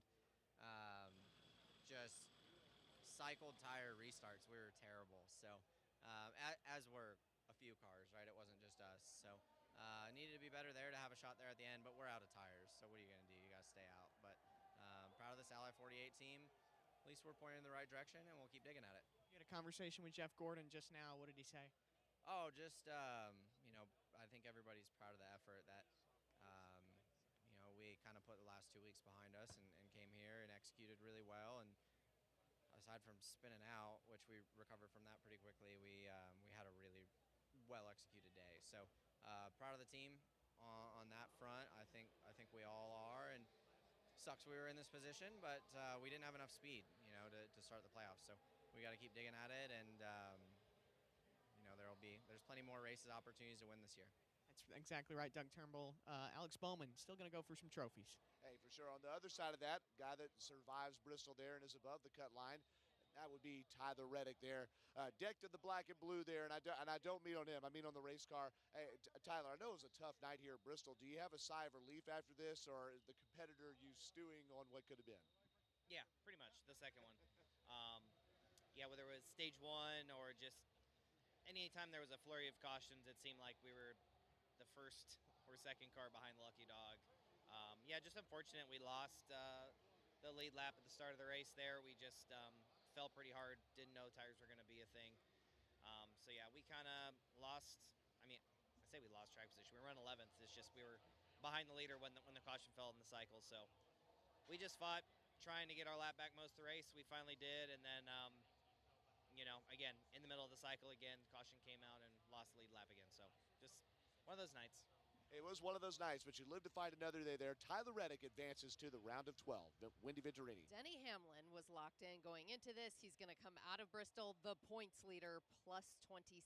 Chaos for everybody out there. How would you recap on what you experienced out there tonight at Bristol? Yeah, it's just, definitely a different race than what we, planned on. And it just didn't work with our setup, and struggled all day and didn't have anything good happen, truthfully. Then had a tire fall off, and then had that one caution where we stayed out and hit the wall. So just not it's certainly a night to forget. We move on, and we'll get ready for New Hampshire. And there it is, Denny Hamlin, our points leader, plus 26. Let's head over to Brett McMillan.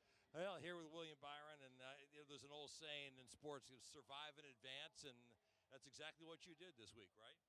I think, honestly got a decent result there at the end somehow, and thought the last run of the race went pretty well for us. So, just got a lot of damage from that one incident, and just honestly, it was just kind of chaotic in the middle of the pack. So, just glad to get through this one. The good news is you're on to the round of 12 in New Hampshire next week. Yeah, thank you. Appreciate it. That's William Byron. Thank you very much, Brett. We really appreciate that. Well, Mark, we can tell you that A.J. Allmendinger had the Xfinity fastest lap. 4th time this year for A.J. He did that on lap 3 of the race. But let's talk about the Xfinity reliable performance. And my gosh, there are so many different nominees and so many candidates out there, including Goodyear for that right side tire that they brought. But what do you think as what happened on the racetrack here? There are so many people to vote for. Honorable mention, Zane Smith, Carson Hocevar, Ty Gibbs, even the winner, Christopher Bell. I'm going to go with Brad Keselowski. I like that. I like that. Jeremy Bullins really went out on a limb. Brad Keselowski, he's a veteran. He bought into it. And they almost put the – Brett McMillan talked about it pre-race. What do you need to have for a Hail Mary here? They threw it.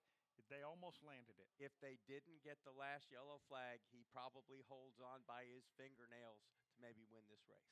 Well, today's Xfinity Mobile Reliable Performance goes to Brad Keselowski in that number 6 team. Xfinity Mobile provides incredible value on the most reliable nationwide 5G network to keep you connected to NASCAR wherever you are. Learn more at xfinity.com/mobile. Before we give a full field rundown, Mark, I know we talked a lot about Rob Albright's last race, and we'll recognize that. I also want to say happy birthday to you, Guru. Thank you, thank you. 67 young. Yeah, we got to celebrate with a lot of cake today. It was Yeah, great. and I got another one. A couple of people brought by here at the racetrack, and what was cool, I was walking down the hallway to the booth, and all of a sudden, I feel somebody coming up from behind. It's Richard Petty. He puts his arm around. What you doing, man? I said, I'm about to take a picture. He said, really? With who? Here, hold the cake. So I gave somebody my phone and took a picture with Richard Petty. So it's been a great day, great way to just finish up the day, finish up all the stuff that I've been through all these years at Bristol. Just a fantastic race. And Rob, again, did a great job again tonight. And again, this place never disappoints. It really doesn't. There's always something going on, always a great race, and just a great day all the way around. Great way to celebrate a birthday. BristolMotorspeedway.com. 2026 tickets on sale now. Congratulations. Should I give them my email address if they want to donate to my favorite charity for my birthday? Just wondering. You want to give out your email address to? That's probably a bad idea. That's probably a bad idea. Yeah. Congratulations to Christopher Bell, winner of the Bass Pro Shops night race. Brad Keselowski came home the runner-up. Zane Smith, great finish for him in third. Ryan Blaney finished fourth from the outside pole. Joey Logano was fifth. Corey Heim, a great run for him in a part-time ride at 23XI Racing. He